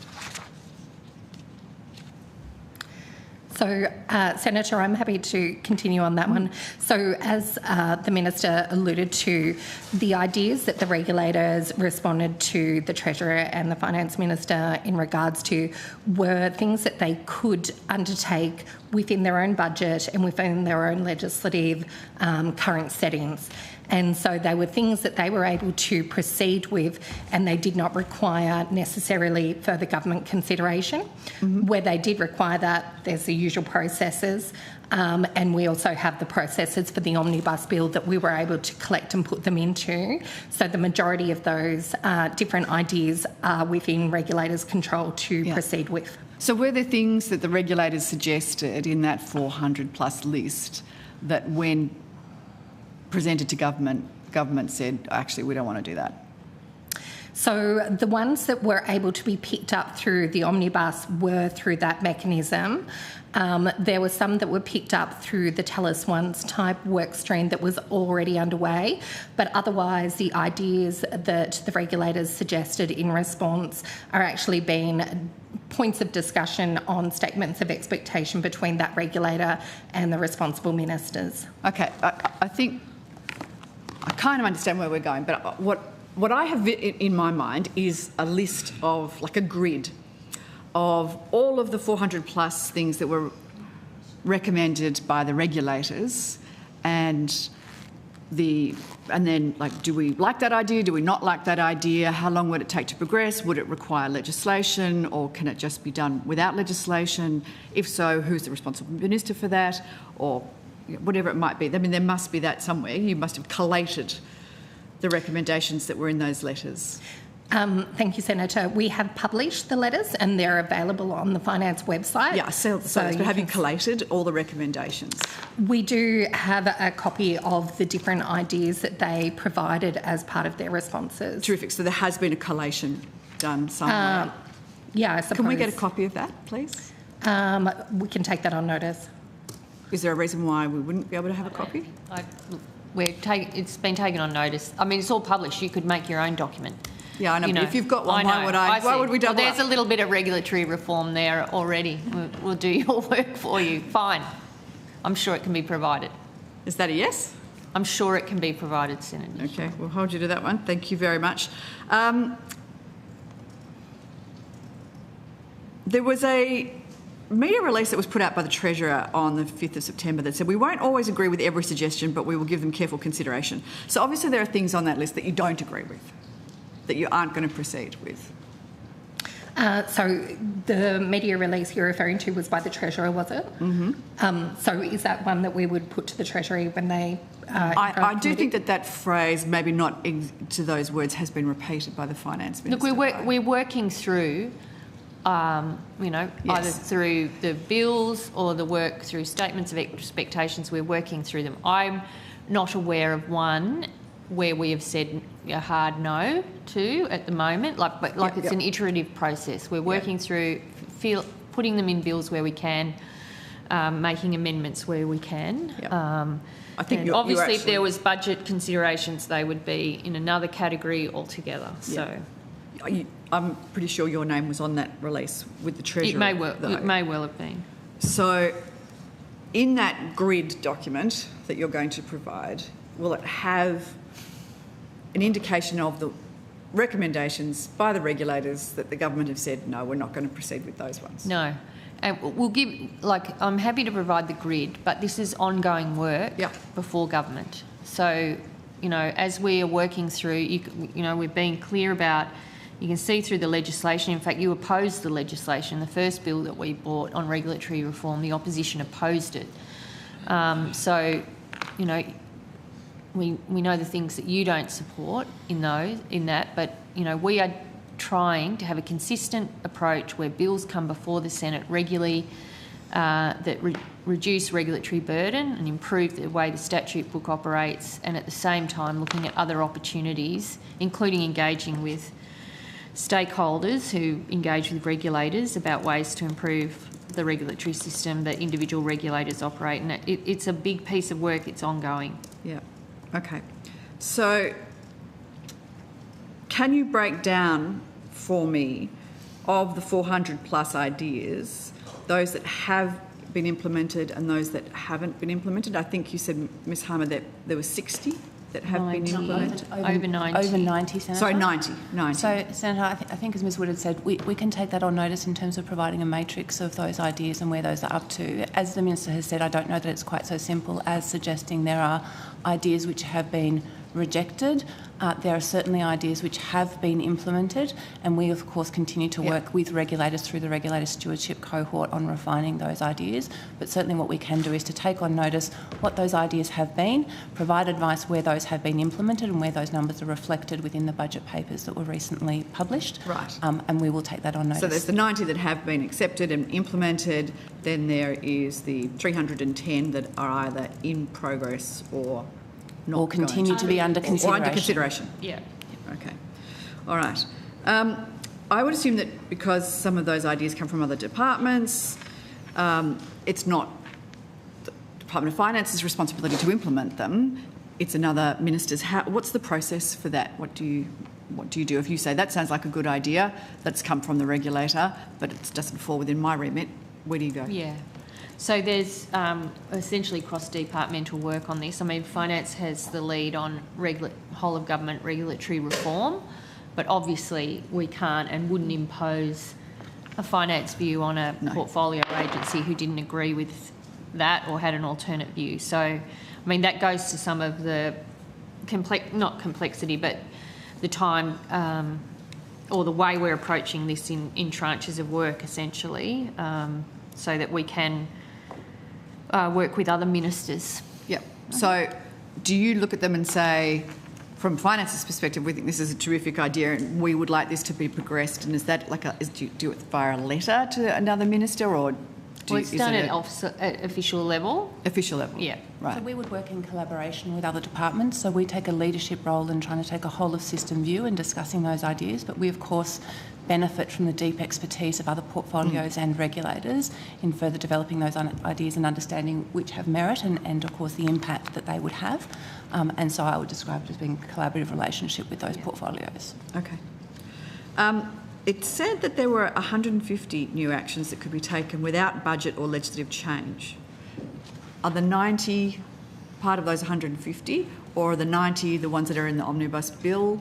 Or what do you do with the 150 that don't require budget or legislative change? So I think, Senator, what we might do is take that on notice along with the list to identify, because I expect there is a degree of overlap, but I think it would be quite difficult to step through each of the elements of those 400 ideas. But if we may take that on notice and provide some advice, I think we could do that for you. Okay. I mean, look, I'm just referring to stuff that was in press releases. So I think, Senator, what I'm alluding to is to go through each of those individual measures. I'm not asking you to go through I don't have that information in front of me, but I expect that there is a degree of overlap between those that have been implemented and those that require no further either decision or funding or additional support to be able to give effect to those changes. And to be able to give a full and correct answer, it might be easiest to capture that together with the list of ideas. Okay. Can I just go back to those changes that don't require budget or legislative change? Is that what Miss? Sorry, I can't see your surname. Wood. Kelly, Wood. Miss Wood. Miss Wood. Thank you. Is that what Miss Wood was referring to when she said that that's up to the regulators to implement? Do they take the lead on that? Yeah, that's right, Senator. So many of the regulators have already started work on the ideas that they responded to the Treasurer and the Finance Minister in regards to, and so that is within the scope of what they're able to take forward. And of those ones that have been completed, many of those have been completed by the regulators. Right, okay, thanks. Okay, of the ones that do not require legislative change or any or need to be done within the budget, are there any of those that are not progressing? So at this stage, Senator, the latest update is the numbers that we've already referred to of the 90 being completed. The regulators are working on the rest. We haven't sought an update from them recently to know the current progress, and that's something that they're taking forward themselves. Right, okay. So there's more than 400 ideas. 150 can be done without any legislation or budget change. Or budget changes. What's the barrier to implementing them all? Why would you not say, yeah, let 1,000 flowers bloom, let's deregulate like crazy? Because some will require government consideration, and it's probably healthy to have a bit of tension or testing ideas coming from the regulators themselves to whether that works and is the best path forward. So that work is being done. Okay. Prior to the election, the Alliance of Industry Associations called for a 25% cut in red tape. So when this was called for, was there any request to any further work done on implementing that list? Was that a response? Well, I should ask you, Minister, did you say, I understand that industry associations are calling for a big cut on red tape, let's go to the list and see what it is that we can do or how we can respond to them? No, I mean, I was certainly aware of that. I can't remember the exact timing. I thought it was after the election, but it was in the Business Council, I think, in their pre-budget submission as well. I think had a target. I can't remember if it was 25%, but anyway, we've certainly discussed and talked about whether that's an approach we could take. In this budget, we've put a dollar figure on the savings. This is the 10.2 billion? Yeah, the 10.2 billion in reduced regulatory burden. As a way of trying to measuring and being able to explain what we're doing. And so that's the approach in this budget. And I think rather than a blunt, target, having a culture which is constantly looking at regulation, both, in new things that we're doing, but also looking at how regulation is operating and whether there's sensible changes can be made. We're going on that path. And which we're demonstrating, because I think there is a job to do to demonstrate we're serious about this, to bringing those bills like T-Labs and things like that to the Parliament constantly. Are you happy for me to keep going? Because I do want to ask about the 10.2 billion. Just to note, I'm chairing this meeting. I did look to you first.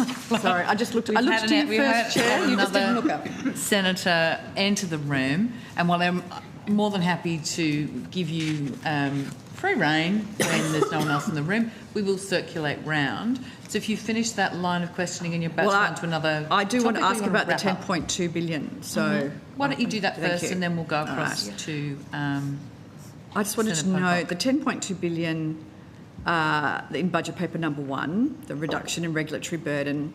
What was Finance's role in developing that figure? Was it, do you develop it or do you validate it from other departments?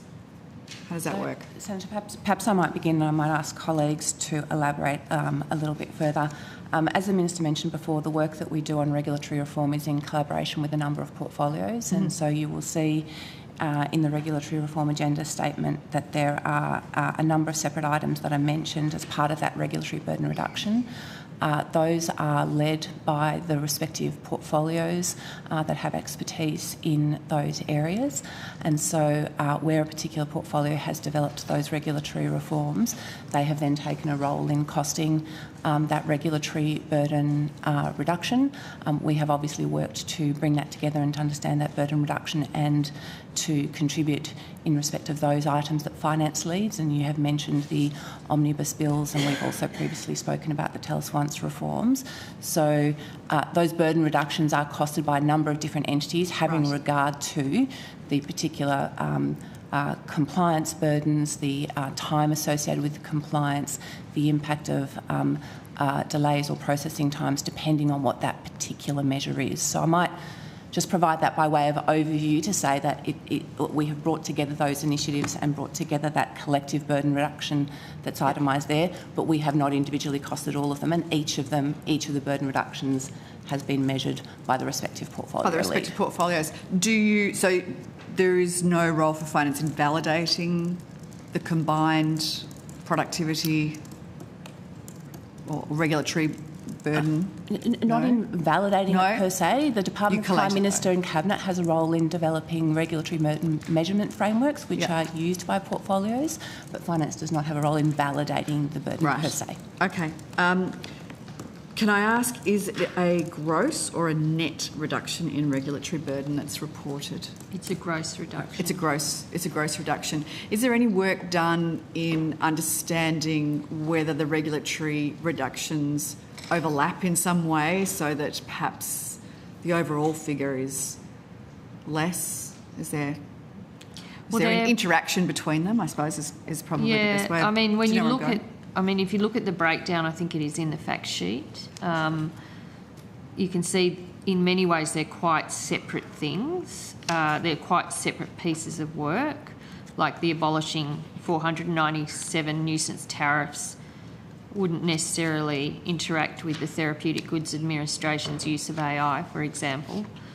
But they're, what we're trying to capture is a way both to, explain where we think the big gains are from, and, in a sense, hold ourselves accountable for that as well by, not just doing a regulatory reform piece, but trying to estimate the reduction in regulatory burden associated with it to give people a sense of that. And obviously the big pieces are in the EPBC. Yep. And on working with states and territories around their planning reforms. And I think we're clear about that in the table as well, that some of these reforms will depend on all governments working together to deliver them as well. So we're not trying to overstate it, but we're trying to give a sense of what we think the regulatory reduction burden costed could be when fully implemented in a year with the support of states and territories. You forgive me, I should have this in front of me and I don't have that fact sheet. So just if you could explain it to me, does it go line by line through the 10.2 billion? Yes. So, for example, streamlining the EPBC, that's 3.045. Right. That's the biggest one. Then working with states and territories on the planning reforms to build more homes is 3. National competition policy reforms underway is 2.050. And then financial sector reform, Council of Financial Regulators plus Better Regulation Roadmap, 961. And then there's sort of smaller tranches after that, but it is published. And the 10.2 billion is implemented, or the regulatory burden lifted over the forward estimates over 4 years? No, it's 10.2 per year. 10.2 per year. In gross regulatory burden, but, once fully implemented. And when are they expected to be fully implemented? They'll be implemented over a period, Senator, and of course a number of these, as the Minister has alluded to, will require engagement with the states and territories, and so this is the estimated burden reduction once all of those are implemented. Right. That will take some time, but that will be the burden reduction per year once fully implemented. Right. And I think that the budget fact sheet calls out that there may be some variations in that depending on the final format of delivery of all of those reforms. Okay. Is there a timeline for implementation? It will vary depending on them. So, for example, some of the measures in the table, so that, to take a finance example, the Regulatory Reform Omnibus Bill is before the Parliament at the moment, and I, of course, wouldn't presume when the Parliament might pass that, but the benefits of that will flow through on commencement of those. Other reforms are more complex and may take some time. Yep. National competition reform and work with the states and territories on housing approvals will take some time to give effect and to flow through the system. Right. So when you say some time, you're talking about within the forward estimates? I would expect for progress absolutely to be made, but it would be very difficult for me to be drawn on timing on those things on which we would rely on the states and territories and other portfolios to deliver, and of course the will of the Parliament. Okay. So is there an expected time frame? I mean, obviously, 10.2 is a big number. That is for an official. What? I the think timeline it would take be to implement a policy? The timeline through a Parliament for which it's down to how the Parliament's going I suppose if it's if the number 10.2 billion per year is being discussed openly and lauded, I think that's a perfectly fair and reasonable question as to when the full benefits of the 10.2 will kick in. And so those will accrue once those reforms have been implemented. But as I mentioned, a number of them rely on either legislative reforms or agreements with the states. And of course, that presumes both the agreement of the Parliament and the cooperation of the states in these matters.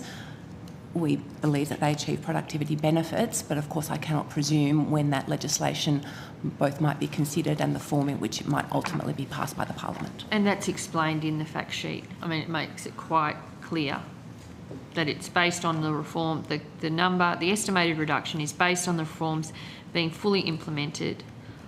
And it goes on to say it's subject to revision if there are changes in policy design or implementation, such as the Parliament, for example, and some reforms are subject to design agreement and implementation with the states and territories. So we've been pretty upfront about it. Okay.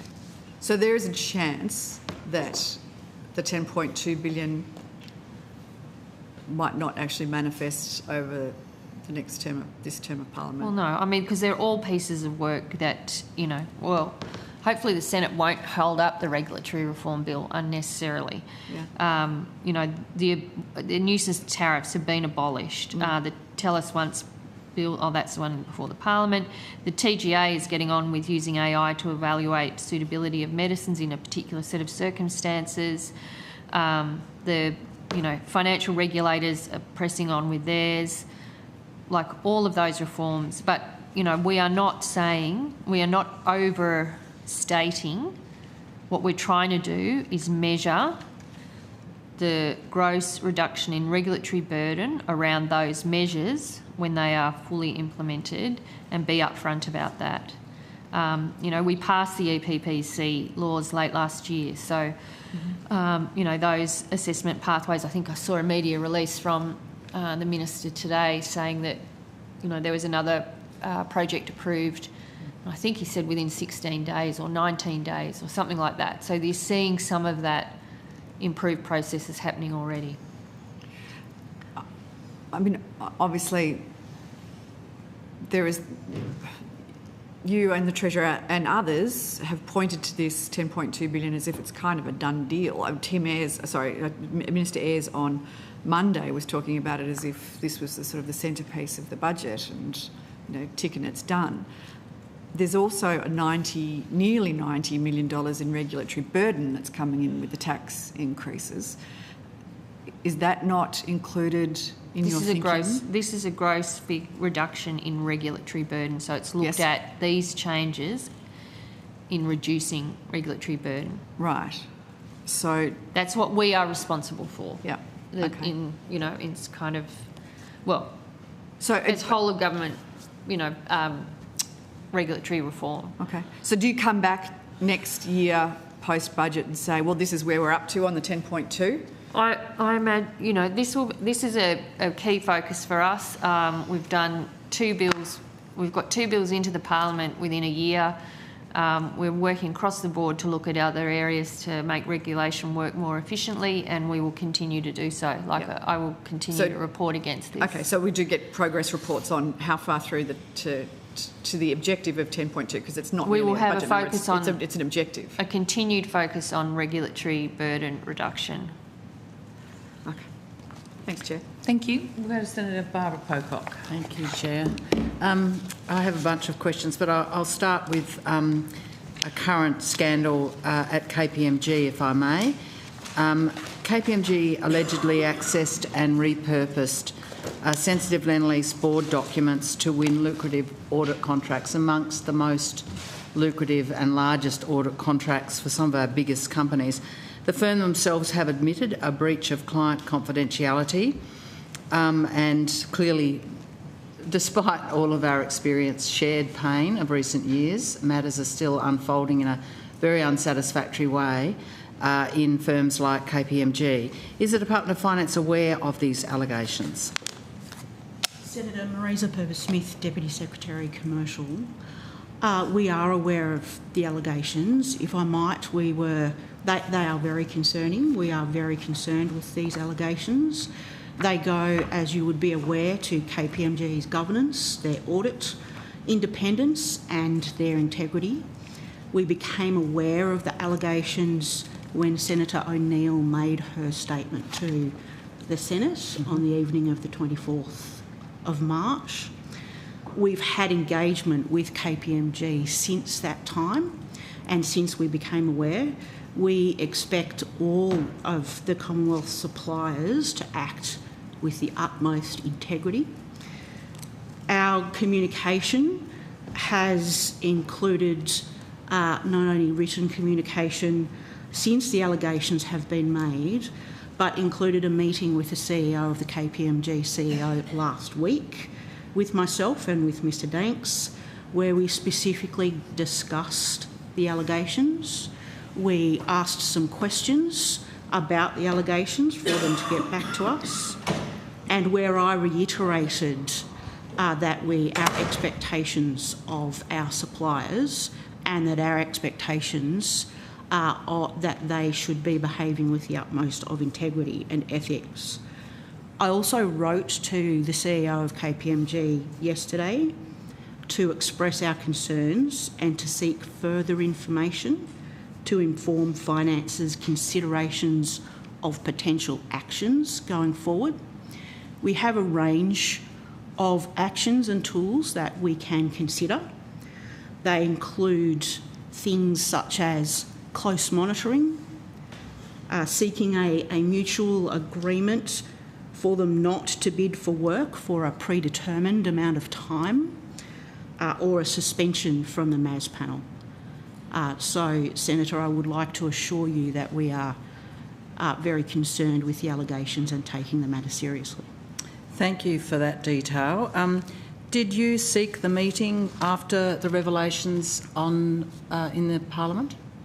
Or did you seek that meeting, or was it sought by KPMG? I will check. I think we sought the meeting. What I am doing, as I have been Deputy Secretary in the role since mid-February, and I've been going out and meeting the top 10 MAS panel suppliers, and so KPMG was on my list of top 10 MAS panel suppliers to meet with personally, and we used that meeting, which was initially meant to be a meet and greet, to express our concerns around the allegations.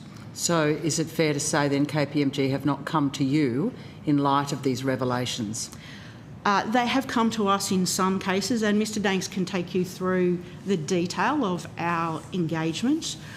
They have come to us in some occasions, but the first we heard of it was the allegations in the statement made in the Senate.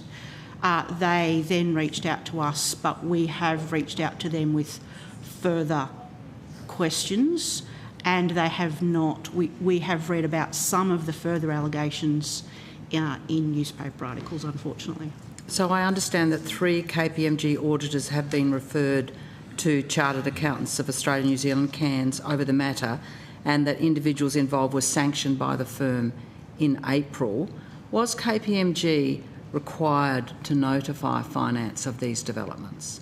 Because clearly you have made initiatives, you have signalled your displeasure, and you've signalled possible consequences.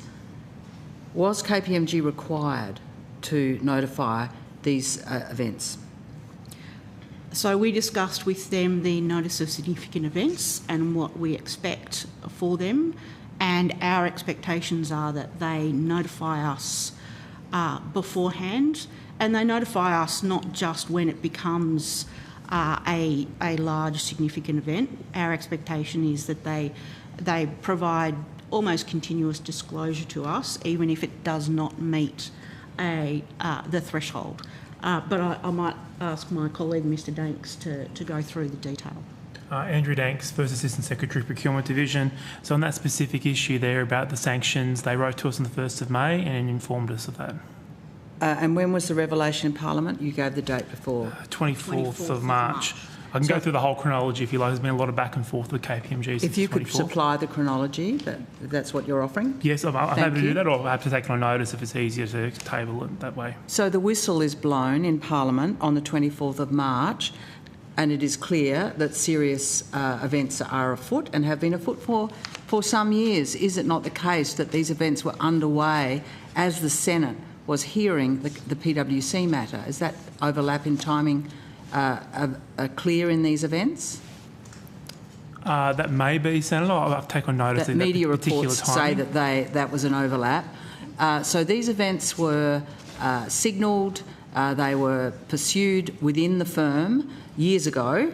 A whistleblower brings the events into the Senate on the 24th of March, and it's not till the 1st of May that KPMG officially notify to you that there has been a significant event? Is that correct? I should clarify. So at 12:30am on the 25th of March, so a couple of hours after Senator O'Neill made her statement, KPMG did write to us and told us about the internal communication that the CEO has shared with their partnership group on the evening of the 24th of March and the steps that KPMG had taken at that point in time.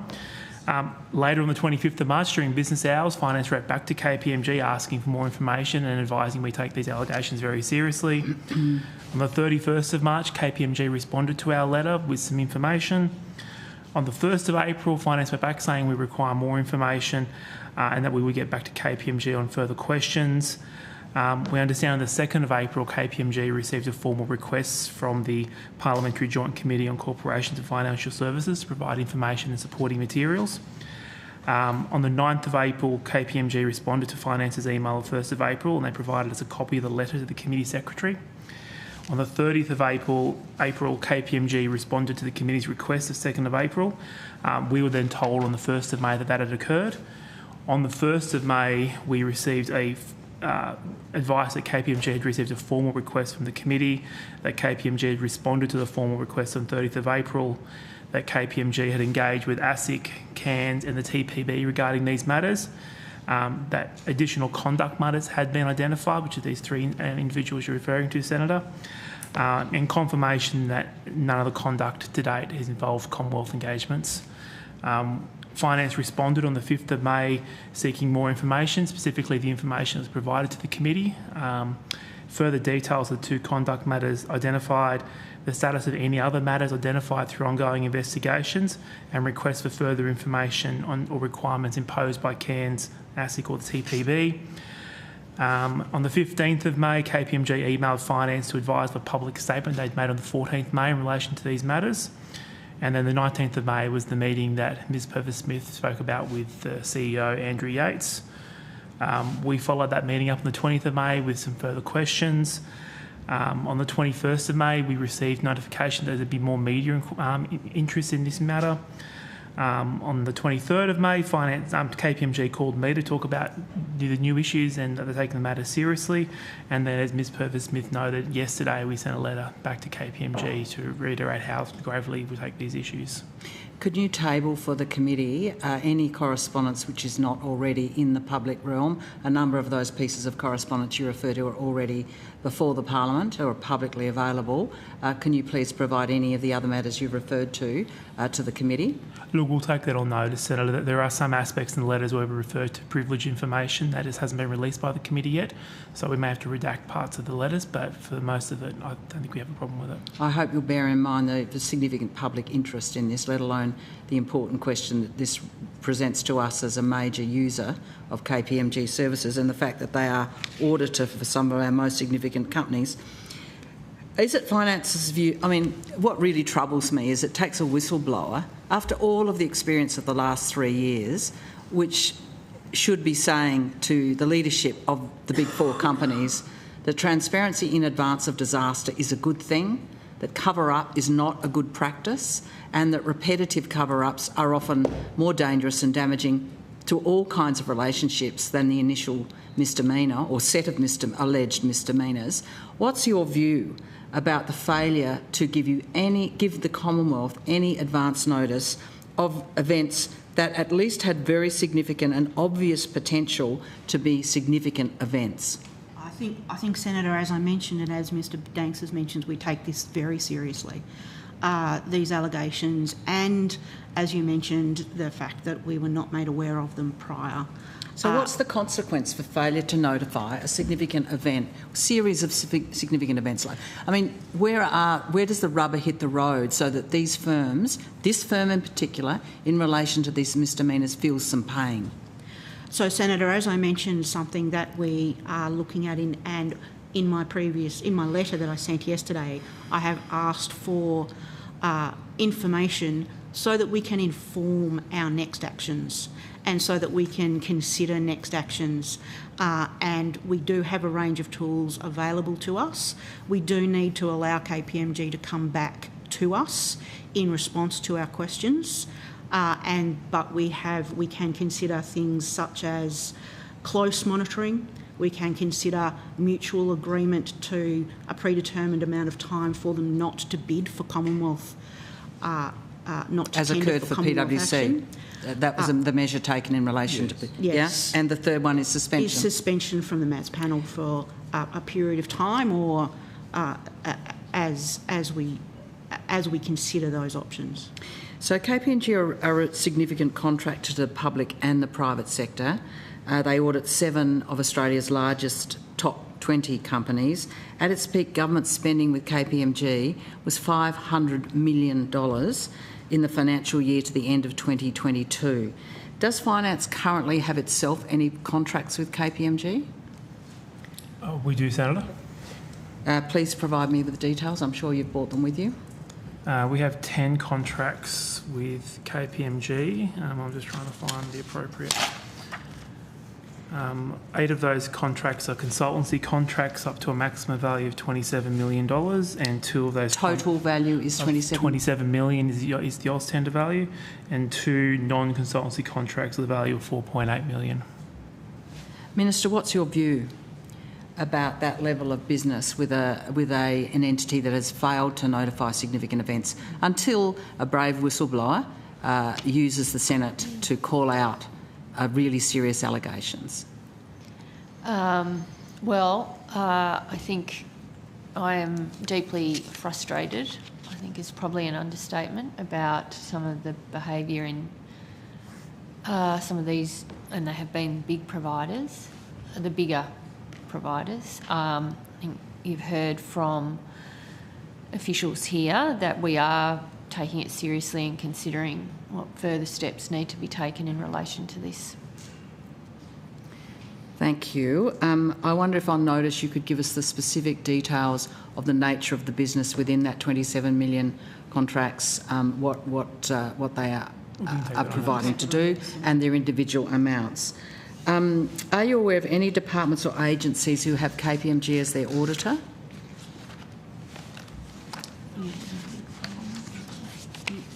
We're not sure, Senator. We could take that on notice to see if we could find anything, but that will, as you're aware, each agency takes responsibility for their own consultancy and, well, audit arrangements as well. I'm not aware of a KPMG being an auditor to a particular department, but it may be that I just don't know. Minister, I want to come back to your view.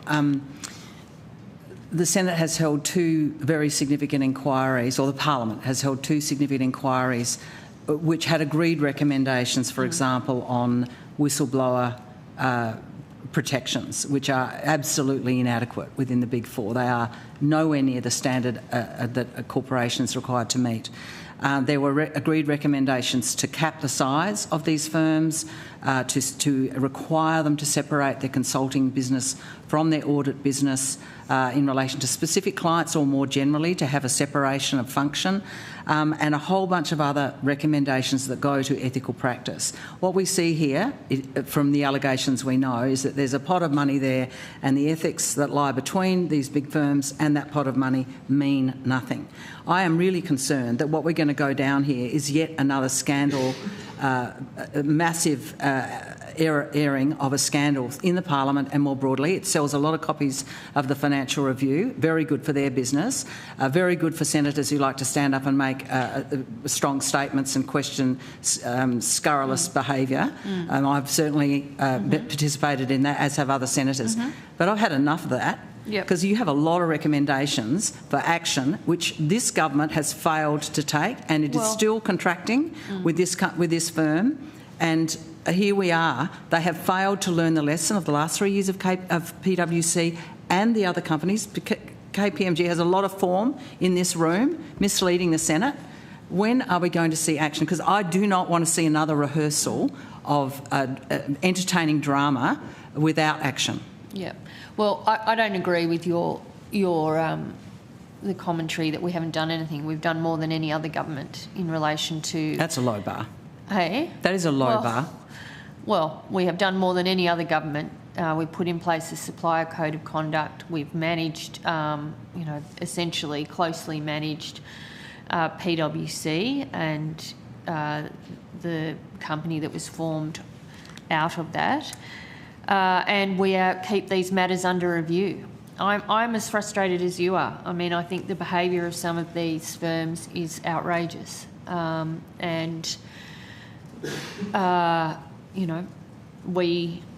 We have to continue to respond in the most appropriate way, and we will.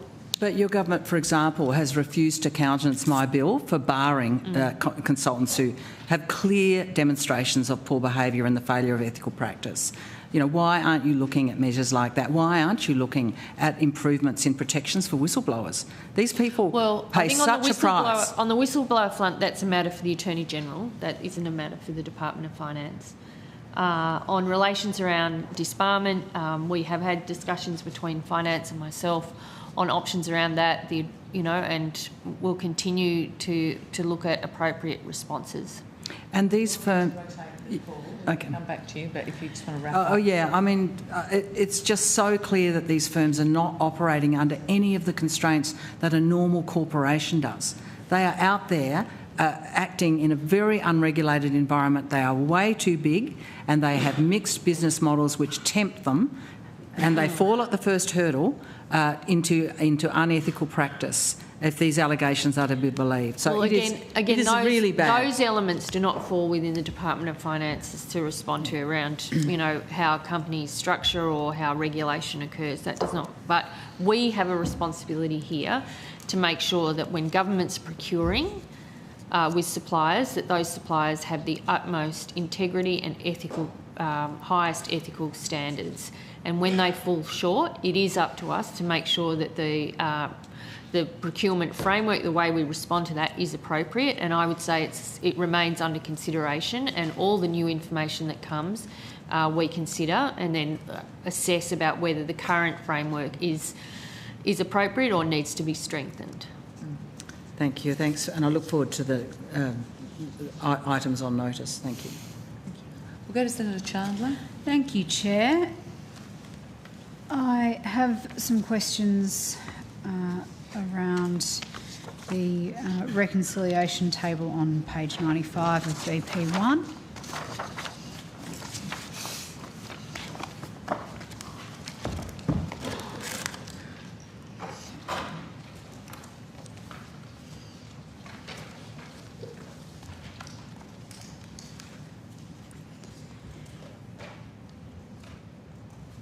Thank you. Can you confirm for me that net spending decisions in this year's budget add to total spending in the current financial year 2025-2026 and each of the next 2 financial years? If you're looking at effective policy decisions payments, then you can see that line there, yeah. Yes. Can you confirm that in these years the total increase in spending is almost $14 billion?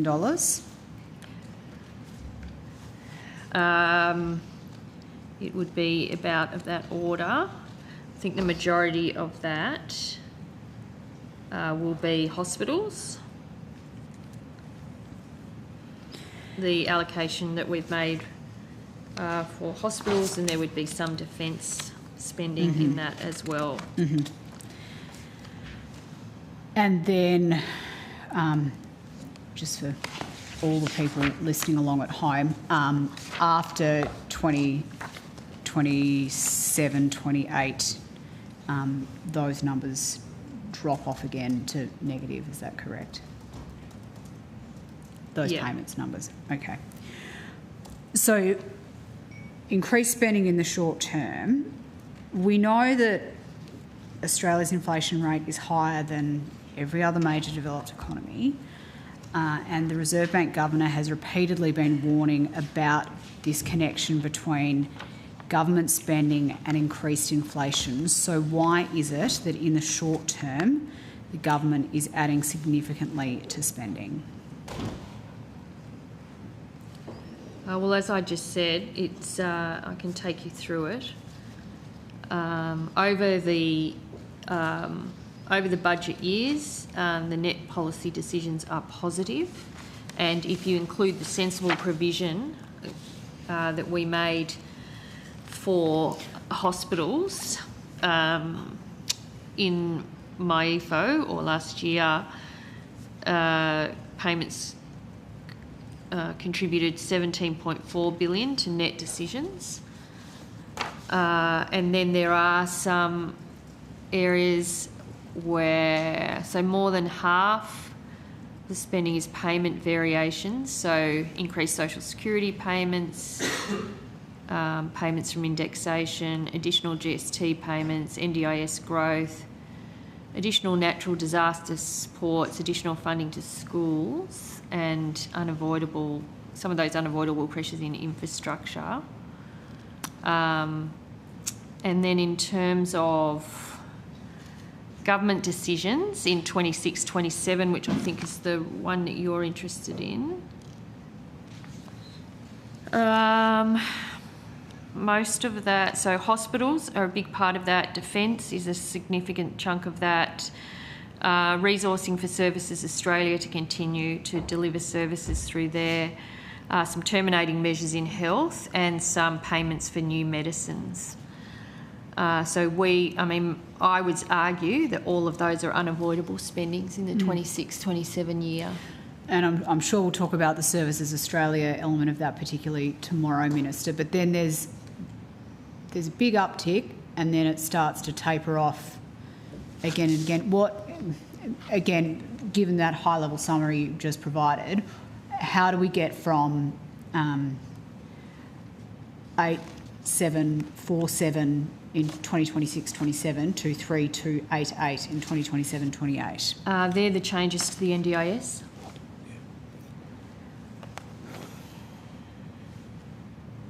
Sorry? So the savings that will come from the reforms to the NDIS will come in. They won't kick in until those. That's when. Well, when the bill passes, it comes into effect pretty much straight away. But in order to build up the save, and the save is it's cumulative, it kind of builds up over time. They are the years that those you see the, the change or it returned to a more reasonable growth path. So can I just, because I did have some questions on how the NDIS saves interact with those numbers. So if we could, and I got the saves from page 106 of BP2. I think that's the right spot for them. So if we take out the NDIS saves, am I correct in saying that spending decisions add almost $37 billion, $36,729 million to be precise, to total spending over the next 4 years, including the $22 billion over the rest of this financial year and the next 2 financial years? I'd have to look at whatever the numbers are. Those I can't really. No, sorry. Can compare. other officials at the table assist with that one? Well, I'm not sure where you get those the numbers. You know what? You've obviously put together some numbers, and I'm not sure where they come from. Like, if you can talk us through where you get your 36 from. Mr. Windyer, can you shed some light on this?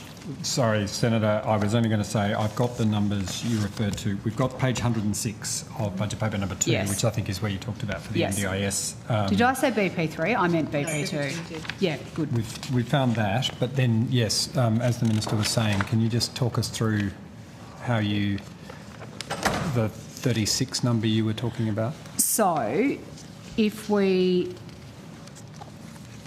you've got your net spend decisions, and then if we take out the reduction, pretend that we're not getting the reduction from the NDIS. I don't know how we pretend that in the budget. That's a hypothetical question, and I have to be careful about those estimates. But if you remove the NDIS reduction, is net spend less the NDIS reduction over the forwards to 2029, 2030, 36,729? I don't think we're trying to be difficult, but no, that's all right. We just have to be careful, Senator, because there are also spending in the early years of the NDIS package to give effect to those savings. Yes. So you have to, if you wanted to... Three bill this financial year, I think? That sounds about right. Yeah. If you want to, like, you're asking us for a scenario, if you like, and that's a bit beyond what we would normally do at estimates in terms of, because the budget is inclusive of the decisions the government's taken for the NDIS. But we've been clear about that in the $65 billion that the NDIS constitutes about $38 billion of that. Yes. Yeah. So what I'm trying to understand is if you take out the NDIS saves, what's the net effect on the budget in terms of spending? Senator, I think we'd have to. I don't think I can do the maths on the fly. I think what you're asking is you're wanting to sum together the payments that have a negative effect on UCB and not include any policy decisions around payments that have a positive impact on UCB. We can take that on notice and see what we can come up with, but I can't do the maths on the fly. I'm sorry. Okay. And they are. It's, you know, there is crossover between, you know, the decisions on the NDIS flow through the budget numbers. Like it would be. Look, I think we're reporting as clearly as we can. Net policy decisions are positive for the second consecutive time. This is a very unusual situation that hasn't really been seen back to back. In a sense, we've found the savings we've talked about. Across the medium term, we're saving 3 times more than we raise in tax. Our net policy decisions, when accounting for provisions, were $26.1 billion, which is the 8.2 plus the sensible provision we made for the hospitals. And then when you go through about what there was expenditure on, the other big payments in the budget: defence, $6.8 billion, PBS listings, $5.9 billion, resourcing for Services Australia, housing infrastructure, $2.1 billion, Medicare urgent care clinics, $1.9 billion. So you can see in all of those areas, I would argue, and I'd be surprised if there's any of those that you wouldn't support as important and necessary spending. Just back on the NDIS, so 2 years ago, the government booked over $14 billion of saves by saying it would reduce the annual growth of the NDIS spending to 8%, and I don't believe those saves were achieved. So now the to be fair, it was growing at 22%. We brought it back to 8%. But there's pressure going forward on keeping that at 8 because of recent federal court decisions or ART decisions, and some of the powers of the NDIA or implementing plan inflation and plan reassessments, which has meant that in this year the actuary came back with a report that had an additional, I think it's from memory, $14 billion growth across the forward estimates to the NDIS, which would have placed that 8% and heading anywhere south of 8% at risk. And that is really the catalyst for a lot of the work that has happened to make more significant changes, legislative and otherwise, to make sure we're dealing with some of those outcomes in court, managing some of the plan growth and those reassessments, and also dealing with some of the areas where there's been considerable growth in community supports parts of the NDIS that are continuing to grow.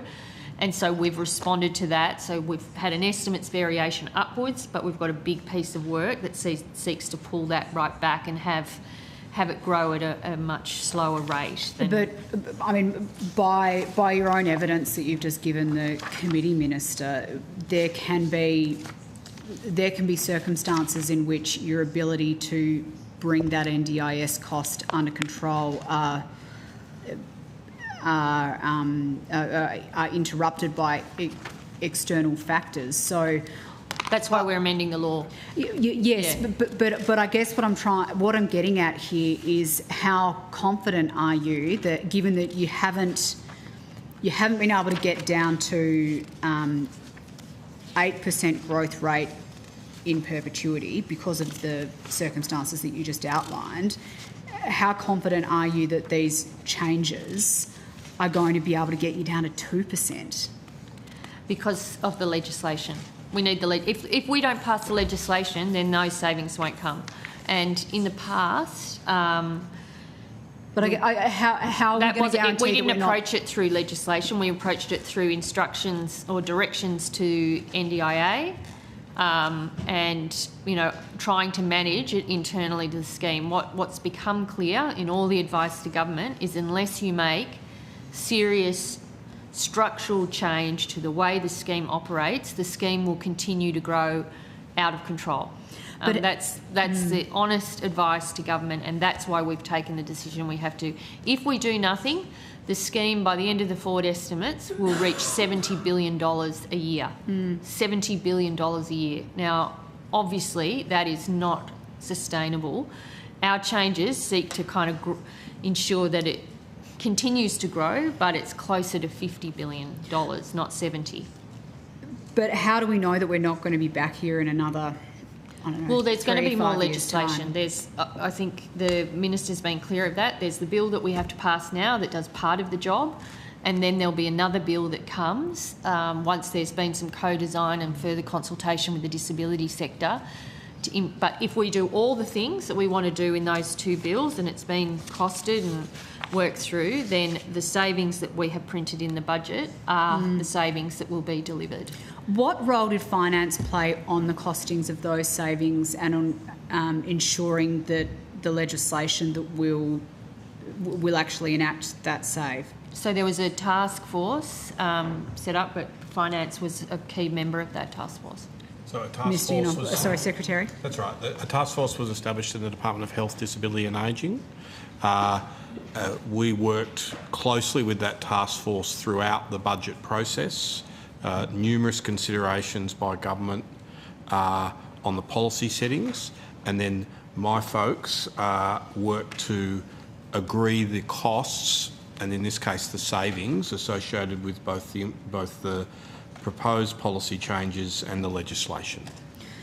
Mr. Windeyer? The other dimension to that was we also were working with the scheme actuary on the way through, who was also assisting the task force, and in a sense finance was then working with the actuary to make sure we were confident in the projected savings arriving from the legislative changes the Minister's talking about. Was that including the second piece of legislation that's coming? Yeah. Yes. Okay. It is... I guess it would be helpful to have confirmation that, given what the Minister has just said about the difficulties in getting to a sustainable 8% growth rate, is the Department of Finance very confident that the legislative changes that are going to be put in place will get us to 2%? Are we going to be here in a couple of years' time saying, yep, 2%, we've locked that in, that's well, not it brings changing? it down to around 5, I think, overall, but over the forward estimates, it's a more sudden... So in a particular year, I think there is 2%, but over where we're aiming for is to get it to just below 5, I think. Just below 5. So, Senator Chandler, we're going to rotate. Yes, rotate away, Chair. Thank you. Okay, we're going to go to Senator Barbara Pocock. Chair. I want to come to APS cuts and hiring freezes and redundancies. Minister, you issued the directive to departments to identify the bottom 5% of their spending for potential savings to enforce fiscal discipline in late 2025. An AFR article recently reported your government is seeking voluntary redundancies from thousands of public servants. Are the voluntary redundancies connected to your directive to reprioritise that bottom 5% of spending? No, they're not. I mean, the bottom 5%, and I think it's something we'll, do further work on, but it was useful in getting agencies to think about priorities within their own appropriations. And there are decisions in this budget that picked up some of the ideas from the 5%. But I think all the concerns about there being, a 5% cut everywhere, which I said wasn't happening, you can see that hasn't happened. The public service actually, an investment in the public service continues to grow. But agencies are required to operate within their appropriations. Department of Finance does not have a central role in that. We just had a lot of questions to the APSC, which does provide sort of central guidance on how you go about thinking about redundancies, including how do you redeploy, whether there's other opportunities to, to consider other options before redundancy. So all of that the APSC does, but Finance doesn't have a role in that.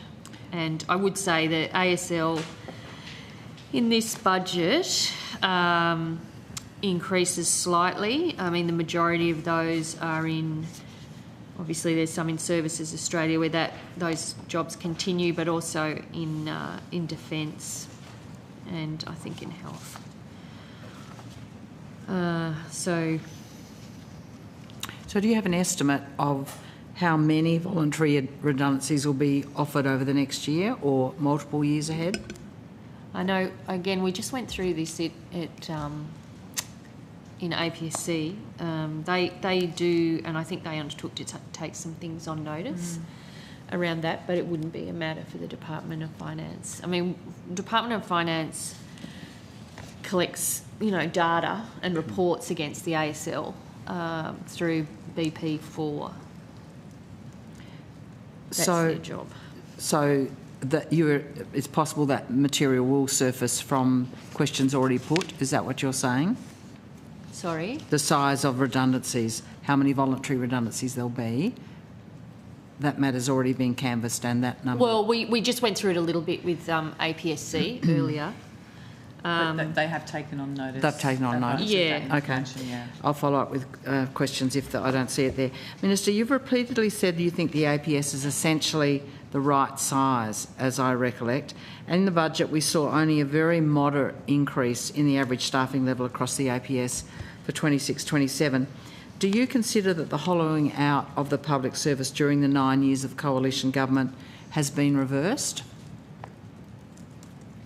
Well, I think it is roughly the right size. I mean, that is my, I think this very significant uplift that we had put in place in the first term in regards to capability, and were widely criticised by some for doing, has ameliorated and, made sure that agencies are resourced to do the job they are asked to do. And when you think about it, the jobs and the demands on the APS continue to grow, and I think there's I don't know if I've got BP4. Oh, yeah, I do. Agency is my favourite book. BP4.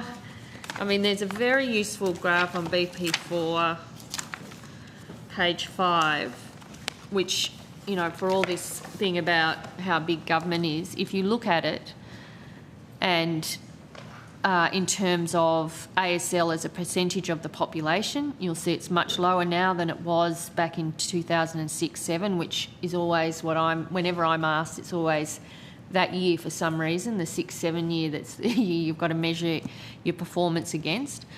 But it's ASL as a percentage of population is lower than it was in 2006-7, and ASL as a percentage of total employment is also lower, considerably lower than it was in 2006-7. What that says to me is, and I'm not saying that there is areas without pressure for additional resourcing, and we deal with that routinely, but what it says is that we've got a responsive and efficient public service right now, but as new functions come on, like building submarines, for example, that wasn't a function that you had to do in 2006-7 because the Collins had been built by then, but we're building and creating whole new industries in this country that's going to need to be resourced appropriately, because you can't ask the child support system to run the submarine agency.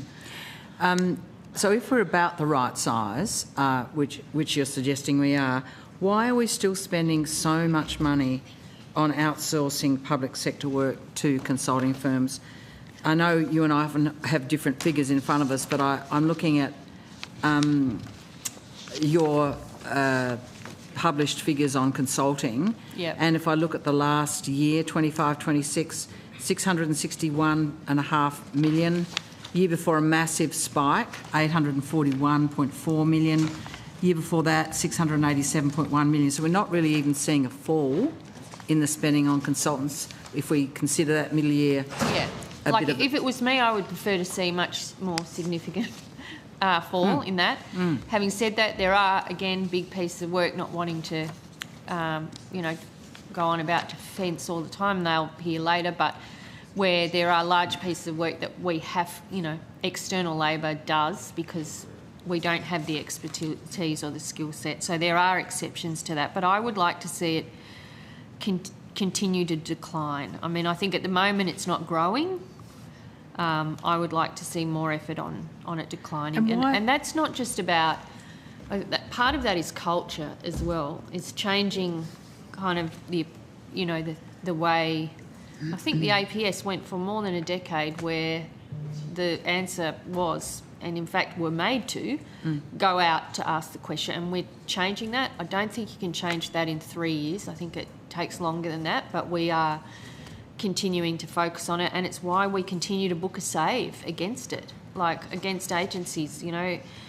We've done it again in this budget where we're removing appropriation before they get it. In a sense, the longer that goes on, the harder that will be to avoid dealing with that problem in your agency. I think a lot of people out there have heard the language of reducing consulting spending, but the numbers really don't sustain that. And it's hard to argue that it's just culture. That's 3 whole years of government. I'm saying it's not... I'm saying it's part of... It's not the only reason, but it is part of it, and it is an important part to, continue to acknowledge and to say that we have to change. It's why we've got Australian Government Consulting. We want, a new workforce that's coming up that's thinking about this, and we want agencies to learn from that. Like, I know the Department of Environment has used Australian Government Consulting to prioritise, to advise them on the areas that, or to provide extra advice on how they structure and prioritise their workload. I mean, that's exactly the example that we want to see more and more followed. But we never said it would take away from you know, it wouldn't remove all spending on consultants and contractors, but yeah, I mean, I'm not going to let up either. We want to see continued progress. Well, and we have seen a change in, mix, like less use of the big companies, but you know, still a lot of money, public money is being spent on external labour. I mean, I absolutely applaud the diversity of suppliers and the emergence of the government consultant. That's great, but it's not touching the sides of a $661 million spend. It was a few $1 million this morning when we heard their evidence. Great to see it growing and to see the commitment to getting it to 160 people, but it is a perplexing thing that your government in 3 years has still got a spend that's, you know, not far off the last year of the Morrison government.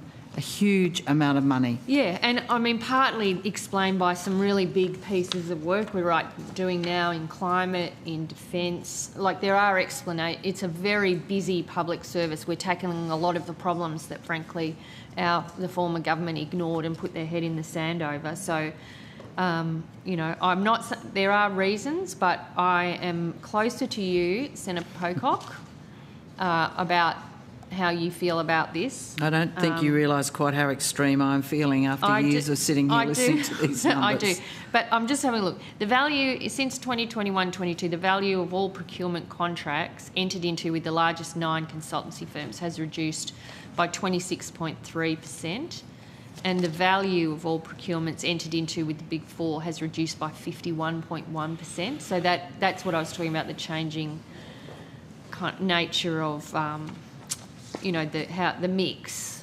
that we're seeing. We are seeing agencies, you know, through the strategic commissioning framework, bring more core work in, but there is more to do, for sure. Plenty more.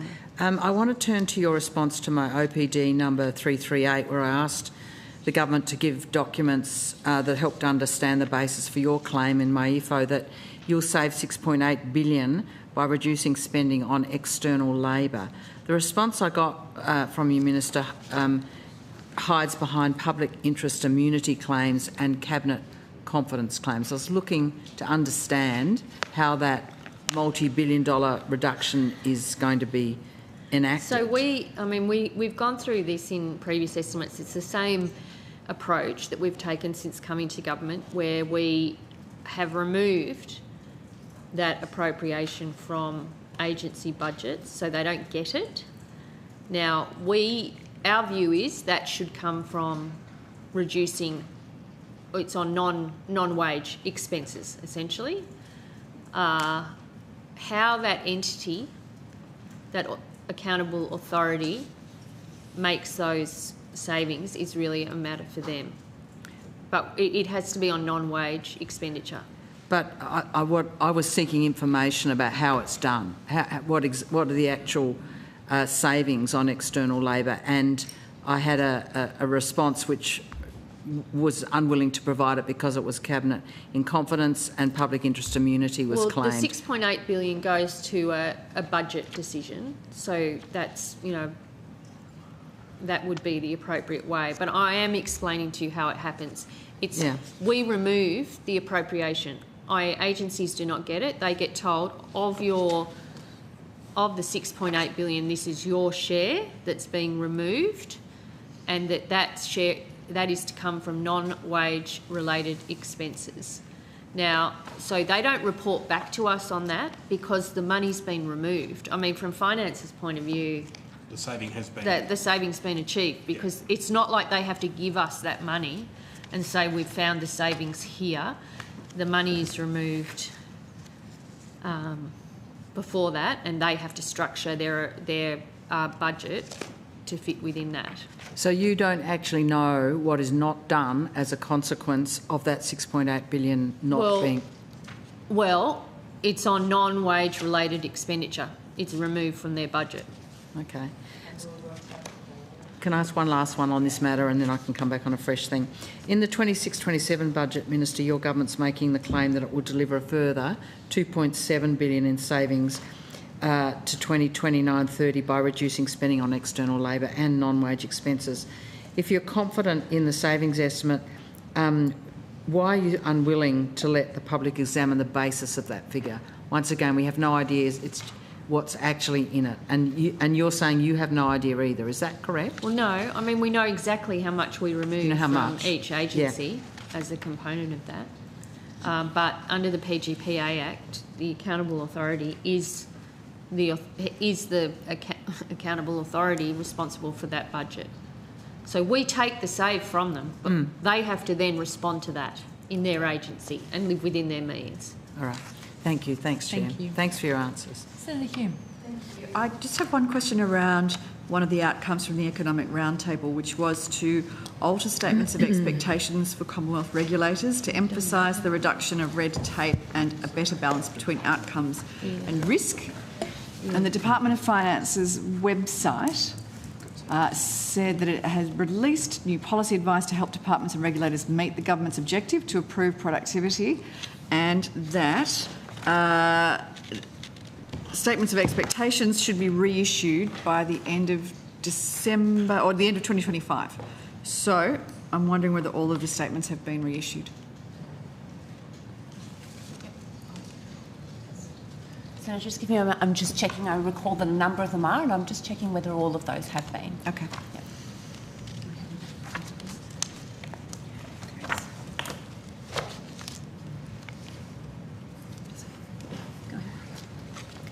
Senator Christina Garvin, First Assistant Secretary, Reg Reform Division. As of, I've got some facts and figures in front of me. As of 21 May this year, 28 regulators have responded with, I'll start with the statement of expectations. I think that was a question that was been issued. Yep. So as of 14th of May, 58 statement of expectations have been reissued.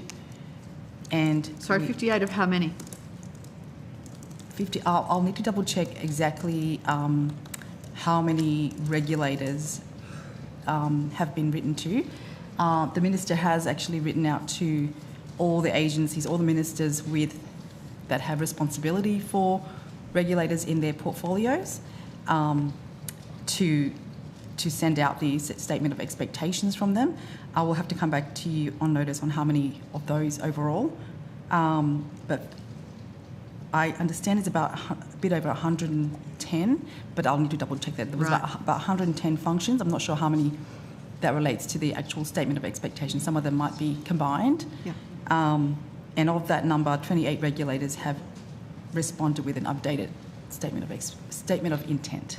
So 28 have come out with a statement of intent, and 58 have reissued their statement of expectations. So regulators respond to a statement of expectations with a statement of intent. Is that right? Correct. That is correct. Okay. So it sounds like kind of halfway. In terms of halfway through the process that was supposed to be finished by the end of last year. So I think, Senator, just let me check a couple of those details and perhaps we can give you a comprehensive update on notice. Yep. I believe a number of regulators already had statements of intent in place, and so I just want to reconcile those. Right. And so the Minister, as my colleague has said, wrote out to her colleagues seeking engagement with all regulators. We'll just provide you with a consolidated set of the total of statements of intent already in force and those that have been provided as a result of this process, just to give you a picture of where we're up to across the whole regulator cohort. Okay, that would be helpful. Could you provide me with quite a comprehensive list of which of the regulators have not had their statement of expectations updated? Yeah. That would be great. And which of those regulators have responded with an updated statement of intent that have had an updated statement of expectations? You can do that. Thank you. Thanks, Chair. Okay, we'll go to Senator Chandler to take us through to the break, which will be at 4. Yeah, just allow me, on indulgence, to find a couple of questions that I think will fit in that space of time. The budget contains an additional $5 billion fuel security response advance to the Finance Minister. Is that correct? Over 2 different bills, I think, yeah. Minister, can you update the committee why a contingency of this scale is needed across the whole financial year of 2026-2027? It was really to continue the approach we took with your support. Thank you, Senator Chandler. I think in the March sittings, which was similar to the approach that was taken in the COVID pandemic, when there was significant periods of global uncertainty about what was needed and whether emergency payments, when the Parliament wasn't sitting, might be needed. And I think there is, although thankfully we haven't had to utilise it yet. There is still, uncertainty and uncertainty, I guess, and some volatility about what the second half of this year looks like. Are you concerned that the Parliament isn't going to be sitting in the second part of the year? There's the winter recess, for example.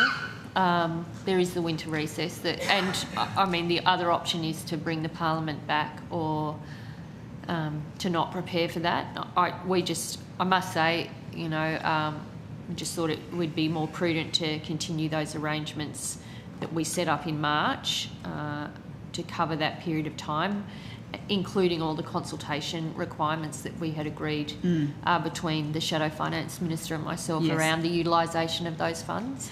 Am I correct in saying, though, that in this most recent lot of approach bills, the number of departments that these payments can be made in relation to has expanded from, I think we had a list of 6 additionally, but now it's government-wide? There is a couple more, I think. The previous list of entities that could use the fuel responses was based on the agencies with policy responsibility under the EFIC Act. So DISA, DECU, Agriculture, Treasury, DFAT and Infrastructure. It's been broadened to ensure there is maximum flexibility, noting fuel-related issues could get more complex and broad in scope if some of that global uncertainty, some of the uncertainty manifests in the need to spend some additional resourcing. So that's the advice from the departments to me, is some increased flexibility for the utilisation of that beyond just the ones covered by the EFIC Act. What other departments beyond those covered by the EFIC Act would you consider could potentially have to tap into this advance? Sorry, Ms Hummer. So one of the distinctions I would draw between the two separate sets of AFM legislation, the first was included, as the Minister says, for a smaller number of agencies which at that time were expected to have a potential need for funding that had not yet been provisioned. That covered a very short period to the end of the financial year. The new capacity extends more broadly across, as you say, the totality of the financial year, and AFMs are by their nature intended to deal with urgent and unforeseen, and so by its nature it is actually difficult to foresee those agencies which may have a need, and so it is necessarily a bit broader to allow for a number of agencies who could potentially, to the best of our ability, be identified as potentially having a need that is not included in the budget bills at the time that they are passed. It's important to note for those listening along at home that this advance is specifically in relation to fuel security measures. It's not a blank cheque for everything. I mean, what need would the Department of Education have for an emergency fuel security measure?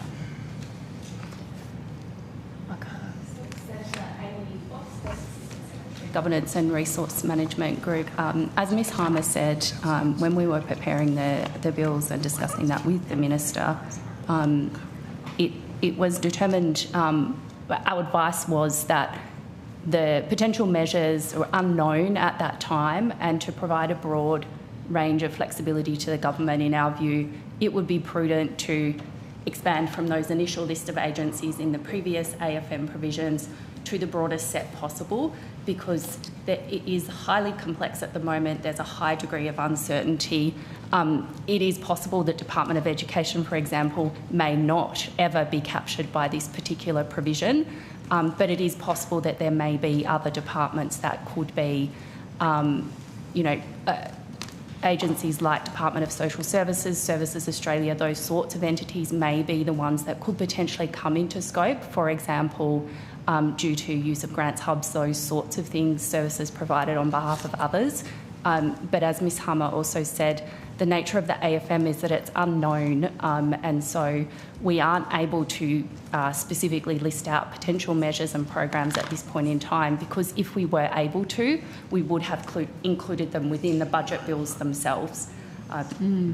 Yeah, I take that point.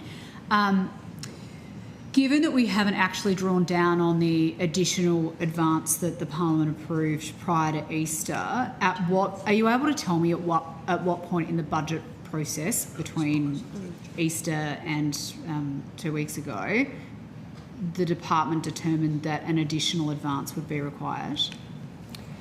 So we prepare advice on the appropriation bills throughout the budget process, and then, as you would be aware, they come forward in the Parliament. They're tabled alongside the EM and the ES, etc. So standard process for us to draft and prepare the appropriation bills alongside each estimates update. I guess what I'm trying to figure out is, was there time for consideration of maybe just expanding that list of 6 departments to however many you realistically thought you were going to need, as opposed to saying, well, it must be everyone? Because I think, as evidenced by this conversation here today, there are some departments that are more likely than others to utilise an advance if required.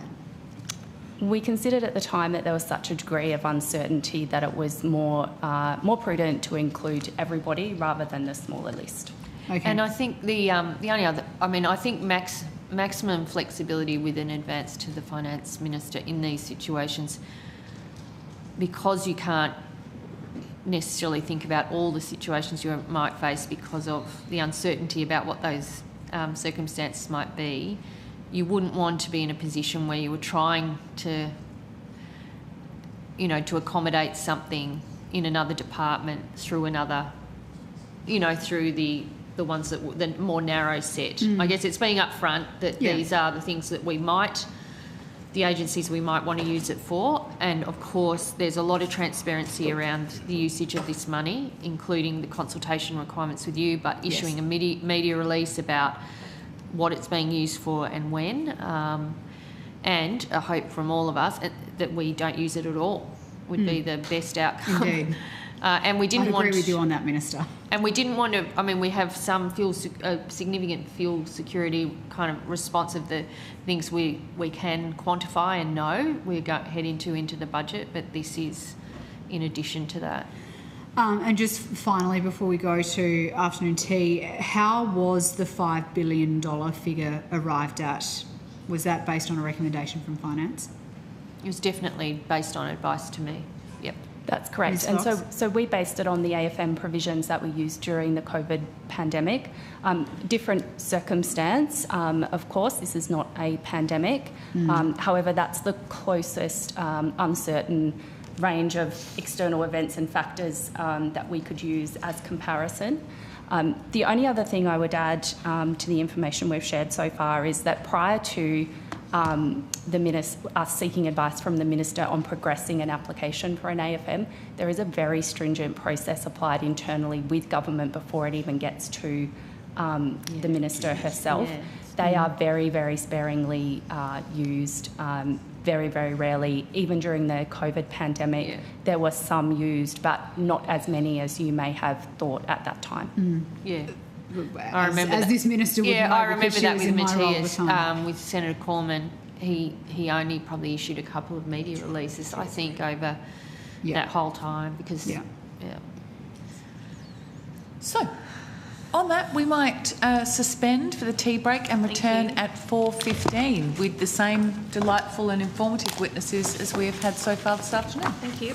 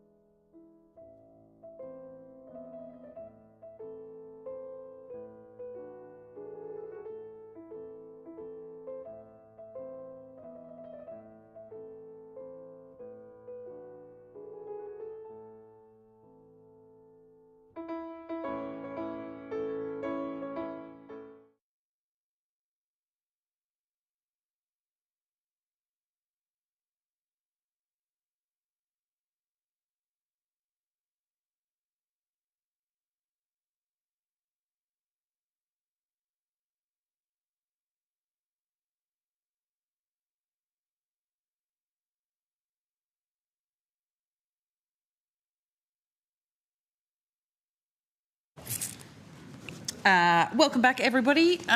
We will continue on and we will start with Senator Chandler. Thank you very much, Chair. I have some questions about the underlying cash balance table on page 106 of BP1.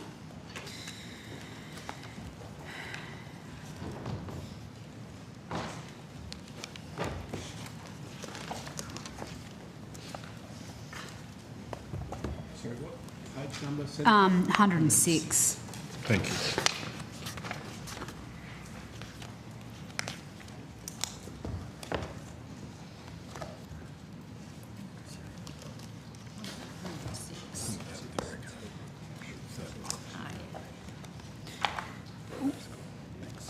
What's the cumulative sorry, it's after 4 and I can't use my words. What's the cumulative deficit in the underlying cash balance over the forward estimates? Is that the 150.5 billion at the top of the page there? Thank you. Sorry, I'll rephrase that question to be more helpful. The cumulative deficit in headline cash balance terms over the forward estimates is that 264.5 down the bottom of that table? Yes, Senator. Great. So that additional $114 billion of spending, the difference between those two numbers, I mean, that's a pretty big difference between the underlying cash balance and the headline cash balance. Has it ever been that high before? I am not sure, Senator.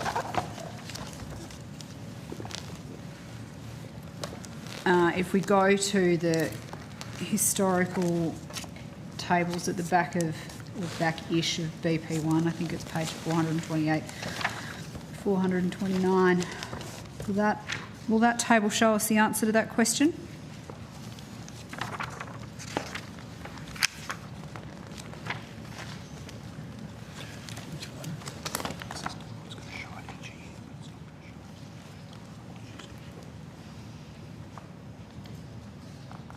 Senator, I don't think that table accumulates over time.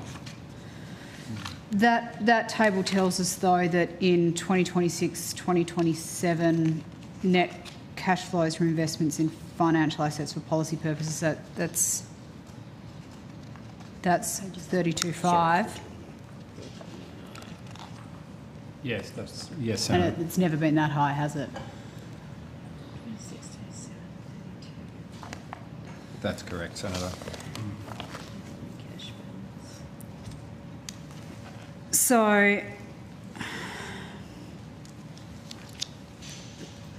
talk me through, in layman's terms, for those listening at home, the difference between that. Sorry, I'm back on page 106 now. The difference between that 150 and that 264. Where does that difference come from? So I can take you through, sorry, I don't know why that, I think that was this thing that rang. Hopefully that won't ring again. So there's an amount, so 28.8 billion in student loans, 17.5 billion from CEFC loans and investments, 15.9 billion in Housing Australia's off-budget programs. Yep.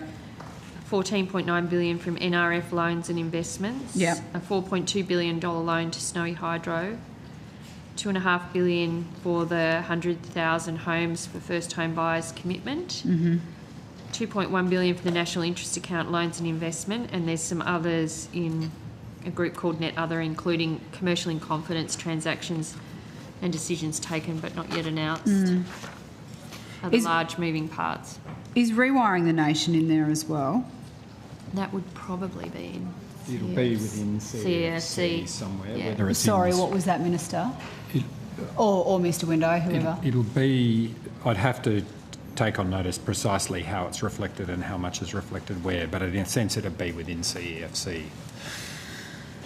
Yep.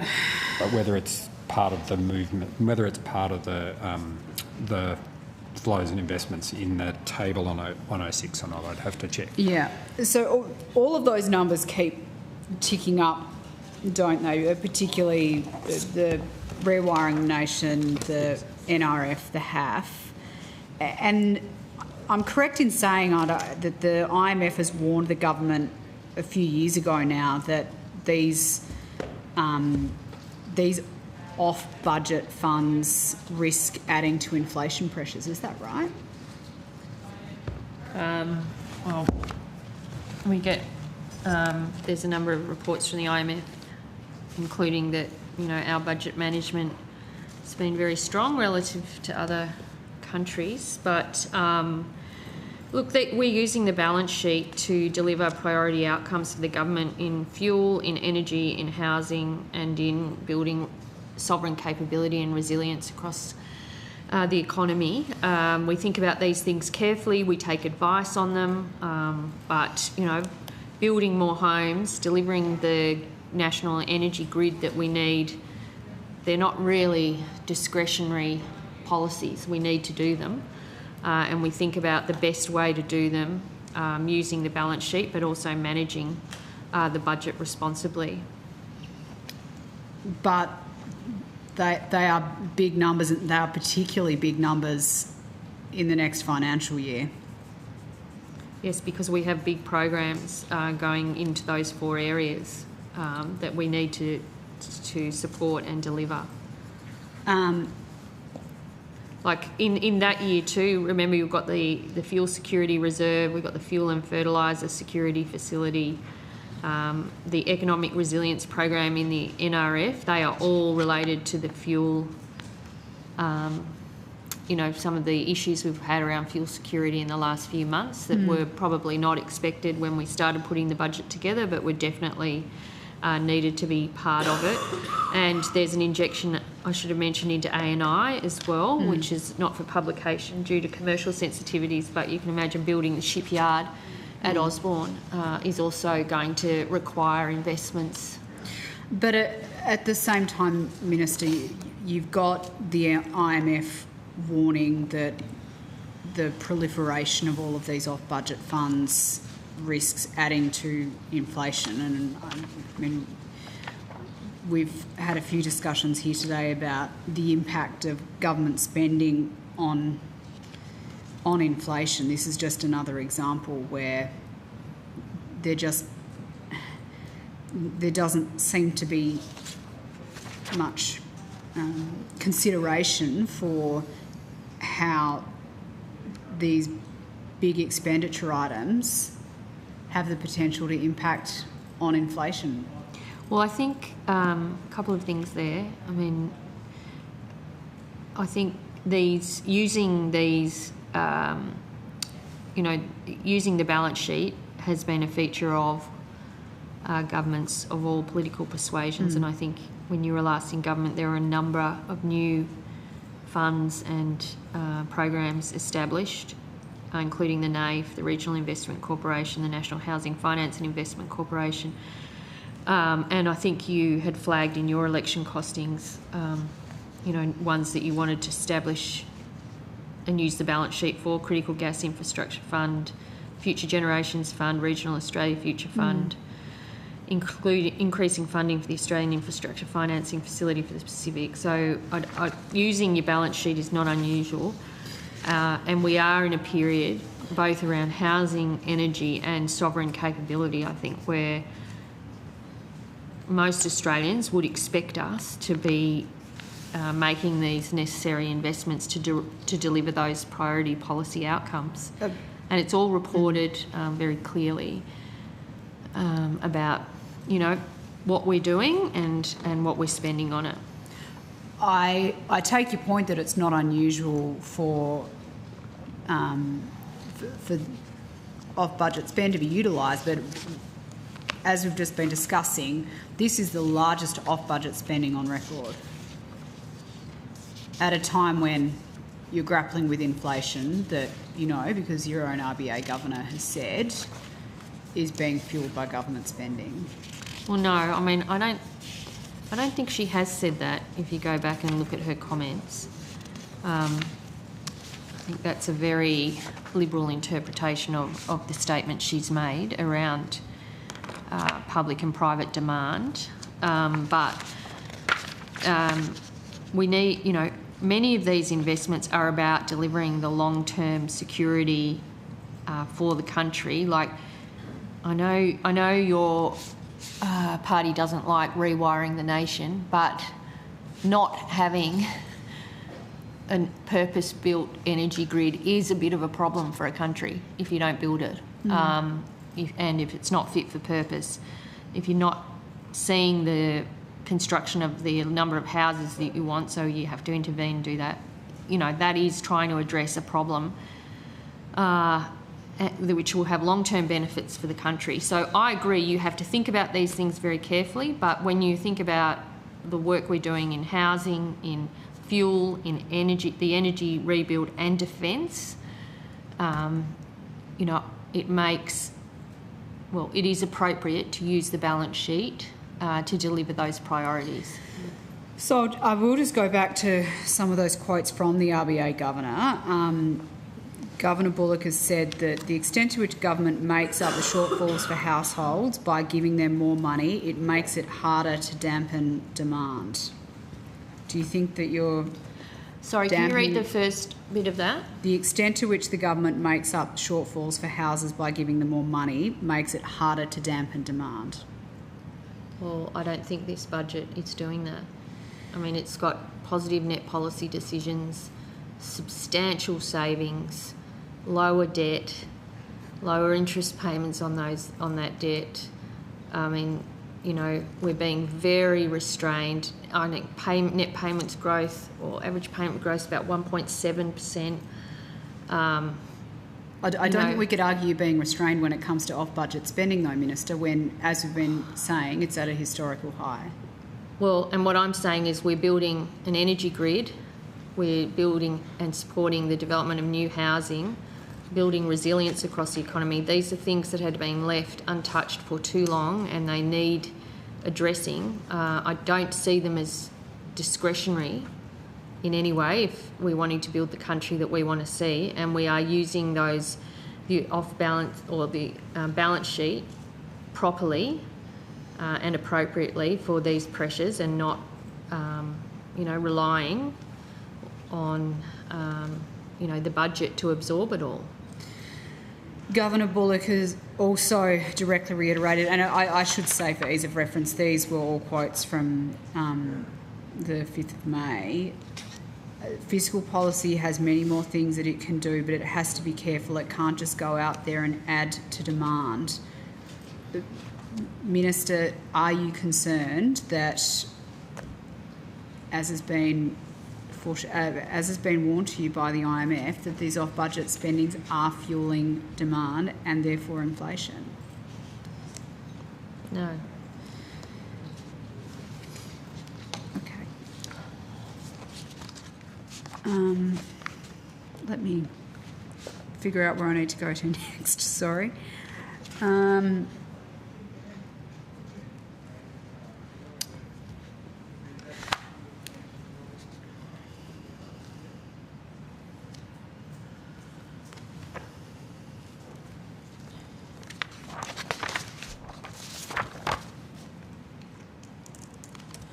Apologies. Okay, where am I going to next? And just before we leave there, sorry, Sure. I'm just, in terms of your concern about filling demand, when you compare it to my EFO, the headline cash balance has improved by $13.5 billion over the 4 years to 28-29, driven by an improvement in the UCB of $18 billion and partially offset by some worsening cash flows from IFAPPS of $4.5 billion. So again, we have looked at every part of the budget in terms of playing our responsible role in times when inflation is higher than we would like. Okay. I want us to go back to the savings and reprioritisations, which I know we touched upon earlier today within the context of the fiscal strategy. So I just want to dig into that a little more if I can.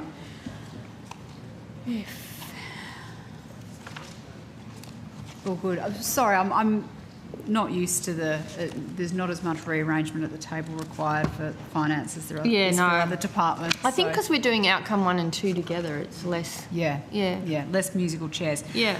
Secretary, on page 89 of BP1, the government claims that the budget provides $63.8 billion in savings and reprioritisations in this update. Can you confirm that figure? Yes, that's correct, Senator. Can you also confirm the statement on the same page that this brings total savings and reprioritisations since the 2022 PFO to $177.9 billion? Yes, Senator. And that $63.8 billion figure that I just mentioned, is that a gross figure or a net figure? That's a gross figure. The Treasurer has described that figure pre-budget as historically large. Would that be the department's characterisation as well? Well, I don't know that the department should comment on what the Treasurer has said, but if you go back, certainly since we came to government, it is historically high. The budgets, I think the only one that may have been larger than that would have been the 2014-15 one, and most of that didn't get through the Parliament, so I don't think they were savings that were achieved. On that same page, page 89, the department also states that net policy decisions improve the budget by $26.1 billion over the forwards. Obviously, you can see it's written on the page, Mr. Secretary, but can you confirm that the net policy decisions do improve the budget by that figure? Yes, Senator. And can you confirm the next sentence is accurate, which states that excluding provisions, net policy decisions improve the budget by $8.2 billion? Yes, Senator. So the gap between that $63.8 billion in, which I think you said was gross savings, is that correct, Secretary? That we mentioned in question 1, or sorry, in my first question. Yes. So the gap between that 63.8 and the $8.2 billion in net policy improvement, that's $55.6 billion, if my maths is right. Can you walk the committee through what that gap would consist of?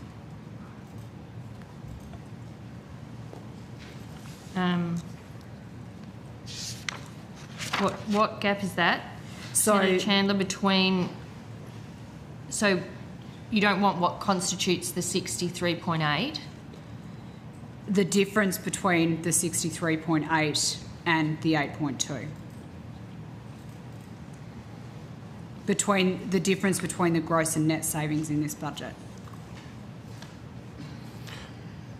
So that would be the policy decisions? Yeah, it would be, I think if we go to the payment, just trying to think, payment policy decisions, we would start there on page 99. So it would be fair to excuse me, it would be fair to characterise that difference as new spending decisions taken between MyEFO and this budget that offset the savings. I just want to make sure I'm understanding. The net line is the difference since MyEFO for policy decisions.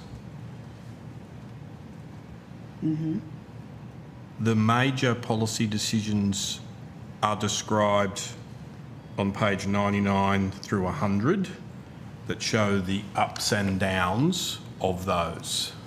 Mm-hmm. I'm just, it's difficult to deal, I'm just trying to be helpful but not create a new number that is not this construct in the budget papers. Yeah, appreciate that.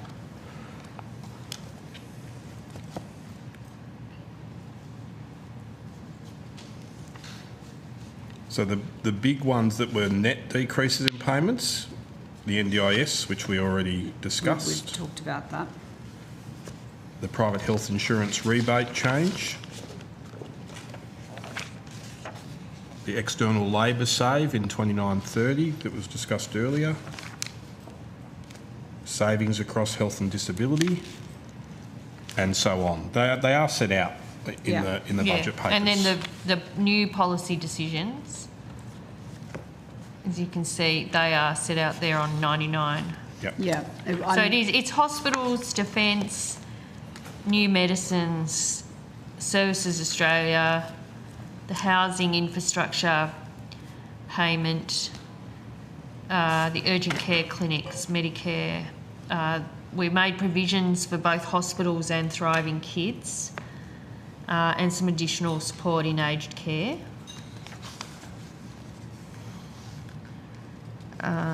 So they are the big moving bits. So of that... So the hospitals, I think, is about 18 billion. Defence, you've got there at 6.8. Got another 6 in medicines. So am I correct in saying of that gross figure of 64 billion, that gross savings figure of 64 billion, you've spent 56 billion of that 64? I think it's more technical than that, isn't it? That includes... to get a net save of about 8 billion?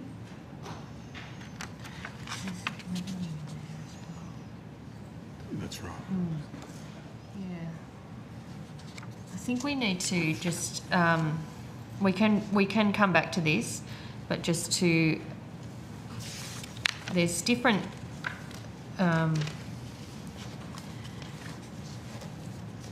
as we said last time, in the net positive or net policy, the net positive policy decisions line of 8.2, it's not just payments in there. I think we just need to have time to break it down for you. Okay. Secretary, you can't add some further light on this? But when we... so if we account for the provisions, the net impact of payments improves the budget by 17.4 billion. But I'm not sure that's the question you're asking. No, I'm asking... Yeah, a different one. Yes. Are you trying to unpack what the 63.8 is made up of? I don't think so. No, I'm trying to unpack the gap between the 63. So sorry, we've talked about the 63.8, and then we've talked about the 55.6, and so that leaves you with about an $8 billion improvement.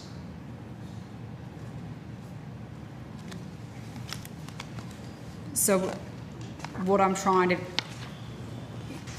get an understanding of is whether with that 64 versus 56 billion, you have spent close to 90% of your saves.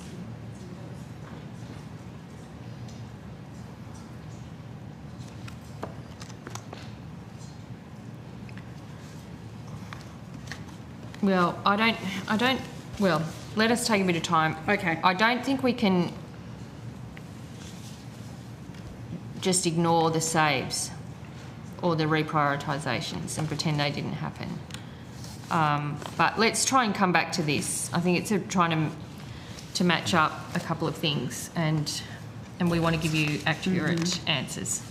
Okay.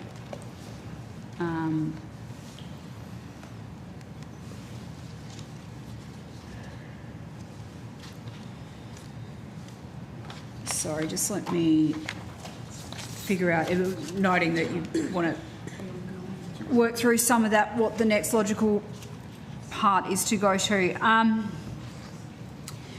Chris Richardson has stated publicly that of the $44.9 billion in bottom line improvement in the budget over 5 years, 9 out of every $10 comes from parameter variations, not policy decisions. Has the department done a similar decomposition to see if what Mr Richardson said is correct?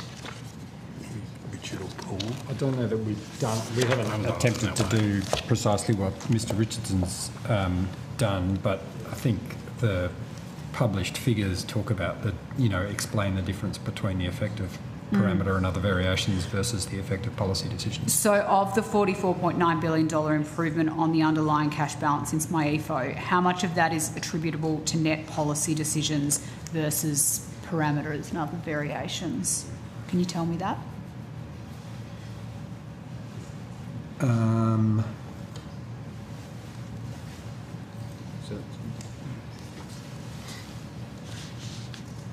We're looking for the sums. Oh, yeah, okay, sorry. Yes, so if you look at page 95 of BP1,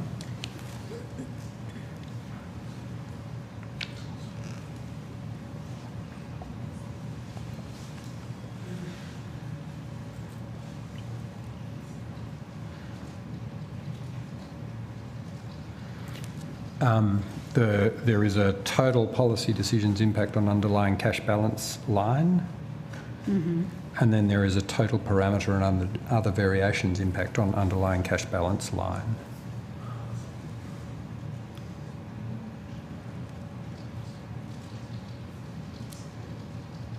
So does that tell me how much of that 44.9 is attributable to net policy decisions versus variations?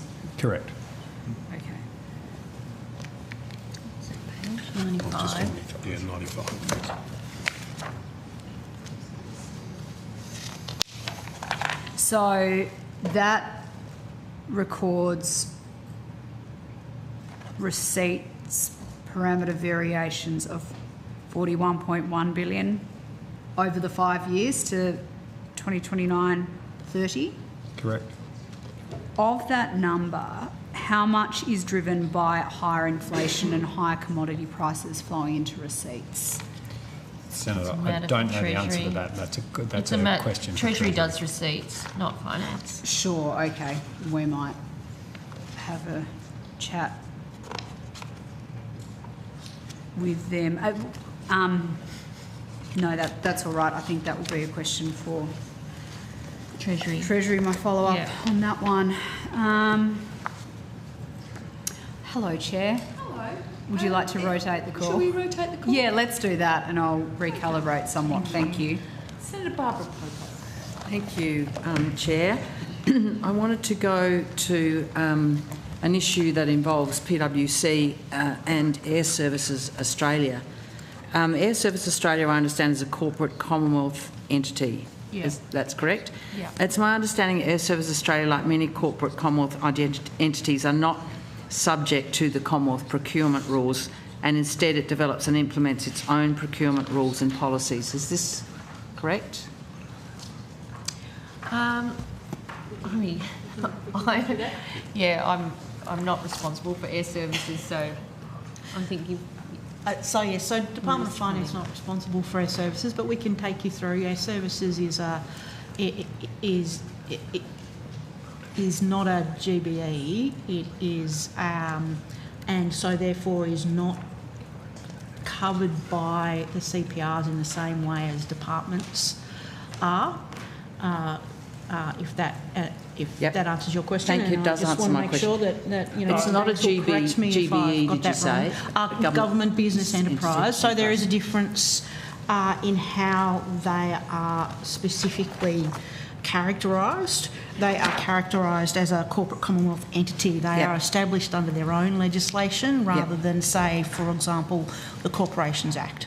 Now, we know, thanks for that. We know that PwC agreed not to bid for work with the Commonwealth between April 2024 and July 2025, but this exclusion did not apply to entities not bound by the Commonwealth procurement rules. Is that right? That's my understanding. That's correct, yes. So am I correct in saying that if a CCE, like Air Services Australia, did have a contract with PwC during the exclusion period, they're not required to publish any of this information on AusTender? Is that right?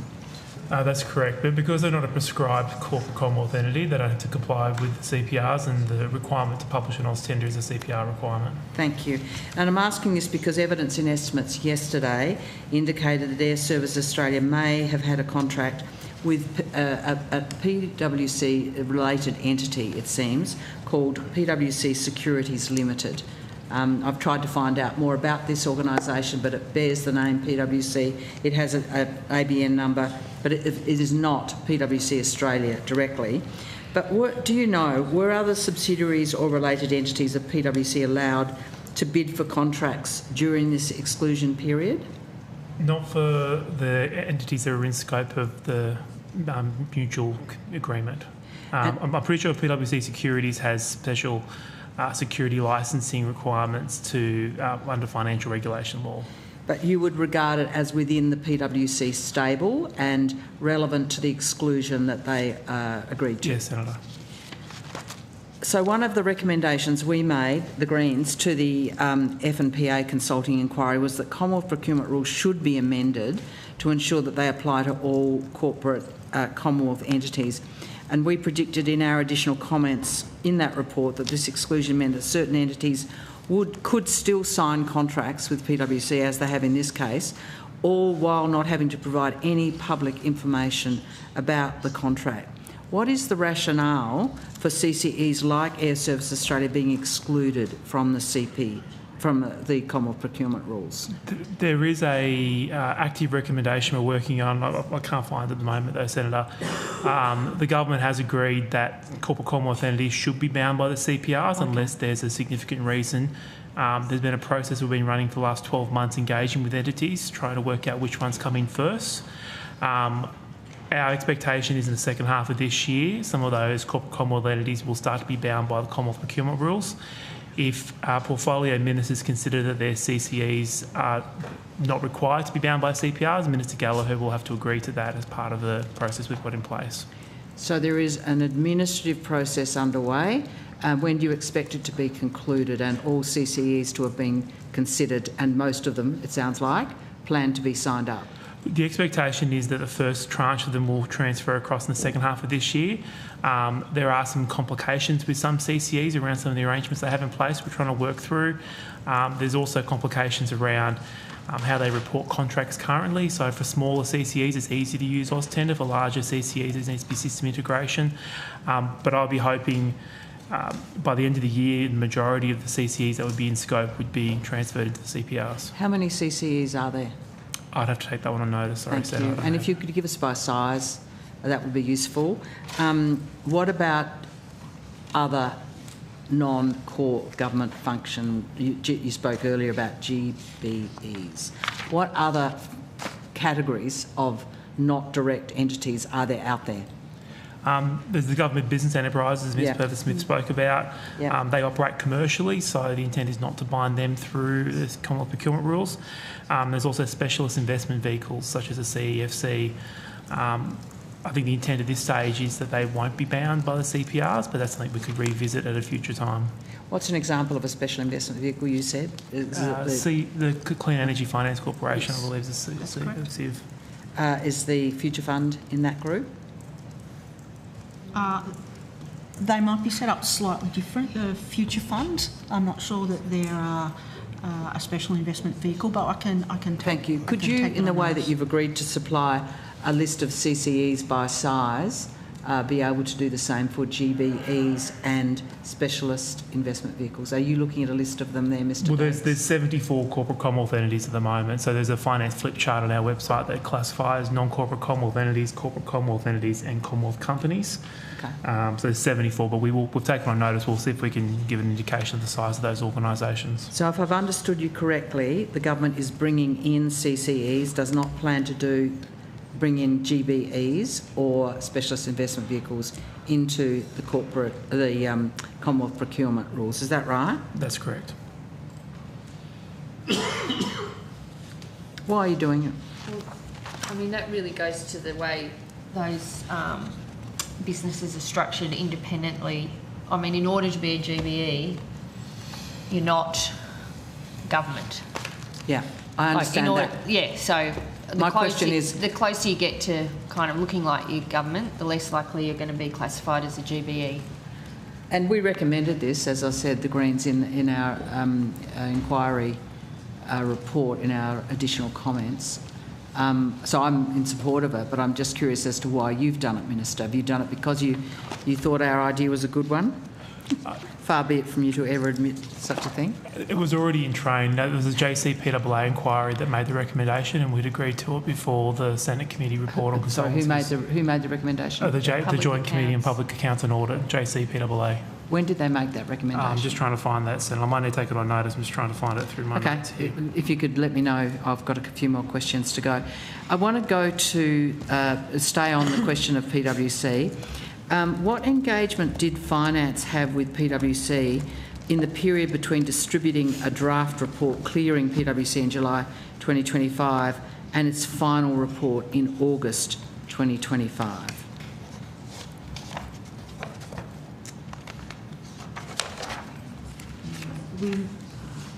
We might have to take that on notice, Senator, but we can get that. Sorry, Senator, could you just repeat the question? Because I do have a chronology here that might be of assistance. Thank you.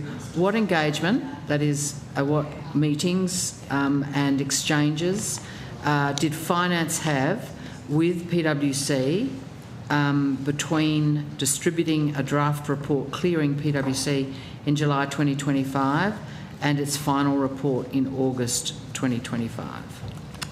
So on the 17th of July, PwC wrote to us around some information. We had a meeting on the 10th of August, but that's outside the timing, so I will have to take on notice if there's any particular engagements between the draft and the final. That there would have been engagements with PwC. We would have given them a draft to make sure that it was factually accurate what we're putting forward, but we didn't seek their views on the outcomes or findings of the report. So what did you give them? We gave them the draft report for a fact check to make sure what we've put in there is factual. Which included the recommendations? It did, yes. And you said a letter you wrote, or did they write to you? I'll take on notice, Senator. I don't have the notes in front of me. And I'm very curious about the nature of the comments made by PwC. Were they simply a matter of facts? Could you on notice? I can tell you that one, that they were only factual changes. There was only one or two small changes that we hadn't quite reflected exactly the way that PwC had told us in previous correspondence, and they just called our attention to that, but they didn't go to any of the substance of the report. And they didn't make any comment or any suggestions in relation to the recommendations or decisions that are set out? They did not, no. Has Finance raised PwC's denial that any current staff had involvement in the tax scandal with PwC, given court documents and media reports that indicate Matthew Chen, a high-ranking US tax partner, was involved in the scheme and remains in the firm? I've got to take on notice, Senator. It doesn't ring a bell, sorry. So you have no knowledge of Mr Chen, no knowledge that he remains with the firm and was involved in the scheme? Not that I'm aware of, but there's other officers who are involved in the PwC review, so I'll take on notice and check with them. So you will check whether PwC's denial is accurate? I will check what engagement we've had with PwC on this particular individual, yes. And any current staff? Could you check for both? Yes, Senator. Thank you. How many times has Finance met with PwC or its representatives since August 2025? You've given me a previous list which runs from the 3rd of April through to the 12th of June 2025. I'm just interested in the period since then. There was a meeting on the 10th of October between PwC and Finance to discuss their upcoming structure of the 6 monthly report that they were required to provide to Finance. There was a lot of correspondence after that date via email. I don't believe we've met with them since that date. We did engage with them a couple of weeks ago in relation, or last week in fact, in relation to the next 6 monthly report, which is due in July. Do you meet with any other Big Four firms on a regular basis? As Ms Purvis-Smith touched on earlier, we do have our mass panel enhanced supplier engagement where I meet with the top 10 suppliers twice yearly, and Ms Purvis-Smith meets on an annual basis at least. So we do have regular engagement. PwC isn't a member of the mass panel any further. Our engagement at PwC is directly linked to the 6 monthly reporting. Yes, I understand that. But you do have a regular program of visits because they are in your top ranking suppliers. I want to go to CTM, Corporate Travel Management. It's my understanding that the Brisbane-based global company is the sole provider of travel services for the Australian Government. Is that right? They are our travel manager and accommodation provider, yes, Senator. This is the same CTM, is it, that overcharged customers in the United Kingdom by at least $162 million? It's the same group. It's a separate company in Australia who looks after the Australian It's a different arrangement we operate under here. Are you confident that there has been no overcharging of the Australian Government, Minister? Well, it's a different arrangement than the one that operates in the UK, so that's the first important point. But there is a review underway that Finance undertook once those concerns about the UK operation we were made aware of them. That hasn't provided a final report yet. I think due in July, is it? July. Yes, the final report, Senator, is due in July. And at this point in time, we're not aware of any concerns that have arisen during that work, but we haven't received the final report. So you've initiated a review to ensure that there are no that you can be confident. Mr Danks, you provided evidence in February estimates that Finance appointed Axiom Associates to undertake that audit of CTM's handling of service fees, airfare costs, refunds and the accommodation program. You said you'd have a progress report done in April and a final report in June, but I'm hearing now July for the final report? It's the end of June, so I think end of June, early July. And has the department or that auditor found, in your knowledge, any indication thus far of concerning behaviour from CTM domestically? They have not, no. There's been no systemic or widespread overcharging or retaining client funds. As the Minister touched on, our arrangements are significantly different to the UK travel arrangements where the transactions go through our travel payment card, which is NAB. CTM doesn't hold airline refunds or tickets. Is it correct that the whole of government contract with CTM expires in June of 2027? That is correct, Senator. There are some extensions that have been factored into the original request for tender, which will be available for use. What are they? Bear with me a minute, sorry. Up to 3 years of extensions, which would, if we executed them all, would take it through to 30 June 2030. And why would you extend a contract without going back to tender? So these extension options were factored into the RFT when it went to market, so the market knew that the engagement was for a 4-year initial term with 3 years of extensions. There would be a value for money assessment undertaken before we considered executing those extension options. It's a common contractual mechanism to have significant contracts like this with extension options to give us flexibility on when best to approach the market. Is it in your hands as to whether it's extended entirely? It's the Department of Finance's decision, yes, Senator. And Minister, do you have a view about, it's been a 4-year period with a single supplier. There have been international scandals of real concern. You've seen fit to initiate an audit process. We're awaiting that result. Is it time to return to the market and have a more competitive round in relation to Commonwealth travel? Yeah, we would commence that. Yeah. So a couple of things there. One, we're not aware of any concerns with the contract here, so I just think we need to, be clear about that. We commenced a process after concerns were raised about the UK operation, which is quite different, where they, I think, had government money, which they used. That's not the way it operates here. So just to be clear, that they're not sitting on a kind of an account of government money and being able to use it differently. So I think the risk that presented in the UK is not a risk that we're managing here. And it would be, we will return to market. I mean, it's not unusual to have contracts that allow for an extension as part of that original process, but once that is over, you would go back out. You would go to market at the conclusion of the 4 years or the 7 years? Well, I mean, I don't get involved in procurements. It's a really clear line, so I am not forming a view either way. I expect the department to manage the contract appropriately and in accordance with, the original RFT or what went out and what was agreed. And if that allows for an extension, then unless there's grounds to not proceed with that. I mean, it really is a matter for the department, not for me. I have a view, my job is really to look at ways where I think, are there ways we can strengthen, the procurement arrangements and the guidance that goes out and some of the accountability, and that's what we've been working on together. So you'll see in the budget papers in BP4, which is the one that Finance authors, it goes through some of it says to provide greater accountability for agency spending on external labour, the government will introduce a new obligation on agencies covered by the procurement rules requiring agency head to apply greater scrutiny over contract variations. This has been an issue you've raised. Absolutely. And it's a particular area of focus for me too.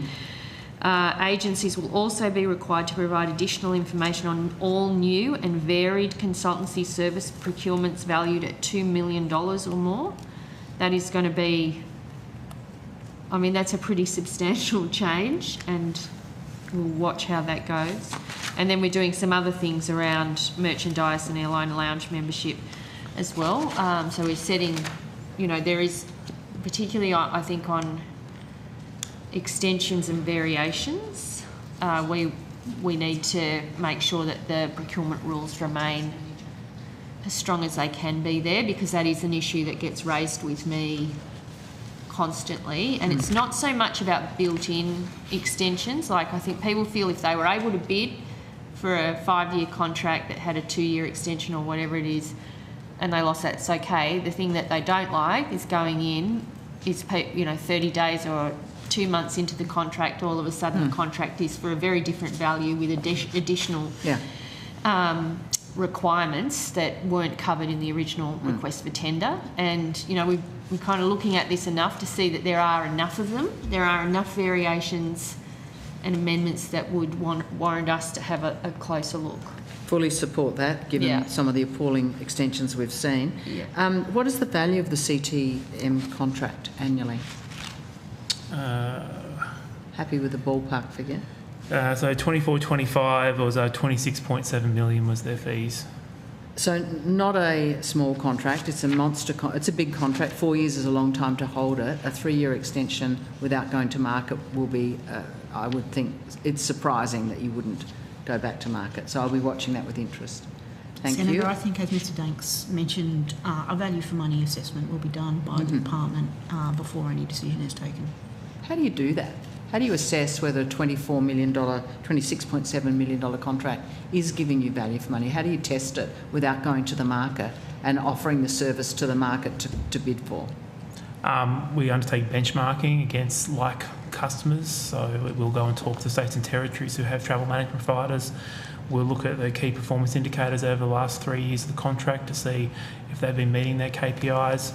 As the Minister touched on, there's been no concerns in the Australian operations of CTM, and we haven't seen any concerns with the contract. They've been performing as they're meant to be under the contract arrangements. So we'll consider those factors. We'll get feedback from stakeholders as well. Okay, thank you. I'll watch that with interest. I'm on a last little question, and I think I'm in the wrong spot, so I may be redirected anyway. It's about the appointment of AI officers across the public service. Rather than establishing a single empowered national AI leadership, thanks for your answers, incident, thank you, leadership function. The government has fragmented AI governance across every government agency. Can you tell me what proportion of departments and agencies have appointed a chief AI officer to date?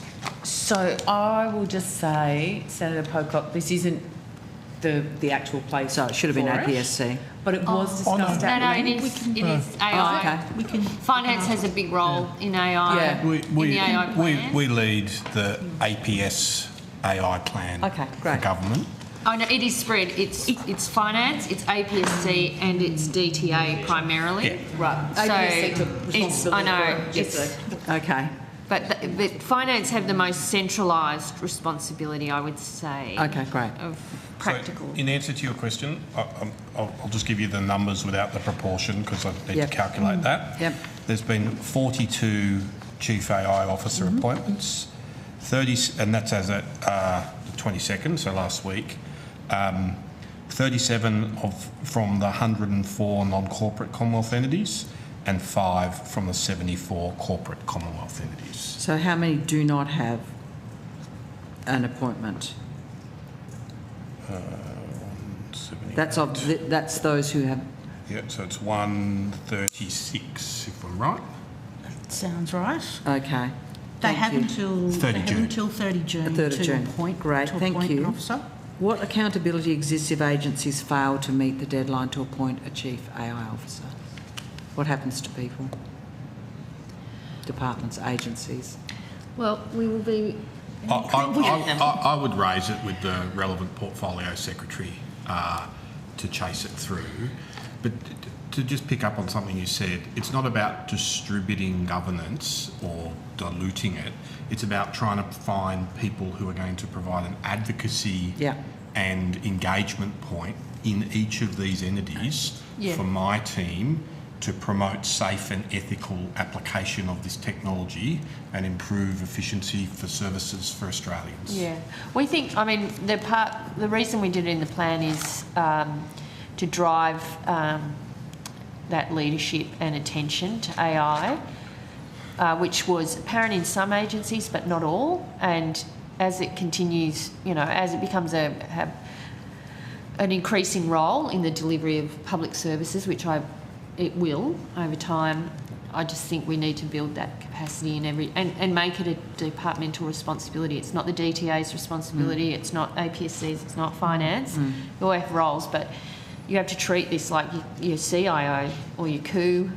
We need we need senior people to take it on. They need to be a point of contact and they need to be driving it and responsible for it within their agency. And what training and resourcing is being provided to those roles that are being filled by existing staff with no new headcount? So I think as a Secretary and the Minister has said, this is for each agency to look at where they are. Each agency is at a different point in their journey on AI. This is to allow there to be someone in that agency to take account of where they are and what they might do. In terms of training, the APSC, as part of the government's AI plan, the APSC is responsible for providing training to officers, not just to the Chief AI officers, but to the public service. And they have started rolling out some of that training, and many agencies, for people to be able to access AI, you have to undertake the training before you're able to get access. But we also want to make it part of core kind of responsibilities of the leadership team of different departments, of every department. And it's patchy at the moment. I think some, unsurprisingly, the big agencies, Tax, Services Australia, have more resources available in terms of systems and programs, and are more ahead of others. But some smaller agencies, the Patents Office, I think, do very well, but it's mixed. And so we are really trying to, again, build the culture around this, and we'll review it. We're doing quite a number of things, like setting up the AI review committee, getting people trained. I mean, the APSC's evidence was, I think they said 24,000 public servants have been trained in the sort of fundamentals of AI. We'll continue that as well. The aid team, it's called, in finance, rolling out you know, they've rolled out Gov AI. They'll have Gov AI Chat, which is currently being trialled. So there's, you know, where we can kind of centrally drive it, we will, but we also want departments to engage in it carefully. We heard evidence from the Department of Prime Minister and Cabinet on Monday in estimates that these roles are being filled by existing staff and they're receiving no additional remuneration. Is that correct? Yes, it's just an additional leadership responsibility for the relevant officer in that agency. Okay, so of which there has across the board been pretty substantial increases in, you know, senior leadership across most departments. We think it can be managed internally. Okay, thank you. I'm done. Thank you. Thanks everyone for your We'll go to Senator Sharma. Thanks, Chair. Thank you and good afternoon. I had some questions about the National Security Precinct, which I understand Finance is leading on that project. We are. Close to your heart, Senator well, Gallagher. it is. It is. I noticed those 6 brightly lit blue cranes when I drove Yeah. here. There's not very much we can say in an open hearing on that. It has, like, but let's see how we go. Let's see how we go. I mean, some contractors in Canberra have told me it's over-craned, but I'm not experienced enough to know whether that is a legitimate criticism of, and I have noticed the number of cranes. There was a lot of cranes. Yeah. It's hard to But that's it. miss. 6 is how many? 6, that's right. Yeah, that's what I counted, yeah. So when did construction commence? There was a sod turning. Yeah, there was. Last year? It would have been in early 25. Okay. I feel like it was. Yeah, maybe it was the. It might have been. Sorry, it might have been 24. I remember it being cold, so it could have been winter 24. Next year. Yeah. Mr McClintock will be able to answer those questions. Mr McClintock. Good evening, Senator. Nick McClintock, First Assistant Secretary, Commercial Group. So your question was... Just when did sod construction turning. commence, or when was the sod turning, I guess? So the smoking and sod turning for the precinct was in I think it was March 2025. Okay. Okay, just before the election. Yeah. Okay. Now, according to the website, it says that the precinct will provide a permanent solution to the critical accommodation and capability requirements of several national security and other Commonwealth agencies. I've seen public reporting of some agencies that will be foundation tenants. What can you advise about? I understand Foreign Affairs and Trade, Office of National Intelligence. Yep.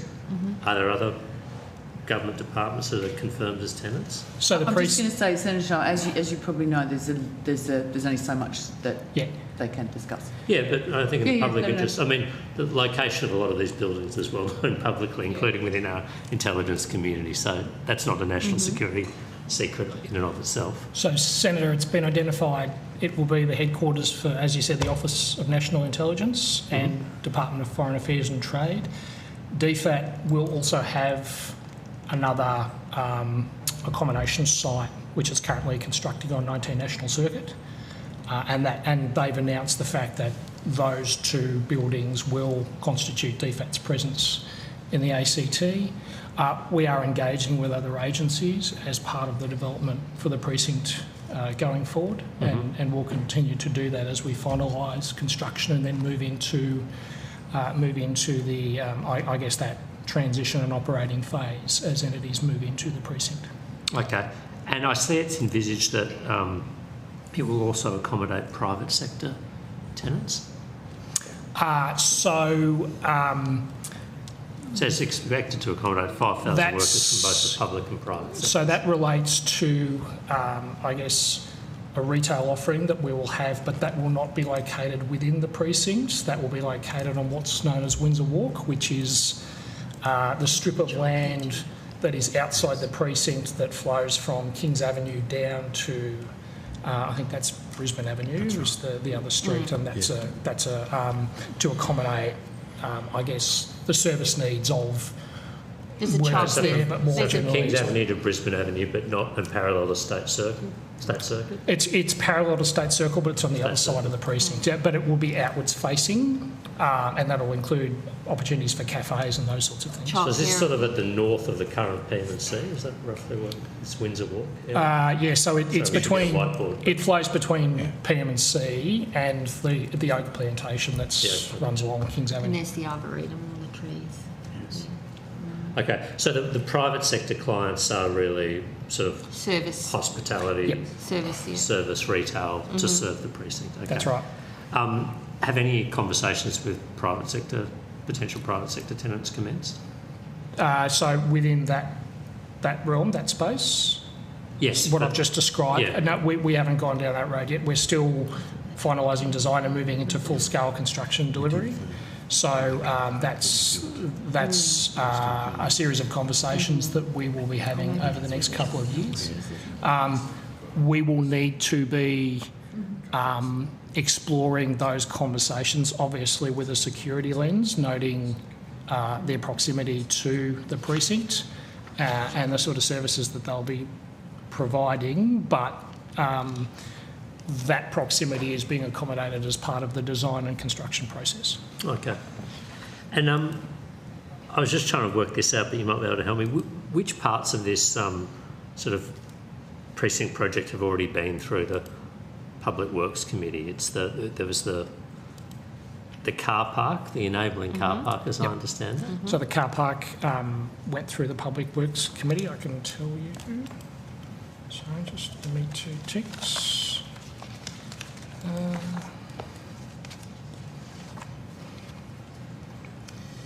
So the John Gorton car park achieved Public Works approval. So because it's, because it's located in the parliamentary zone, it was subject to parliamentary approval, which it received on the 11th of May 2023. In terms of, yes, because it had parliamentary approval, it was exempt from PwC.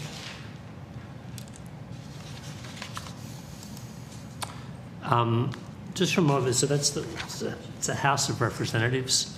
Yep. It's parliamentary approval through both houses under the Parliament Act 1974. Okay.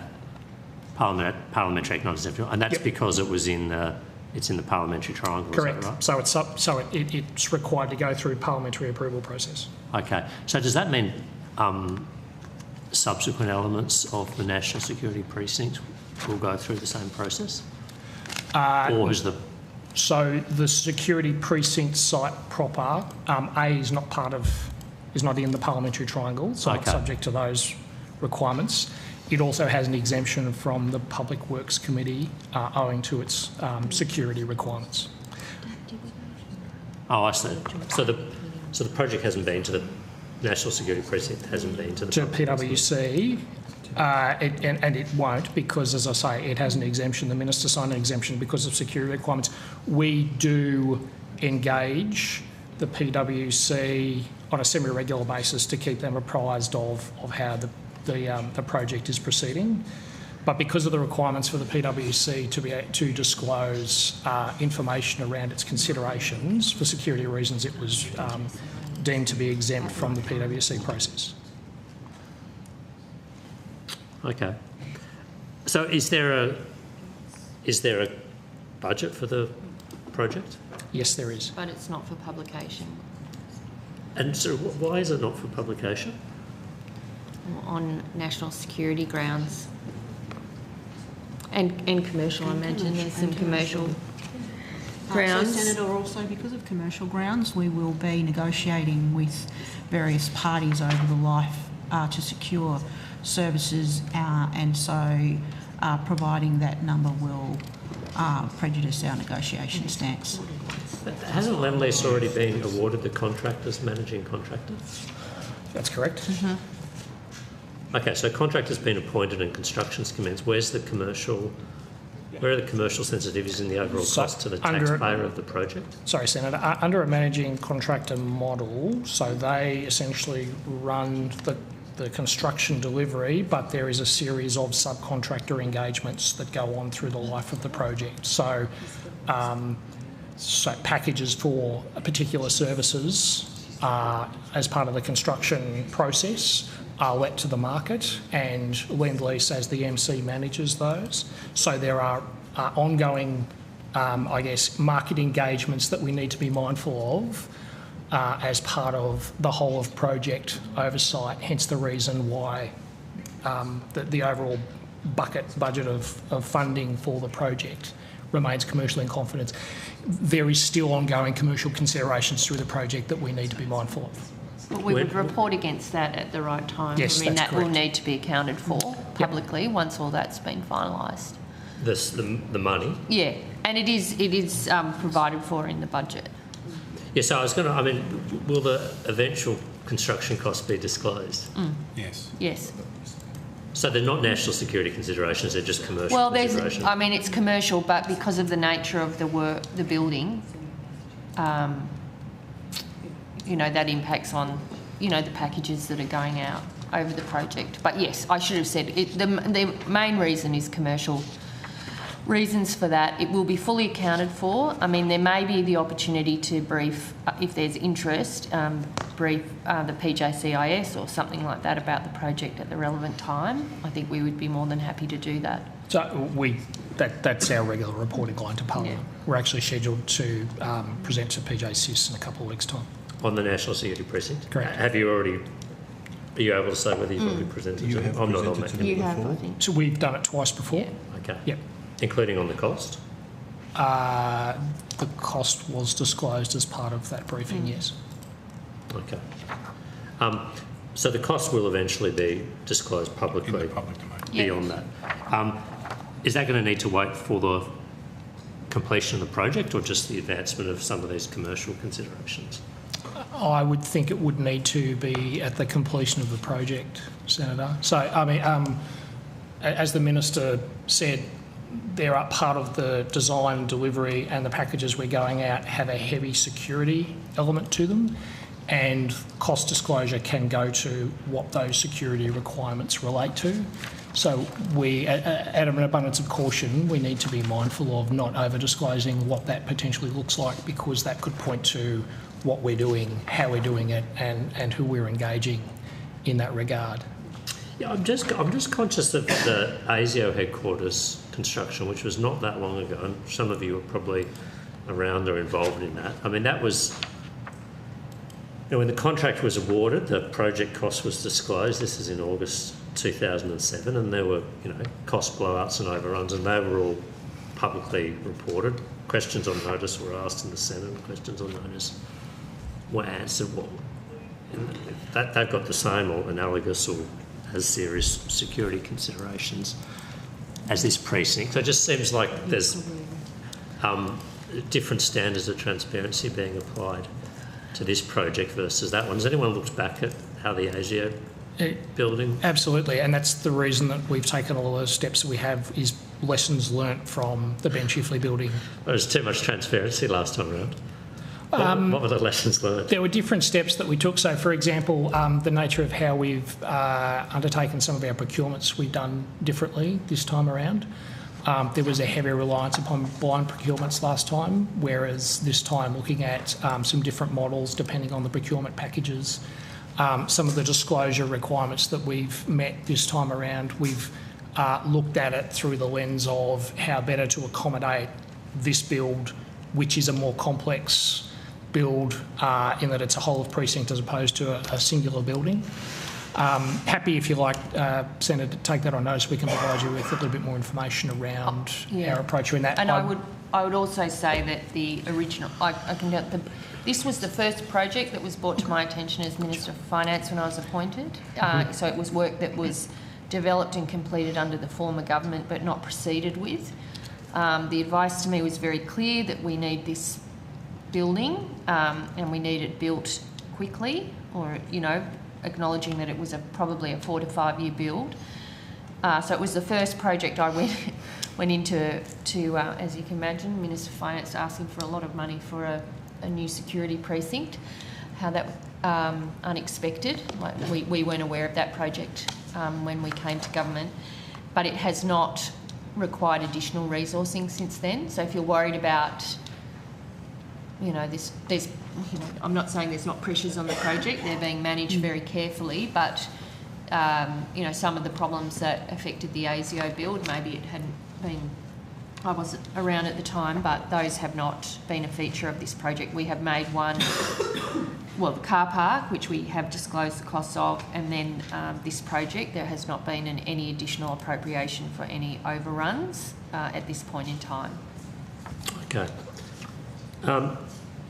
So how is it treated? I mean, obviously it's not for publication in the budget papers, but how is it actually treated in the budget, the allocation? So it's expenditure.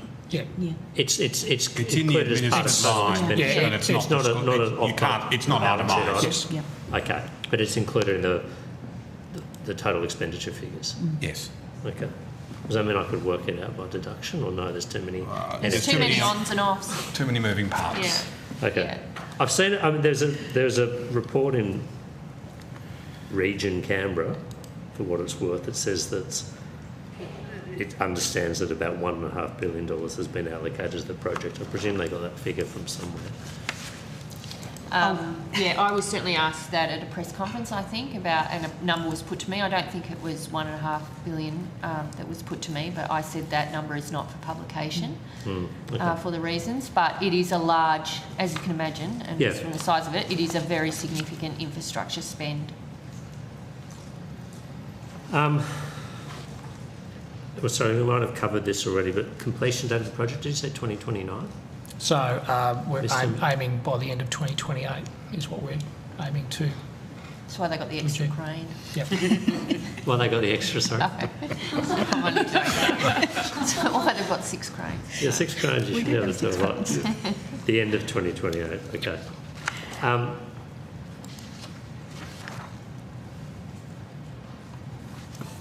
Okay, look, I think that is all I had on that project for now, but I would like to, obviously get updates and subsequent estimates, and, to the extent that more detail can be revealed, including about cost and timings and cost pressures. I think it's, I can understand the commercial and confidence considerations and to a degree the national security considerations, but only up to a point.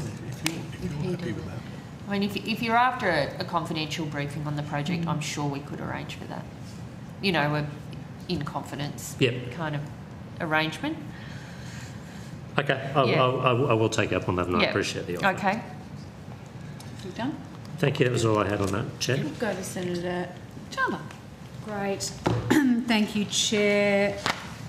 Want to talk about the gross debt figure in the budget papers.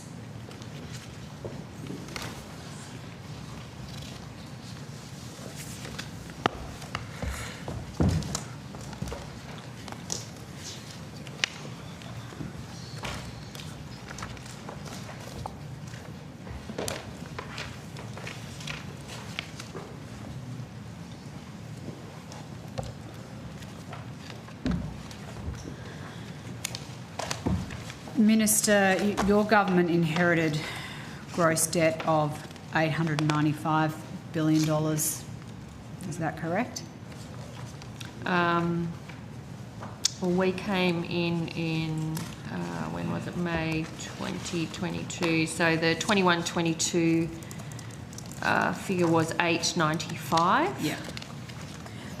And since you've been in government, debt will cross $1 trillion at some point this upcoming financial year. Is that correct? So when I think we have delayed reaching $1 trillion of debt by 3 years. I mean, it was forecast to hit in 23-24 under your budget forecasts, and we've managed to slow that considerably by paying down debt. And debt is lower, I think, in every every year of the forward estimates compared to what we inherited. As a share of the economy, gross and net debt is and will remain lower than we inherited. We've delayed reaching $1 trillion by 3 years. It's $173 billion lower in 26-27 compared to PFO when we were elected in 2022. And peak in gross debt as a share of GDP is 9.1% lower than what was forecast in 22 PFO. And that has resulted in us saving $70 billion in interest costs in 11 years out to 2032-33. It's still going up each year though, isn't it? We are paying it down and we are lowering it every single year. And as I said, it was forecast to hit $1 trillion in 23-24. And unlike what has been said, the increase in gross debt under the former coalition government happened well before the COVID pandemic. And we are managing it very carefully, lowering debt every year, lowering the interest payments on that debt. When we have upward revisions of revenue, returning it all to the budget so that it can pay down debt, and we will continue to do that. Sorry, you said you're lowering debt and you're lowering interest payments, but if we're looking at the same table, that $1 trillion in 26-27 goes up to 1.249 in 29-30, and the interest bill interest paid, I should say, goes from 29.5 to 42.2. So the numbers are still going up, aren't they, Minister? They're not going backwards.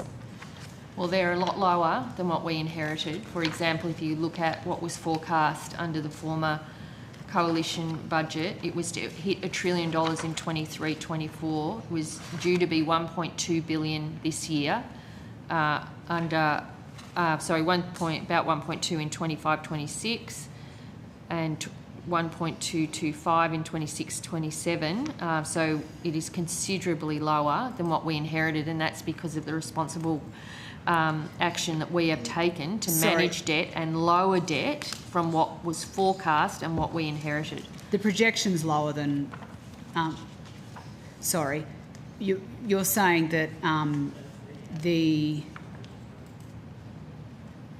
where debt has ended up is lower than was projected, yep, but it is still higher than it was when you came into government.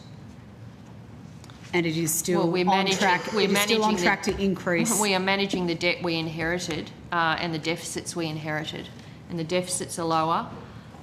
We've delivered 2 surpluses. We've banked the upward revision to revenue. I think 76% of upward revision to revenue has gone into managing our the debt, and that is clear from the fact that debt is lower in every year, and it's due to peak 9.1% lower than what we inherited in 22 when we came to government. Yes, we have to manage debt.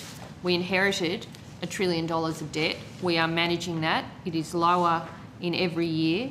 Interest payments are lower because of that. But yes, we have to continue to manage it, and we will each and every budget. Sorry, Minister, just so we're being very clear here, when you say that debt is lower in every year, that's based off the projection from when you first came into government, saying, not that debt is going down every single year, because it's not. Well, I've been clear about that. I said when you compare it to 22 PFO and what was released then, well, yes, we inherited $1 trillion of debt. We have bought sorry, it back. you inherited 3.95. Sorry, I don't know. You inherited 22-23 was forecast to be $977 billion. That's the first full financial year, and it came in under us at $889. So we managed that year to lower debt, and we've managed it every year since. But it is something that we have to manage, and we will continue to do so, and we'll take the same prudent approach that we have since we inherited that debt burden from you, and we will continue to do so, and we do it through our fiscal strategy and the decisions we make. So debt was $889 billion in 22-23. That's right. And then in 23-24, it was $906 billion, almost $907 billion. $907 billion is bigger than 889 billion. Well, yeah, and it's lower. We are managing that and lowering it every year through the decisions we take. And as I said, it means it peaks lower, I think 9.1% lower as a share of GDP than what was originally forecast. Back in and that means 2022. Yeah. Well, that's what we inherited when we came to government, and so that's what we've been managing. I just don't accept this kind of view that all of a sudden we came in and there's this massive problem or concern around debt when we inherited almost $1 trillion of debt from the former government, most of which had been accrued before the pandemic hit. And there's no recognition of that. I recognised in the start of my question, Minister. I said you inherited this incredible 895 billion. concern about debt from the 22 year on and nothing beforehand. Yes, we inherited almost $1 trillion of debt from the former Liberal government. We are managing that. It is lower every year. Debt is $176 billion lower because of the decisions we've taken. It peaks lower, 9.1% of GDP lower than was originally forecast, and we're paying, because of all those decisions, we are paying less. We've avoided about $70 billion in interest costs. But this is something we think about a lot and manage, and you've seen it in every budget. We have done so and we will continue to do so. You banked 2 surpluses in your first term, correct? So I think it was $14 billion in 22-23 and $14 billion in 23-24? Yes. And since then, you've chosen to return a deficit every single year on projection the rest of the decade. Is that correct? Well, I think choice there. We inherited decades of deficits, which we turned around in the first 2 years, and we returned the vast majority of that upward revision to the budget to assist with paying down debt. But the budget remains under pressure, even though the deficits are considerably smaller than what we inherited. So don't those deficits that you're running, though, add to gross debt this year? That's why improvements in the bottom line, and again, we've made them in each budget, in this budget, in every budget year, are very important.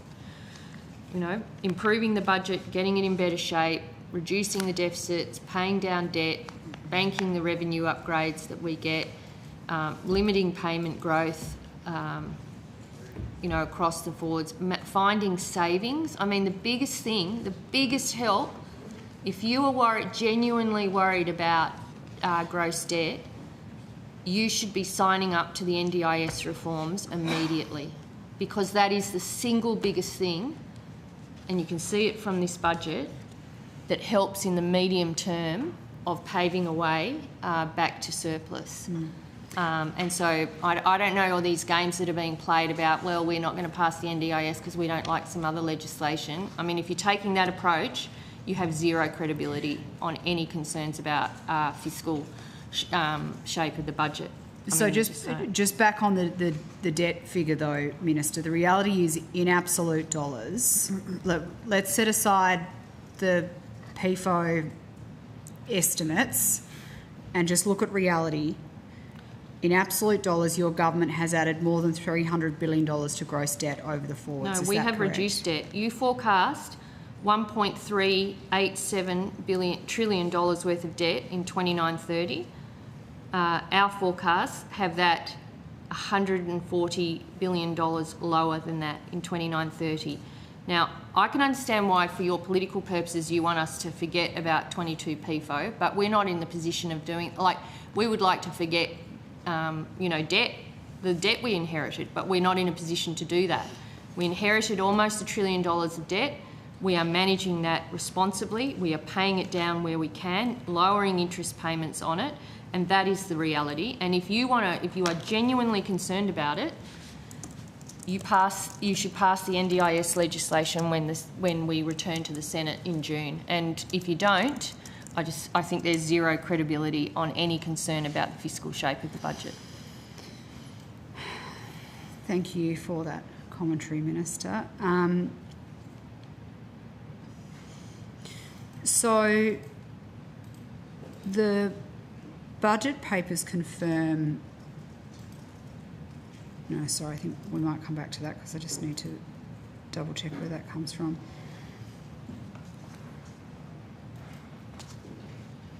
So we have debt rising every year. Net debt as a share of GDP is rising across the forwards, as we've discussed previously. And you have the budget returning to balance in 2034, 2035, is that correct? Yes. So it's going to be a while, isn't it, Minister, until we start making a serious dent in that debt bomb? Well, I notice how that's the language you use to describe the debt now. It's not a term that you use to describe the $1 trillion that your government borrowed. If you look at net debt, and the comparison between what we inherited and where we are now is again very different, much lower than what we inherited, and remains so because of the decisions of this budget. I mean, but it's not lower than what you inherited. If I can just say, if you go back and have a look at what happened when you were in government, you increased debt every year. Considerably. So have you, Minister. Quite considerably before the pandemic hit. And then there was additional borrowing related to the pandemic. But what we have done is bring that down much lower than what was forecast under your last budget and indeed the 2022 PFO because of the decisions we have taken. The savings we've made, the return of revenue upgrades have allowed us to lower the debt in every year, to lower the interest payments on that debt, and that is a good thing, and there is more work to do there.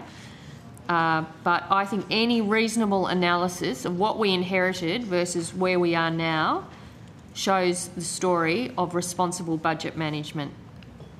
I think any reasonable analysis of what you inherited versus where you are now also shows that debt has increased.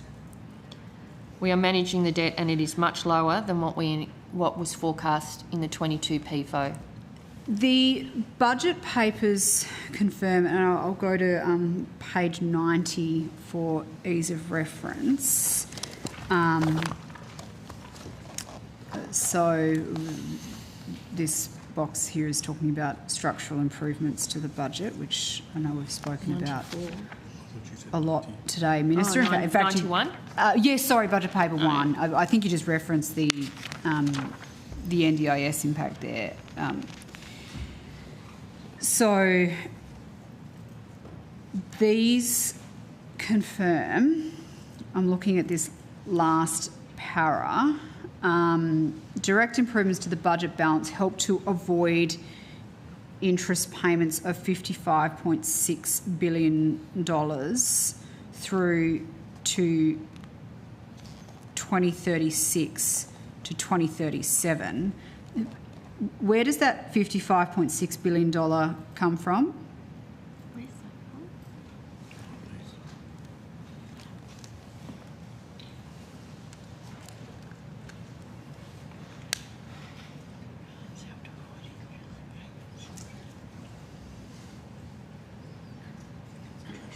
Yeah, it is really a Treasury question in relation to debt, but it is and borrowing, but it is because of essentially because of the savings we're making through the budget. Sorry, I'm talking about the interest payments, not about not about program payments. Yeah, but Treasury manages that side. We do kind of the expenditure side. Treasury does deals with those matters. So but it relates to the dot points above, essentially. So yeah, I guess what I'm trying to understand is how do we get from those dot points above to $55.6 billion in avoided interest payments? I think that's a question Treasury will be able to explain how they do that calculation, but it's understanding what the difference, the impact the impact that would have occurred had those dot points not been given effect to, and then what that meant for interest payments. But I think Treasury is best placed to explain that. Okay.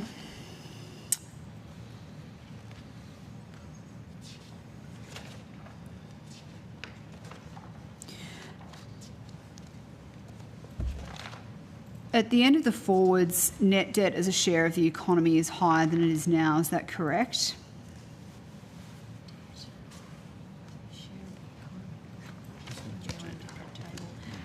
Again, this is not really a finance issue. Have you got a page number there? Oh. Yeah.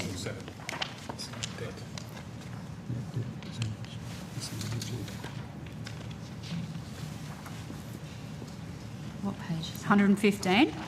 Does that help? 115.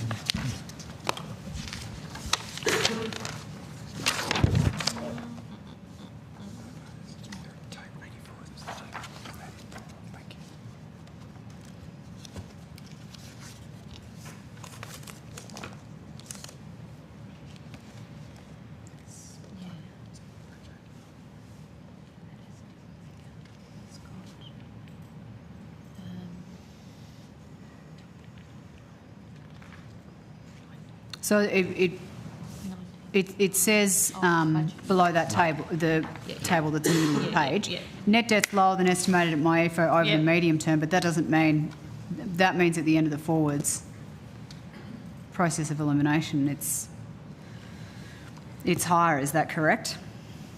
So you can see from the table, I think,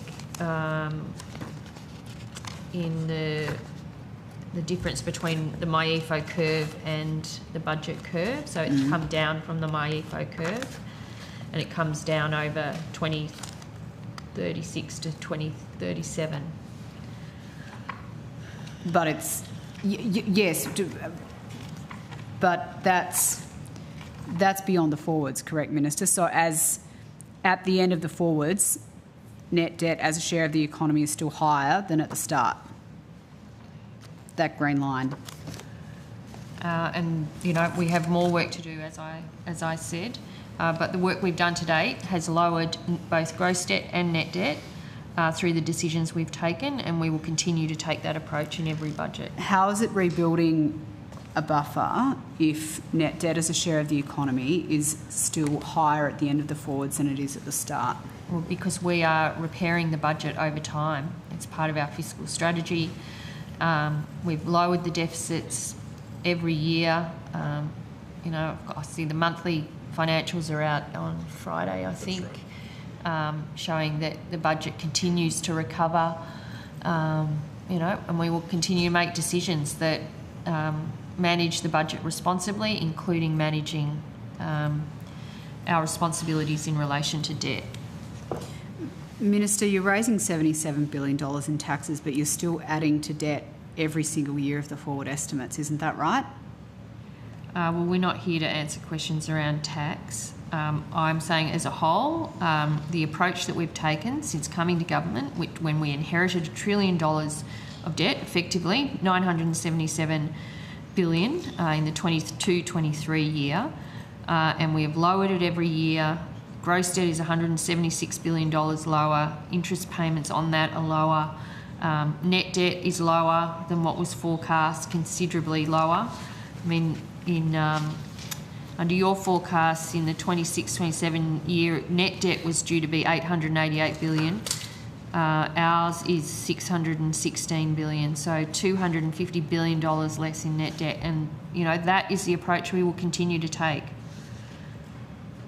Sorry, Minister, you said $977 billion was what you inherited with there. Where was that number from? Well, that's the 22-23 forecast year. I thought we'd agreed earlier that it was 895. Well, we came in towards the end of the 21-22 financial year. Okay. So, you know, the first full year that we inherited had gross debt at $977 billion. Okay. I think we might be hitting a brick wall there. So we might, Chair, I get the impression it's just my show at the moment. Is that correct? That is indeed correct, Great. but please. Oh, unless Senator Sharma wants to jump in with anything, but I might move to another topic, or did you want to ask some questions, Dave? Yeah, sure. We might rotate to Senator Sharma for a block, if you like. Sure. Just gonna put some variety in the mix. I'll throw in something else now. I don't like to take all the limelight. Senator Mackenzie, did you want to? Yeah, really? You can. I mean, Wow. we were expecting you. We've just been. It's the magic Mackenzie moment. Confetti. They've been busy waiting for you. If you'd like to, Mackenzie, so maybe yes. Oh, thank you. If I'm not Senator stepping Sharma on toes, obviously because chairing. I know this isn't my Sorry, area. I mean, I'm sorry, Chair. I'm just saying I'm It's happy just to like see our this. We are flexible. Senator Mackenzie, please. I know go infrastructure's right loss is finance gain. Yeah, I bet she does. Don't have to wear the T-shirts. All right. It's an infrastructure joke. I get it. Okay. Speaking of infrastructure, nice segue. I want to go to the SRL. And I'm wondering, Minister, was Finance asked to consider whether the SRL should be included in the budget statements of risk?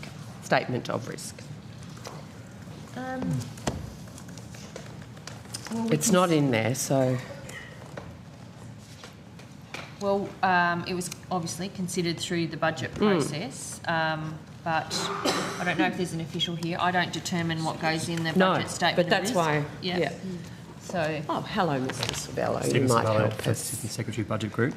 The government's commitment with the additional $3.8 billion... Capped. Locked box. And you might want to explain that at some point this evening. As a capped commitment is the government's investment in SRL. So there's no additional investment that requires a statement of risk disclosure. So that's the definition of when something is to be included or not on a statement of risk, is whether it's a capped contribution or not? In this instance, yes. Right. Have you provided any written advice to government on whether SRL should be included on the statement of risks, given this is the second contribution? And that's advice we provide to government. Well, Can't that's not comment on secret. That. Did you provide it or not? I don't want to see it. It's part of I'm not asking you to table it. We just in a general... As part of settling the budget papers and therefore the statement of risks, yes, advice was provided to government. But thank you. That's as we go through the process. As the statement of risk. Yeah. Of what is in and what isn't, and by definition, it's not on the budget papers. So I'm assuming you didn't advise them to put it in there. It is not a minister's decision about what goes into the statement of risk. Yeah, exactly. And who does the advice on what goes in and what doesn't on the statement of risks? Who is that provided to? Treasury, Finance, ministers, PM&C, the Infrastructure Minister? I think someone's it's the coming Department to of be Finance's helpful. role to settle the statement of risks. Senator? Sorry? It's the Department of Finance's role to settle the statements of risks, portfolios. So in this case, the Department of Infrastructure may identify risks that they would like to see reflected in the statement of risks. We might, through budget considerations, identify things that we think need to be narrated.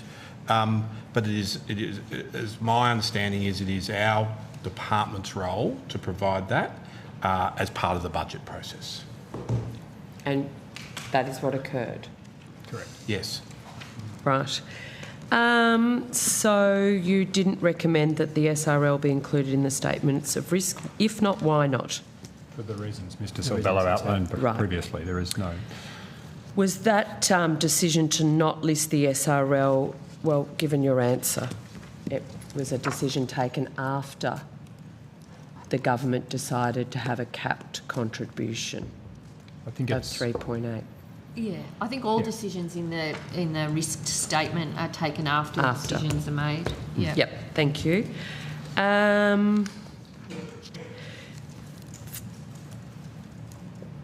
In 2022,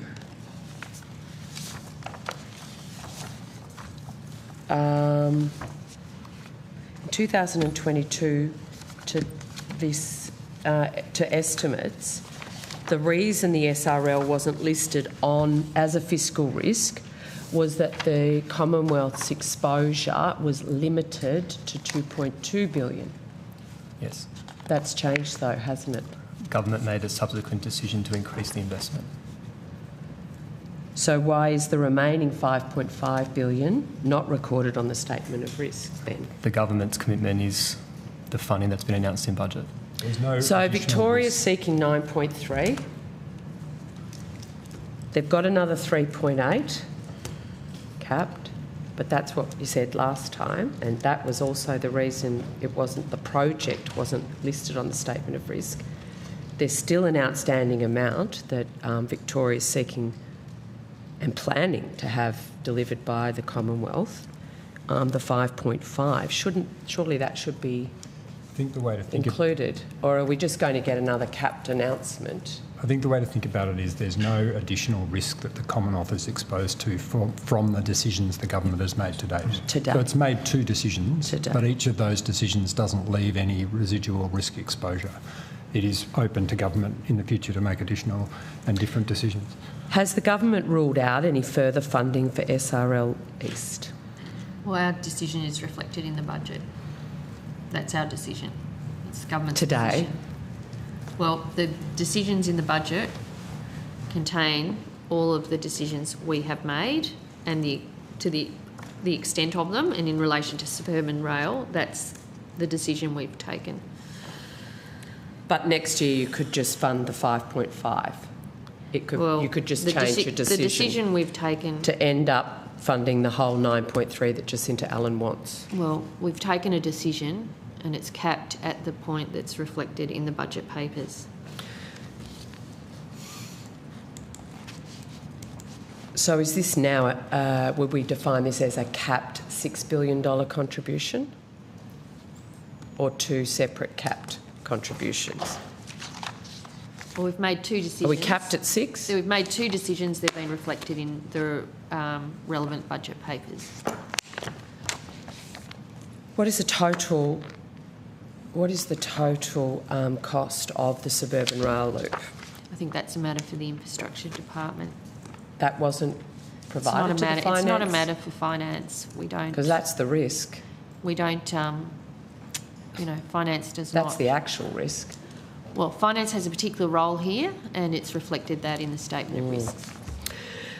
Minister, staying on the topic, on the 11th of February 2026, Mr Geoffrey Watson appeared before the Queensland Commission of Inquiry into the CFMEU and misconduct of the construction industry and tabled his draft report, Rotting from the Top, the CFMEU in Victoria during the sector era, including elements withdrawn from the report at the request of the CFMEU administrator. Mr Watson's report included the finding that, and I quote, the leadership of the CFMEU has cost the Victorian taxpayer something like $15 billion. There is another point to this, as will be seen. Much of that $15 billion has been poured directly into the hands of criminals and organised crime gangs. Mr Watson said that the $15 billion cost estimate is probably conservative. I note the department has factored into the statement of risks the infrastructure department's project slipping adjustment, but hasn't mentioned the risk to delivering infrastructure projects in the state of Victoria specifically, that the CFMEU Victorian corruption risk. Did the department consider Mr Watson's evidence before preparing the statement of risks? It's not a matter for the Department of Finance. I mean, if anyone is in a position to answer that, it would be the Department of Infrastructure. Finance reflected the decision and in the budget reflects the decision that the government took about a capped contribution to the suburban rail project. But CFMEU corruption is costing taxpayers in Victoria $15 billion on the cost of delivering that infrastructure. Is there a reason why the government hasn't included corruption on major infrastructure projects as part of the statement of risks? Well, I'm not sure that's the approach. You know, the statement of risks goes to trying to capture and outline potential risks to the Commonwealth budget of, you know, whatever project in whatever department. We are making a capped contribution to the suburban rail project, and so therefore the risks are essentially being managed because it's capped, and it's a decision that we've taken, and that is why it would not, and as evidence here is, it hasn't been, and there is no need to reflect it in the statement of risks. But the evidence being collected is that your $6 billion of Commonwealth taxpayer money to this project, if the allegations hold, will be funneled to criminal activities. I don't think they're... Did the Infrastructure Department raise reports of criminal activities, allegations of theft, corruption, fraud and criminal behaviour on Commonwealth-funded infrastructure projects with the Department of Finance? Did the Infrastructure Department raise that? Not to my knowledge. No. And Okay, Infrastructure Australia has gone through... oh no, we dealt with them last night. Yeah, okay, well good. You know, I think any questions relating to your concerns about this project really have to go to infrastructure. They are not matters for the Department of Finance. So, Minister, what was discovered when asking questions about this project and infrastructure funding more broadly across the Commonwealth? The fraud, corruption and criminality is adding significantly to the cost of delivering infrastructure projects. Was disclosed the North East link has 28 allegations of corruption, undisclosed conflicts of interest, fraud, breaches of workplace laws and criminal behaviour, and that project was awarded an extra $3.25 billion of Commonwealth funding in the 24-25 budget to cost overruns. The suburban rail loop had 16 allegations of fraud, bullying, corruption, breaches of workplace laws and criminal behaviour, and yet in this budget they got an extra $3.8 billion. The Western Highway duplication, allegations of theft, a project that your government awarded an extra $99 million to in November 23 and $372.5 million in this year's budget because of cost overruns.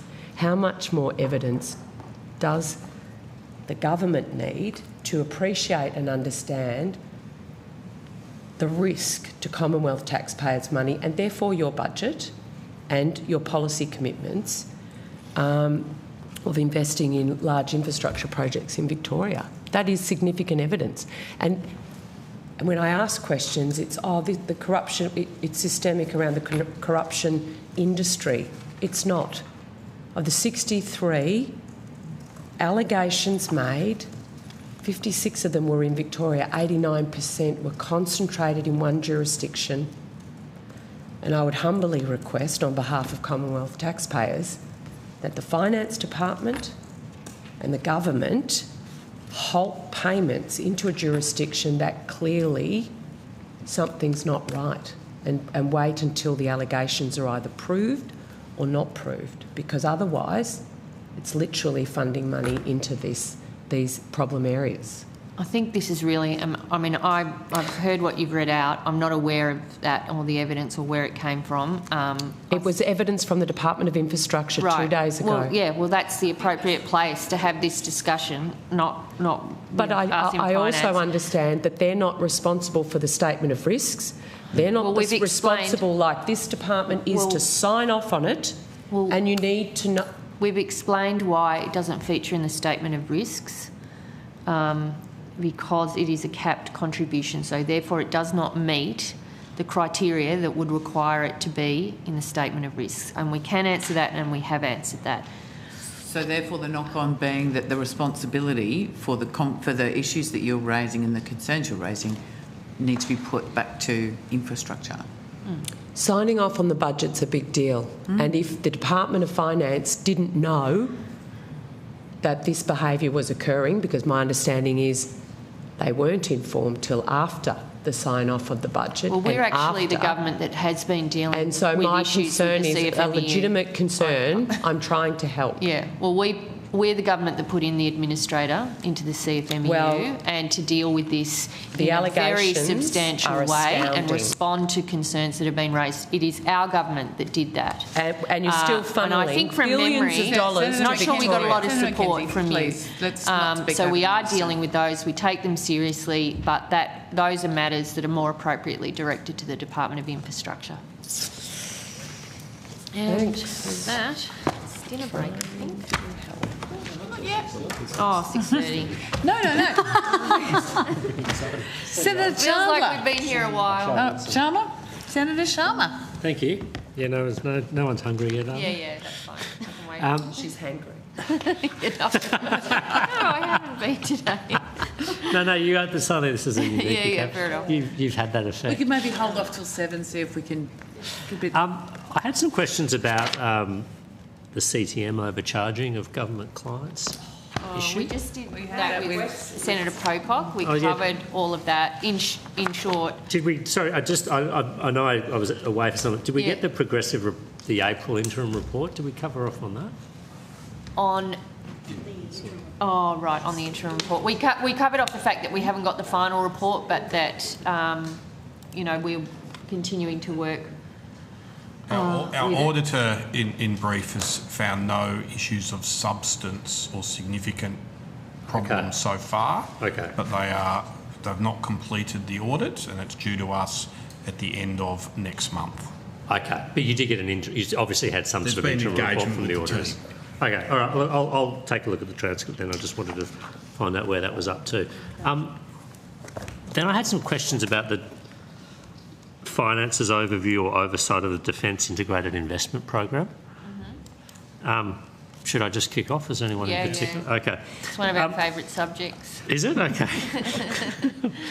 So the 2026 Defence IIP says there'll be an additional $14 billion invested over the next 4 years and $53 billion over the next 10 years through defence funding, net proceeds from the state divestment and alternative financing where feasible and there is value for money.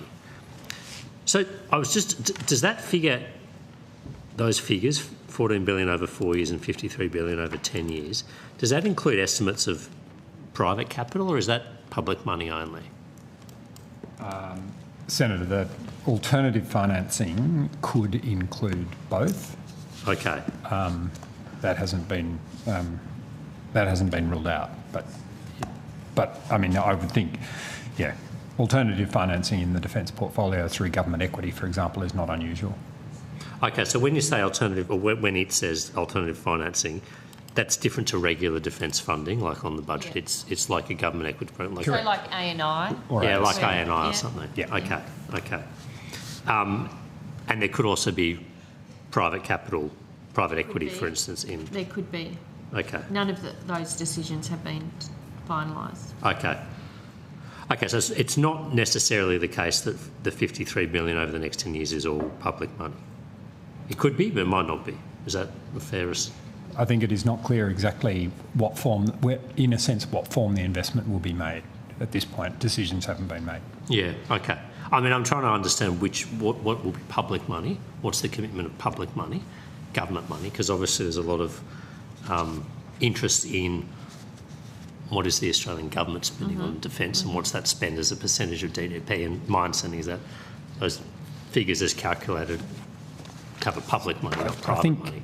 I think the way, absent decisions that haven't yet been made, the way to think about it, the way we would think about it is we are envisaging $14 billion invested in the National Defence Strategy over the forward estimate period and 53 over the decade. Okay. And so finance was obviously consulted in those figures. You're comfortable with them, the methodology. Do you have a breakdown of, what comes out of consolidated revenue, what comes out of government equity, what would be estate sales, what would be private capital, or indicative breakdown, or? Senator, we've got, there is some information that has been published, and then there is information that is not for publication and in a sense captured in the contingency reserve. So the number you articulated at the beginning is in a publicly disclosed, which is the 6.8 billion. And then after that, So what's the 6.8 billion? I said 14 billion over 4 years. Oh, sorry, I thought you referenced the 6.8. Maybe I did. I was you smarter did, than I thought, as but I don't being, think so. which in a sense is 6.8 is from the budget, and then of the 14, 6.8 is from the budget, and the remainder is, as you read out, alternative financing. Apologies, maybe you didn't say it, but the 6.8 is disclosed in the budget papers as being additional investment in the IRP. Okay. So 6.8 billion over 4 years is... And 35.6 billion over 10. Yeah. From 26-27. With the... That's in additional funding. Right. And then there is a chunk in effect which is accounted for in the contingency reserve. I see. So for the 10-year envelope, we've got was it $18 billion that is accounted for in the contingency reserve, is that right? Yeah, but some of that sort of, in a sense, in the CR, and we're out in the medium term as well. Okay, I see. And that $18 billion, I'm sort of rounding it here, that could also be government equity, could be estate sales, could be private capital. Yes, but as the Minister said, decisions haven't yet been made around the final form of the investments that will be made. Okay. And then for some of the projects where you expect to attract private investment, so I've heard mentioned, and you can correct me here, Henderson. Potentially. Potentially. Guided weapons and explosive ordnance, potentially. Other defence estate, potentially. I mean, is there...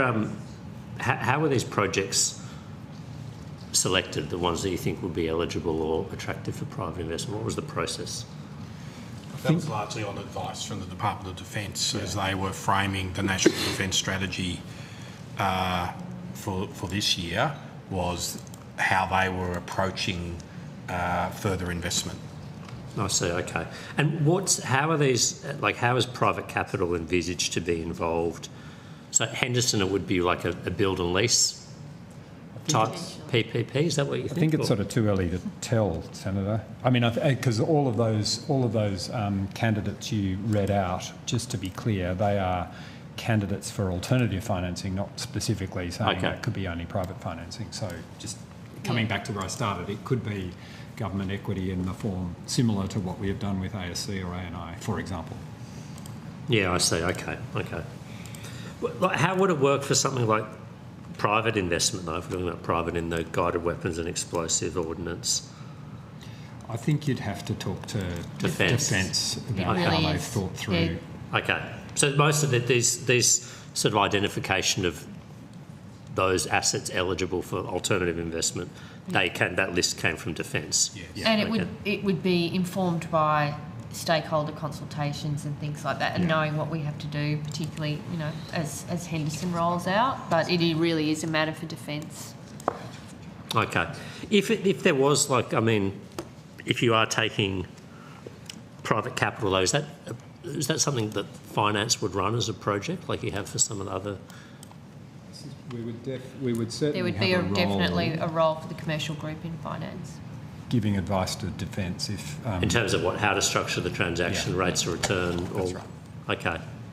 I see. And we have, just in terms of suggesting this is not remarkable or totally unusual, there are examples, public-private partnership models, for example, with respect to Defence that have been used in the past. Yeah. What's that one with the gingerly over the horizon radar thing that the government took a big stake in? What was or the C rate? CA Technologies. Oh, CEA Technologies. Yeah, so is that an example? Well, they're coming tomorrow night. They're a GBE. Yeah, but, I mean, yeah, they're off, yeah. I mean, they were obviously... It's a different... They were private and they've been taken public, Yes. right? So it's a little different, right? Yeah. Okay. I'm just trying to get analogies in my head or understand how this would work. And so what are the risks in this sort of alternative financing envelope that if you can't attract private capital or not on the terms you expect? I mean, how are those risks addressed in terms of... It's just not private capital. Okay. Yeah, it's looking at how you can... You know, how is it to best deliver the outcome we want? What is the mechanism that's most beneficial to deliver that outcome? And those really, I mean, it's hard, it's difficult because it's really probably more a matter for defence. Finance can advise and be involved in some of the discussions and would be. And we are involved in Henderson, for example. Well, we're closely involved with everything in defence, as you would expect. But the policy responsibility is with Department of Defence. Okay. Could I just understand the involvement in Henderson, for instance? Just like what's the finance's day-to-day involvement and which part of finance and how does that work? It's a genuine curiosity question. So there are two parts of the department, Senator.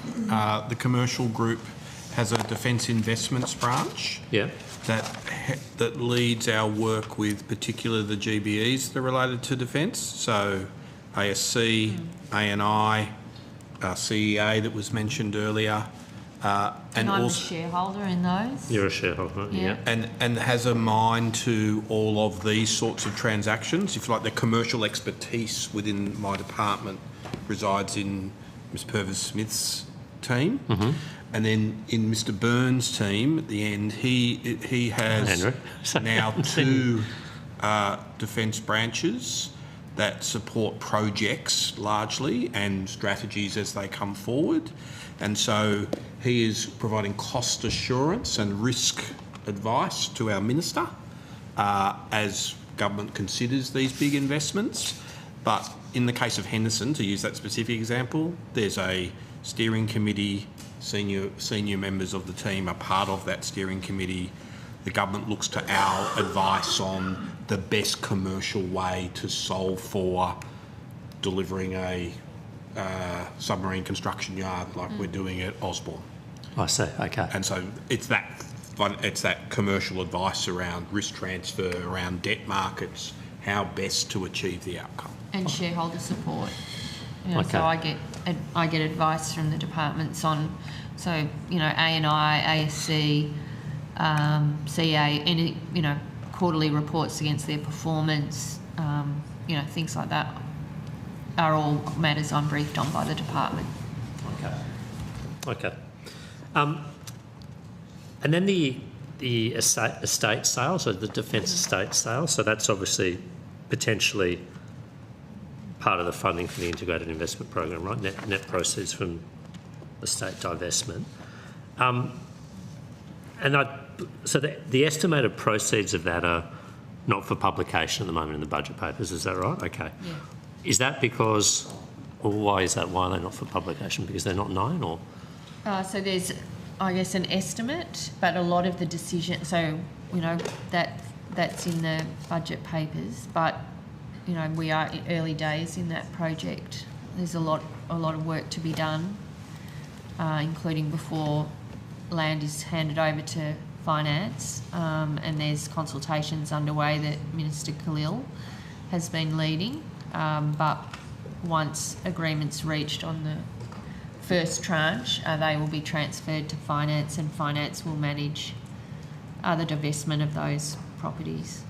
Okay, so Defence needs to identify the first tranche of these 60 possible sites, with the assumption being that not all of them will necessarily be sold or divested? Some are less complex than others, so it's trying to stage that work, including with personnel on them, you know, working from those sites, so there's matters relating to that.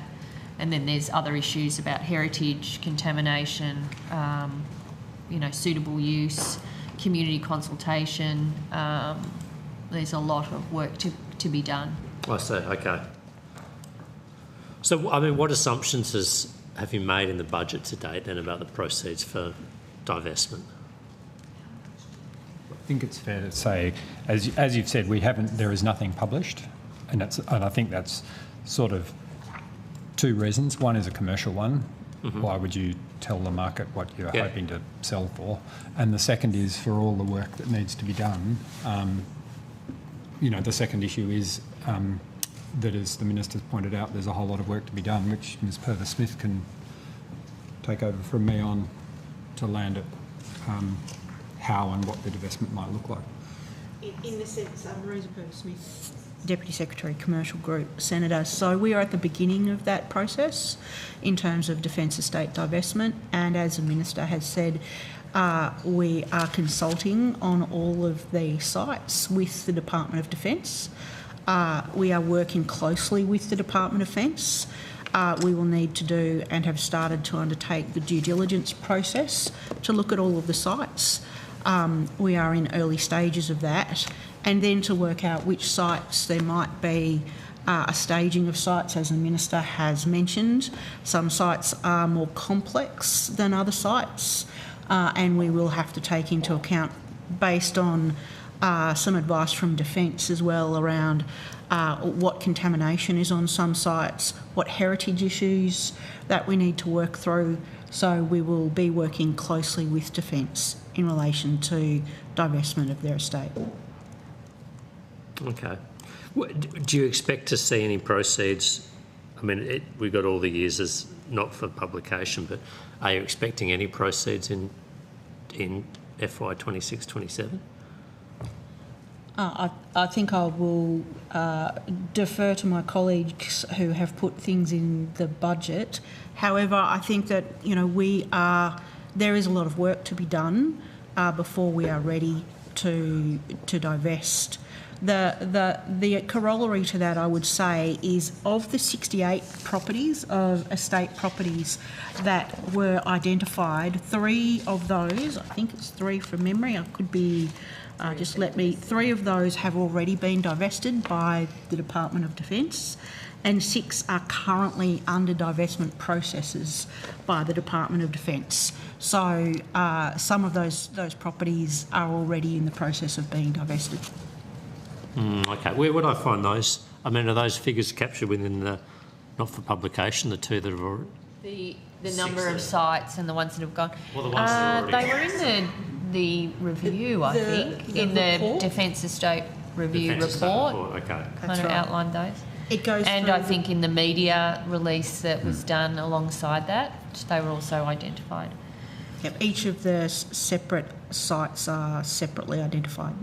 So the media release, that identified a figure of $1.8 billion, the net amount that these, after heritage protection, land contamination, remediation, relocation, that was the report's estimate. Okay. By the reviewers. By the reviewers. So is that like a government-endorsed figure, or no, it's just the reviewers' figure? It's the figure at that point in time from the reviewers. Okay. So, Senator, we need to do a due diligence process and go through what the sites have individually and work out what the sites would be best used for. They might have a range of uses, and then provide options to government.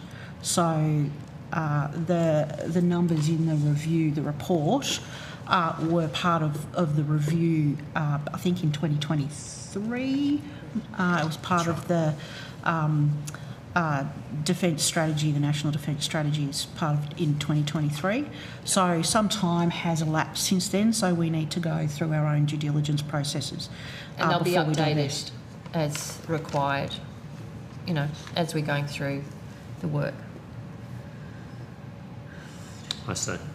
So I think, and I wasn't at this hearing, but at a Foreign Affairs, Defence and Trade References Committee hearing earlier this month, one of the reviewers, Ms Mason, sort of said the reviewers kind of plucked a round figure, like, there wasn't a lot of confidence behind the $1.8 billion figure. I mean, I'm just trying to understand how much reliance is being placed on that figure in terms of planning for the IOP. It's a department figure, it's not a reviewer's figure, the one that we would, have in the budget.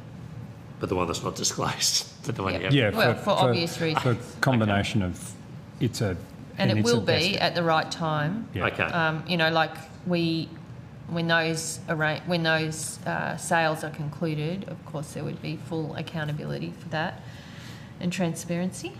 And you'll have seen in the media that there's a lot of interest from the Premier of Tasmania around Derwent Barracks. I hadn't seen that, but I know of some of the others in Sydney as well. And so there is a bit of interest from state governments around some of this, but we want to do a good and thorough process, so we will. There's a fair bit of community interest in this, of course, and that will be managed appropriately. Okay. So so there is a figure that you're using that's not for publication, that's right.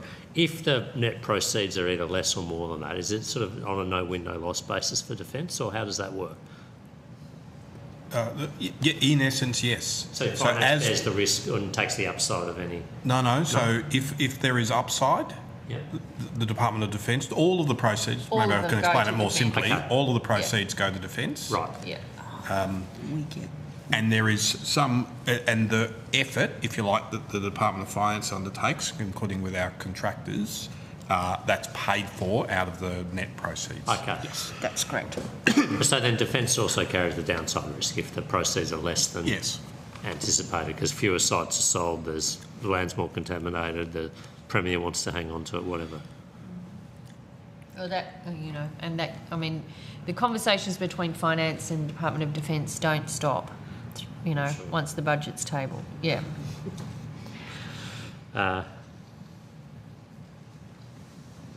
Okay. Finishing on the defence assets, but the government equity piece, does Finance have in mind a figure for how much of the alternative financing would come from government equity? This is in the 53 billion. Yeah. I mean, those decisions are yet to be finalised. Okay. That's right. I think the expectation around the time of the National Defence Strategy was between about 5 billion in the forward estimates period from alternate financing and I think 15 billion over the decade. The actual transactions have not yet been, if you like, scoped out fully, and so government has still to consider those. And just perhaps to slightly help, Senator, the statement of risks does cover the defence estate and has a paragraph in there that in a sense explains the budget contains, in a sense, the best estimates we've got at the moment, but that there are sort of risks and further work to be done. Yeah, okay.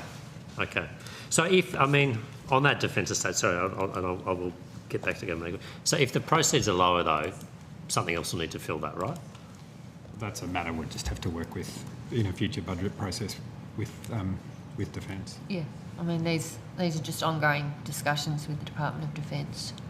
Okay. I mean, I think the Deputy Prime Minister is being pretty clear that he wants to maximise the sale opportunities from some of these sites, but acknowledging that some of them are heavily constrained for different reasons. So we'll do all the necessary work, and they're an important funding stream into Defence for all of the capability that they need to have in place. So I think this will be something that we probably revisit at estimates for some time. Okay. Government equity investments to date in things like ASC and ANI and CEA, they're not disclosed, is that right? Sorry? Are they disclosed in the budget papers? Not new investments into those are usually not for publication at the time when there's an intention to. But are they disclosed subsequently, after the transaction's taken place? Total equity invested in the businesses would be disclosed in their financial statements. So that's where I was going to ask, where would I find in the financial statements for ASC, ANI, CA? That's correct. Could I just put that on notice to you, would you mind? If That's fine, we'll send it out. Yeah. Okay. And ANI are coming tomorrow. Yeah, I'll ask them too, but I just might not. You're obviously They'll the probably central say that bit's not for publication, but equity investor and all other, that. yeah. And are there rules governing what government equity can be used for these, or how government equity can be used for these GBEs? I mean, does it have to be for capital investment or recurrent expenses, or is there a expected rate of return or an indicative rate of return? Like, what are the rules that govern these sorts of equity investments, or the guidelines? There are, and I can throw to my colleague, there are criteria around what it takes to be a GBE, a government business enterprise, including rates of return that it must meet, which is one of the largest criteria. Also around where it gets its revenue streams from, and in terms of classifying it as a government business enterprise, it is not the Department of Finance's decision, and it's not the Minister's decision. It is a decision of the ABS, and that case... So the ABS? The Bureau of Statistics. And they have categorisation within and without the general government sector, and business cases and cases need to be made to the ABS when a new GBE is being set up, so that they can make a decision as to its classification. It's not within the gift of the Department of Finance or the Minister to make a decision as to whether it is a GBE or not. And there are also classifications within a GBE. It can be a GBE. The Minister can set up a GBE, but then it depends on whether it's a public private non-financial corporation, or whether it is not. So there are various. It's quite complicated. There are various classifications within the GBE classification. So we can set up a GBE, but that really treats it as to how the equity is treated within the budget, and whether it's a financial asset, and that is made by the ABS in terms of the detailed classification. Okay. But my colleague might just make sure I haven't got that wrong. Very good. David Webster, First Assistant Secretary, Commercial Group. Typically when we put equity into a GBE or a public non-financial corporation, there'll be an equity financing agreement, which will have a schedule of drawdowns. We'll have the terms and conditions, which typically include, what they can use the funds for. Okay. I see. Okay. I do have a few more questions here, but I'm happy just to go to dinner and come back afterwards. Great. Since We you're all will here anyway, I think so. Suspend, and we will return at 7:30. Thank you.